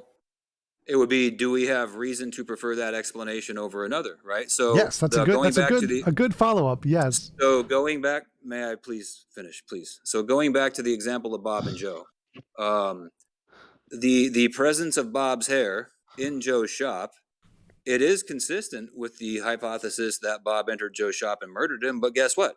It's also consistent with the hypothesis that some other third party took Bob's hair out of his trash can and planted it at Joe's shop to make it look like there was a murder, right? Yes, it's also consistent with a magical leprechaun taking God's hair or taking Bob's hair out of a trash can, right? Is it consistent with a magical leprechaun taking Bob's hair out of a trash can and planting it? Is it consistent with that? Yeah, but what I'm asking is it consistent with a magical unicorn who farts diamonds taking Bob's hair? So it's consistent with literally infinitely many things. The fact that it's consistent isn't evidence. The consistency I didn't say that it was. Isn't evidence. Yes, you literally did. You said your definition of evidence is when I say something is evidence, I say here's a data point X that we would expect to see if hypothesis Y was true. That's the leprechauns and the fairies and the unicorns. That's evidence by your definition. Okay, if that's what you mean, then that is what I said. But what I'm asking you is this. And you agree with me, right? But your dilemma here, or your I think you're using a post hoc ergo propter hoc fallacy, and it's garbage, and that's why you think it's evidence of a god. So anyway, what you disagree with? Just to clarify. So, The example of the leprechaun placing the hair in the thing is exactly the same as your God doing anything. It's a post hoc ergo propter hoc. No, to objectively to any epistemological basis of evidence. You're simply saying it's consistent with the fact, or if my God existed, I would expect to see the world exactly as we see it. Well, if string theory existed, we would exactly expect to see the universe as we see it. So all of the things you're saying are equally as much evidence of string theory and quantum fields and everything you could magical pixie leprechauns who created the universe would all be equally supported by we expect to see what we currently see, because you can make up infinitely many hypotheses to explain post hoc the things we already see. So no, the fact that you can post hoc make up an explanation of the data is not evidence of your made up explanation. So T-Jump, this idea that you can make up infinite explanations for the thing, okay, would you say that entails that all of these explanations have equal force? No, it would only be that way if your argument would indicate. Whoa. That would only be the case if your argument would indicate all of those infinitely many things equally, which is what you're saying. No, that's not what I'm saying. Yes, it is. It's post hoc ergo propter hoc. You're saying if it is consistent with my hypothesis that there are evil leprechauns that like to take people's hair and accuse them of murder, then the fact that we find Bob's hair in the murder scene is evidence of the evil leprechauns. So this method of what you defined as evidence of if I expect to see data point X, this is if we assumed hypothesis Y was true, that methodology is not evidence because it works for all of the infinitely many hypotheses that can logically explain the data equally. Okay, more simply, T-Jump, is evidence necessarily a data point of some sort? I guess so. I don't know. Right, okay, great. So here we have agreement. Okay, you and I agree that evidence is some data point. Sure. Okay. Is the absence of a data point evidence? It can be. Interesting. Like absence of evidence can be evidence of absence. Like if I ask, is there any water in my cup and I look at it's empty, the absence of evidence of water is evidence that there is no water. I think that's a little tautological, but who cares? Well, it's literally a principle in science. It's not like a hard thing. If you have a hypothesis that would expect to see some result and you don't see the result, that's evidence against your hypothesis. Absence of evidence can be evidence of absence. When you can look at something like a glass of water or a proposed, alleged glass of water, sure. But the context that we're talking about is when we can't use our eyes to look at the thing that we're judging and trying to ascertain. I have no idea what you're saying. So any hypothesis that has any entailment, if that entailment is not case, the hypothesis is false. It doesn't matter if it's water or things you can see. There's a glass on your desk right now, and there's no water in it, and you and I both look at it. Okay, there's no water. So you and I could both agree that in that case, absence of evidence would be evidence of absence. Fair enough. Now, what if the glass in question is in a room a mile away that neither of us can see? Is evidence of absence right? Well, does that still apply? Evidence of absence would mean we literally have to see it and see there's nothing inside of it. That's what evidence of absence means. That's my point. Right. In the case of the cup. Great. So I don't see, can you get back to your argument and how this somehow relates to what gibberish argument you have for God? I'm not even making a gibberish argument for God. Definitely are, but I'm not following. What's that? You definitely are making a gibberish argument for God, but you need to get there because no, I'm not. I don't present arguments to God for God to atheists. I don't do that. I mean, you might have some. You might have something mistaken. Okay, well then stop wasting my time and go away. The reason is that whatever I present, it doesn't matter. You're not going to accept it. Like we already know how. Yeah, that's because all of your arguments are garbage. If I can prove your arguments are garbage, I'm not going to accept them. If you could actually provide evidence, I would accept it. Like I've said, Hindus provide evidence. They say. Okay, so then what's evidence? What's evidence? I've already answered evidence that like 10 is a data times. Point. Okay, so wait. Evidence is a data point. Okay. No. Your definition was wrong. Your definition was a post hoc ergo propter hoc. My definition is anything that can differentiate imagination from reality. So novel testable predictions are where evidence. Thing means what? You said anything. Where thing means what? Anything, as in data point. Sure. Some data point. Sure. Fine. Thank you. Okay. Thank you. Now, So Is a give person's me evidence. okay, so is a person's opinion of a data point subjective? Their opinion is, the data point is not. So their opinion doesn't matter here. Well, it matters to them, right? Because you and That's I irrelevant. So look at the give me evidence. Stop talking about people's opinions. I don't care. Give me evidence. I did, T-Jump. You. I don't. Okay, how am You I are evidence of a God? So I've already proven that argument false. You haven't proven it false. Yes, I did. So I am a rational. You said I am evidence of God because I'm a rational being. Okay, that can be perfectly consistent with the model of string theory. Therefore, it's not evidence of God. Problem solved. Not evidence. Debunked. No. That's literally what it means. Something if you say natural proof of the supernatural. Well, that's the thing. Yeah, Well, nothing in string theory, like even suggests that rational agents should exist. Yes, it does. It literally explains everything we see around us. How so? What equation in string theory leads us to the conclusion that rational beings should exist? Rational beings are a result of the physical mechanics of our brains. The physical mechanics of our brains are a result of the... I asked what equation. I'm what literally equation? answering Which that. equation? I'm not a physicist, so I can't give you the equations. But the equations in string theory entail that the physical processes in our brain are a result of those equations. So yes, those equations do entail that we will be rational beings. So it's perfectly explained on string theory. But equations are just linguistic systems we use to describe reality. So yes, all you're they saying describe is that the actually existing strings, the actually existing dimensions, which operate in a pattern, which is what we call an equation, will result in a universe where we have rational agents. So reality produces reality. Like when you distill everything you just said, it ends up as reality produces reality. What you're saying is idiotic gibberish. Obviously, reality is reality. So if something in reality has other effects in reality, then yes, the one thing in reality at this point will produce the other thing in reality at this point. That's how cause and effect work. So that's your actual position, that reality produces reality. Okay, you're muted. Next.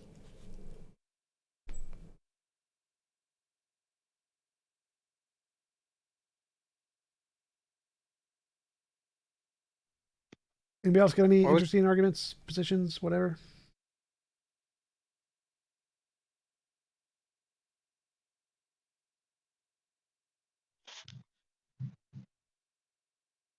Repent or perish. Repent or perish, ladies and gentlemen. Repent? I never pented in the first place. How am I supposed to repent?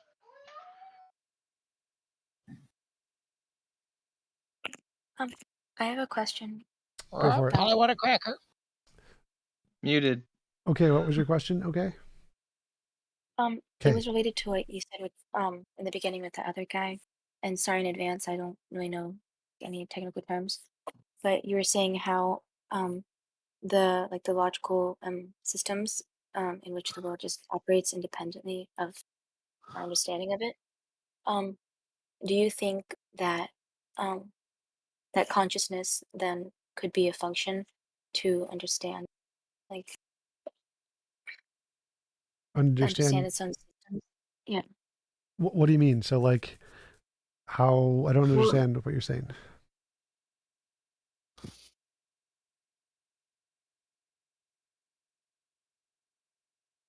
So you mentioned the laws of logic and consciousness, and I don't understand. Yeah, and you said how no matter how whether or not we understand it or have a system to explain it, it exists. Then what would be the purpose of humans having the ability to measure it? Survivability. So like, obviously, since our brains are in reality, whatever our brains are doing also has to correspond to reality. So like, we can't imagine a round square or exist and not exist at the same time. So anything that our brains do will be an expression of the way reality operates.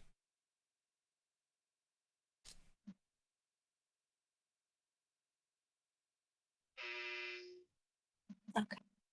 I'm probably not asking the question right, but thank you. Sure.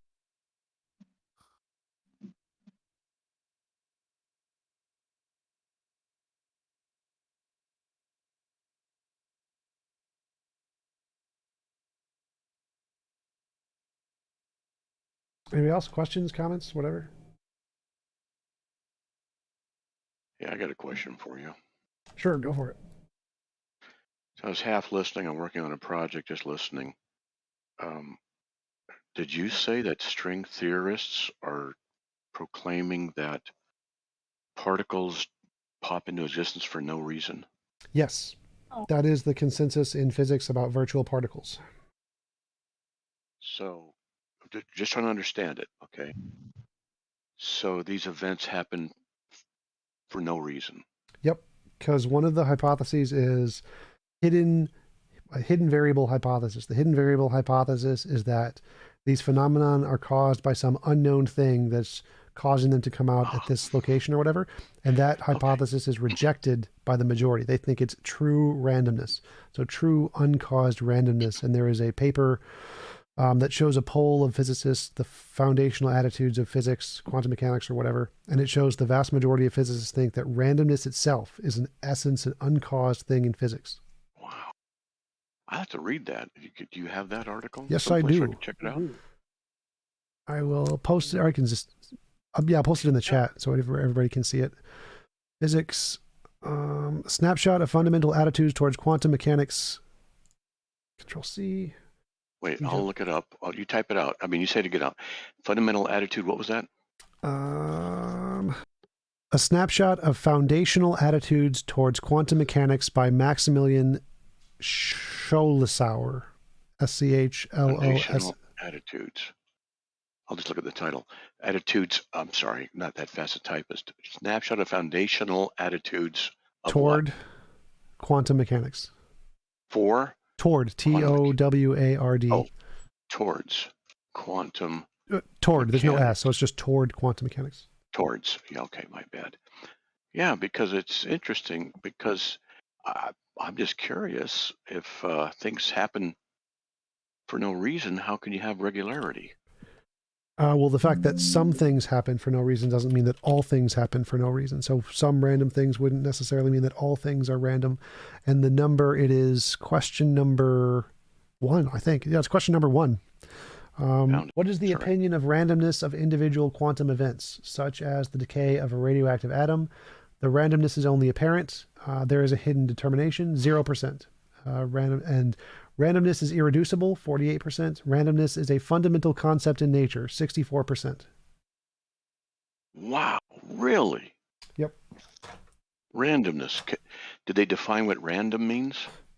I assume it's just the typical definition. I don't know, if I haven't read the whole article, but I imagine it's literally just uncaused. Uncaused. Because hidden determined variable means Use the there's... example of the radioactive decay. Yeah. Uncaused, no reason, just happens. Yep. And to be clear, the first paragraph of this doc says that the poll was very unscientific, as several people voted twice and several people didn't vote at all. That doesn't Just to matter. keep that in mind. Okay, I just think it's interesting that people are promoting, I don't know how to write the idea of scientists for no reason. Not everything, but for no reason. Just having a problem with that. Well, even if they're random, they can still happen at a certain rate of some kind. So it's like the quantum decay, like a uranium particle, something we can